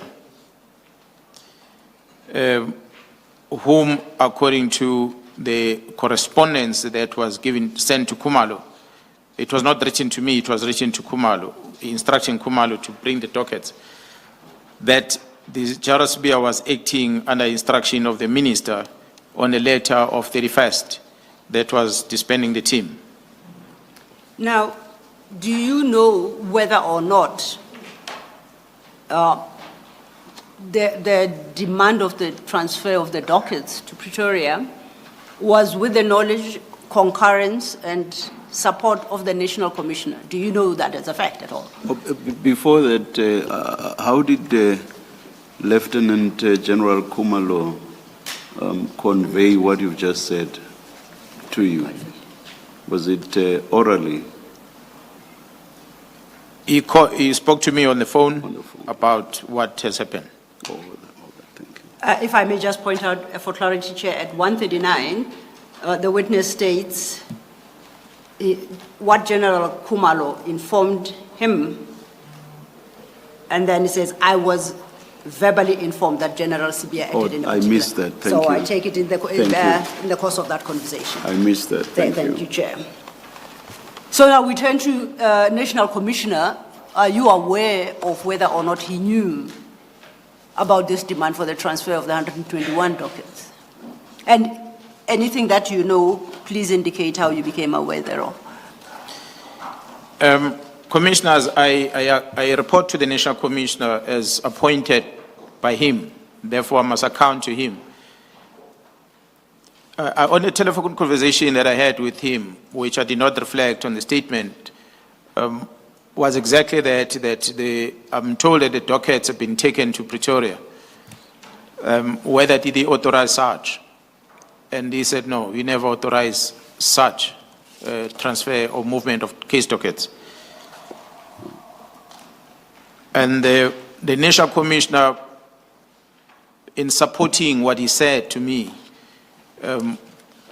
he had given me an affidavit.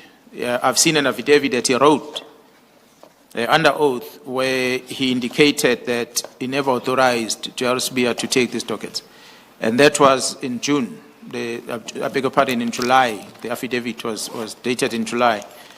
And I also know that during the recent court process where Lieutenant General Spear had submitted an urgent application in court about his placement at home or leave of absence that he was challenging, and subsequent to that intention to suspend, that on the submission that was made by the National Commissioner to the court papers, he says the same thing that he had said to me, that he never authorized the dockets to be moved from KwaZulu-Natal to Pretoria. So if I understand you correctly, you learned from the affidavit deposed to by the National Commissioner in that matter, and the National Commissioner subsequently confirmed to you directly, personally, that he never authorized the transfer of those dockets. The National Commissioner personally told me that he never authorized it, and then affidavits that followed confirmed the same thing. And do you know whether or not the dockets were duly transferred? You said on the 20th, by the 20th of May, when you learned, they had been transferred, right? That is correct, Commissioners. Do you know what became the fate of those dockets after they left the control of the political killings task team?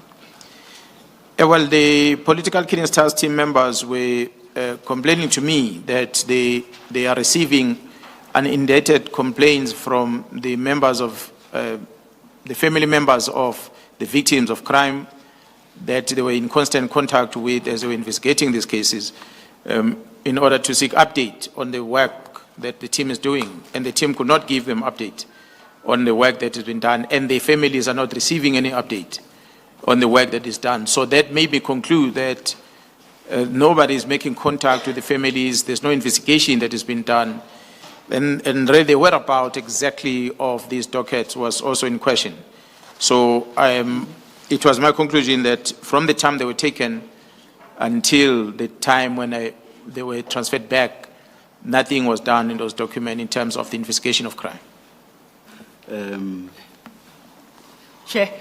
It is 4 o'clock, but Just two questions my co-commissioner has a question. Okay. And then Mine were just two to wrap up this topic. after him, you will see when it's convenient for us to adjourn. Thank you, Chair. Advocate Commissioner. Silo, maybe you'll deal with it in your own way because you're still continuing with your questions.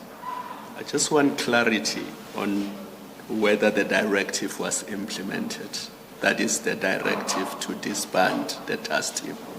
Because it seems to me that where we are going now, we're dealing with the dockets and the removal of the dockets from the task team to Pretoria.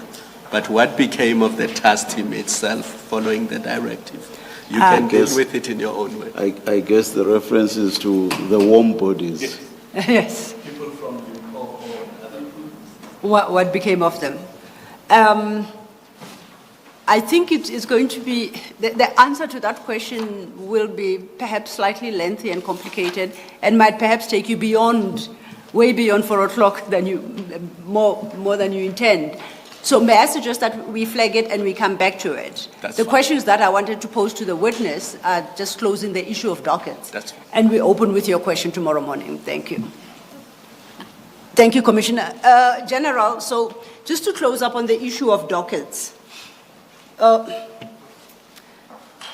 paragraph 142, you give just a very brief summary that seems to imply that you have a good sense of the issues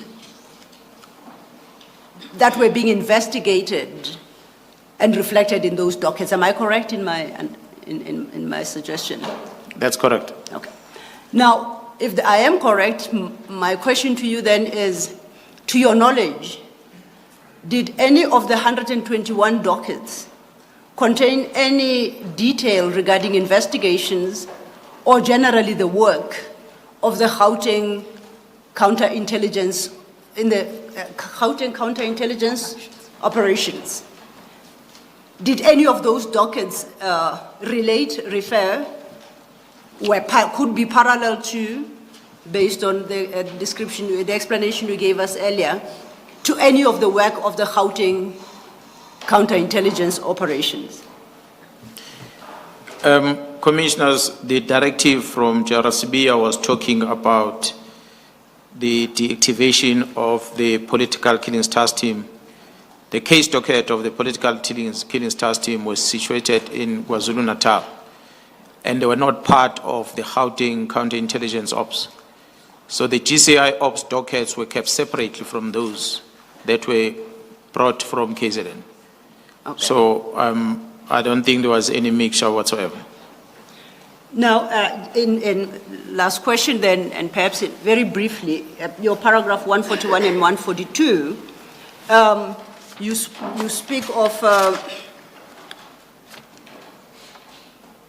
an analysis conducted on those dockets upon their return, and you draw certain conclusions as to what happened to those dockets in the intervening period.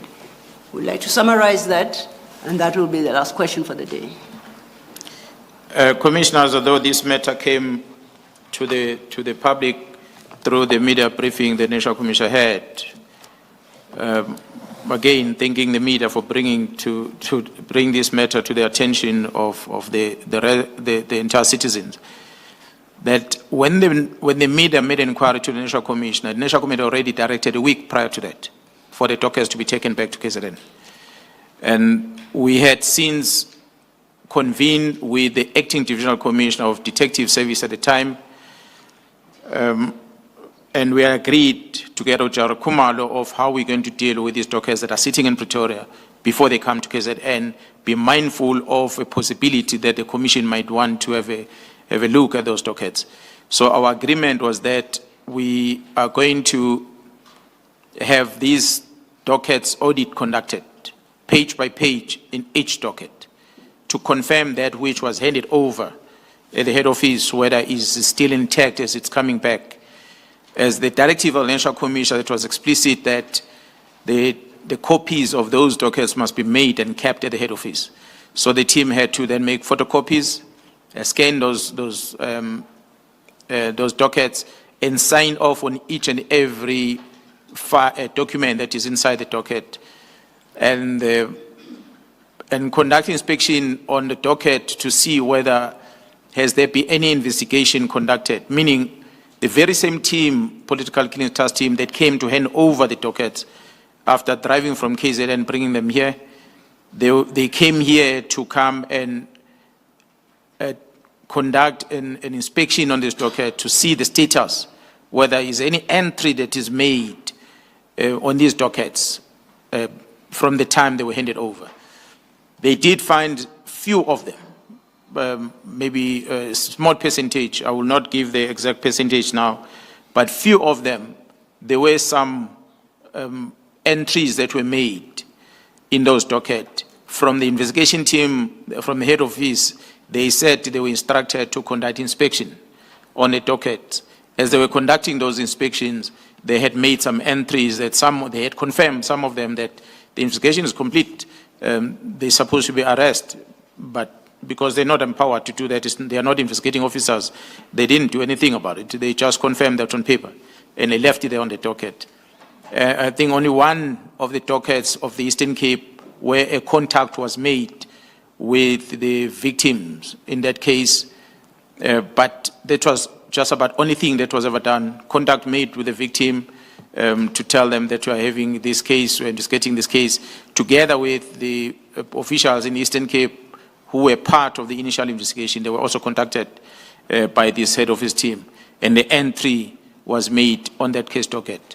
So this is just only one out of all of them, that at least there was a contact with the victims. The rest, there was no contact with the victims, and some of them were inspected, some of them was not even inspected.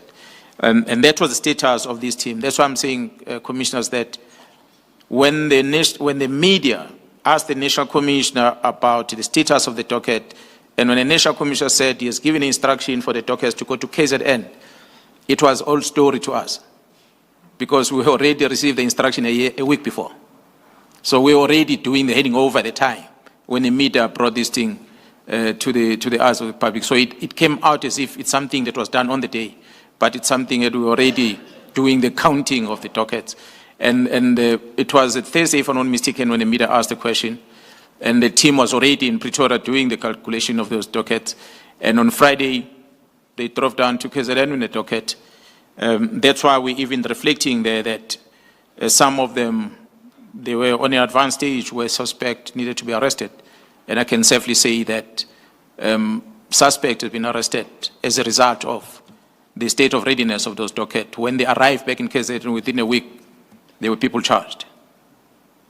So in short, General, except for the few entries in some of the dockets, the contents of the dockets were intact or were what they should have been. I did not get the commission properly, the last part. Oh, sorry. I was saying in that audit or verification exercise, during which it was established that there were some entries in a few of the dockets. The contents of the dockets were intact or were what they were supposed to be. That is correct, Commissioner. All the dockets were as they were handed over originally to the head office. They came back as they were. just one other aspect. In paragraph 137 of your statement, you say that the last sentence, the meeting was led by Colonel Mkhwanazi, who advised that the dockets had been delivered to General Khumalo. And in paragraph 142, again the last sentence, you say in the period that they were under the control of General Sibia, these arrests were not effected for reasons not known to me. The under control, the they is referring to, I understand, is it not referring to dockets? By way of example, at the time of their removal from the task team. Yes, removal from the task team. I understand that to be a reference to the dockets. Am I correct? That is correct, Yes. Commissioner. Yes. Now my question is, the dockets, according to 137, were delivered to General Khumalo, and in 142, they are under the control of General Sibia. This could mean one of, or two, it could refer to two possibilities. One, they could still have remained with General Khumalo, but be under the control of General Sibia, or they could have been moved physically to be under the control of General Sibia. Can you please explain that or shed light on that? Commissioner, in order to give clarity, you'll see when I made the last statement, when I said, before the National Commissioner conducted the interview, that myself, the acting Divisional Commissioner of Detective Services, as well as General Khumalo, had a meeting, a visual meeting, discussing on how we're going to handle the transfer of this docket or the return of these dockets back. At the time, the dockets were sitting at the office of the Divisional Commissioner, Crime Intelligence, in the storeroom of one brigadier, I forgot his name, who works under the Divisional Commissioner, Crime Detection, Lieutenant General Sentimul. It is my understanding, Commissioner, that the dockets moved from Khumalo to General Sentimule from detectives on the direction of General Sibia. Matlo on 137, Colonel Matlo, is with the task team in KZN. So he was only communicating the whereabouts of the docket according to his knowledge. His knowledge was that he handed them over to General Khumalo. What General Khumalo did with them, as the Commissioner is correctly asking, he couldn't answer that. And General Khumalo, in my engagement with him, was that General Sentimule and General Khumalo, both of them, had received the instruction specific from Sibia that him, Khumalo, and Sentimule, they must transfer the dockets to each other. So meaning dockets coming from political killings task team under Khumalo's signature must come to the detectives under General Sentimule. Hence, they landed at the storeroom of Sentimule. So, but both of them, they fall under General Sibia as a portfolio in the office of the National Commission. So either way, whether they are at Crime Intelligence under Khumalo or they are at Sentimule under at Detective Services, they still, both of those entities fall under General Sibia. So if we say they are under the control of General Sibia, we mean exactly that. He issued the instruction and he commanded those two entities. Thank you, General. Thank you, Chair. It's 16:13. I don't think I drove us to 13, but grateful for the indulgence. As I indicated, tomorrow morning we'll ensure that before we move to the next topic, we respond to Commissioner Khumalo's question, and then we will proceed in the normal way. Thank you, Chair. Thank you. Let us adjourn. Thank you.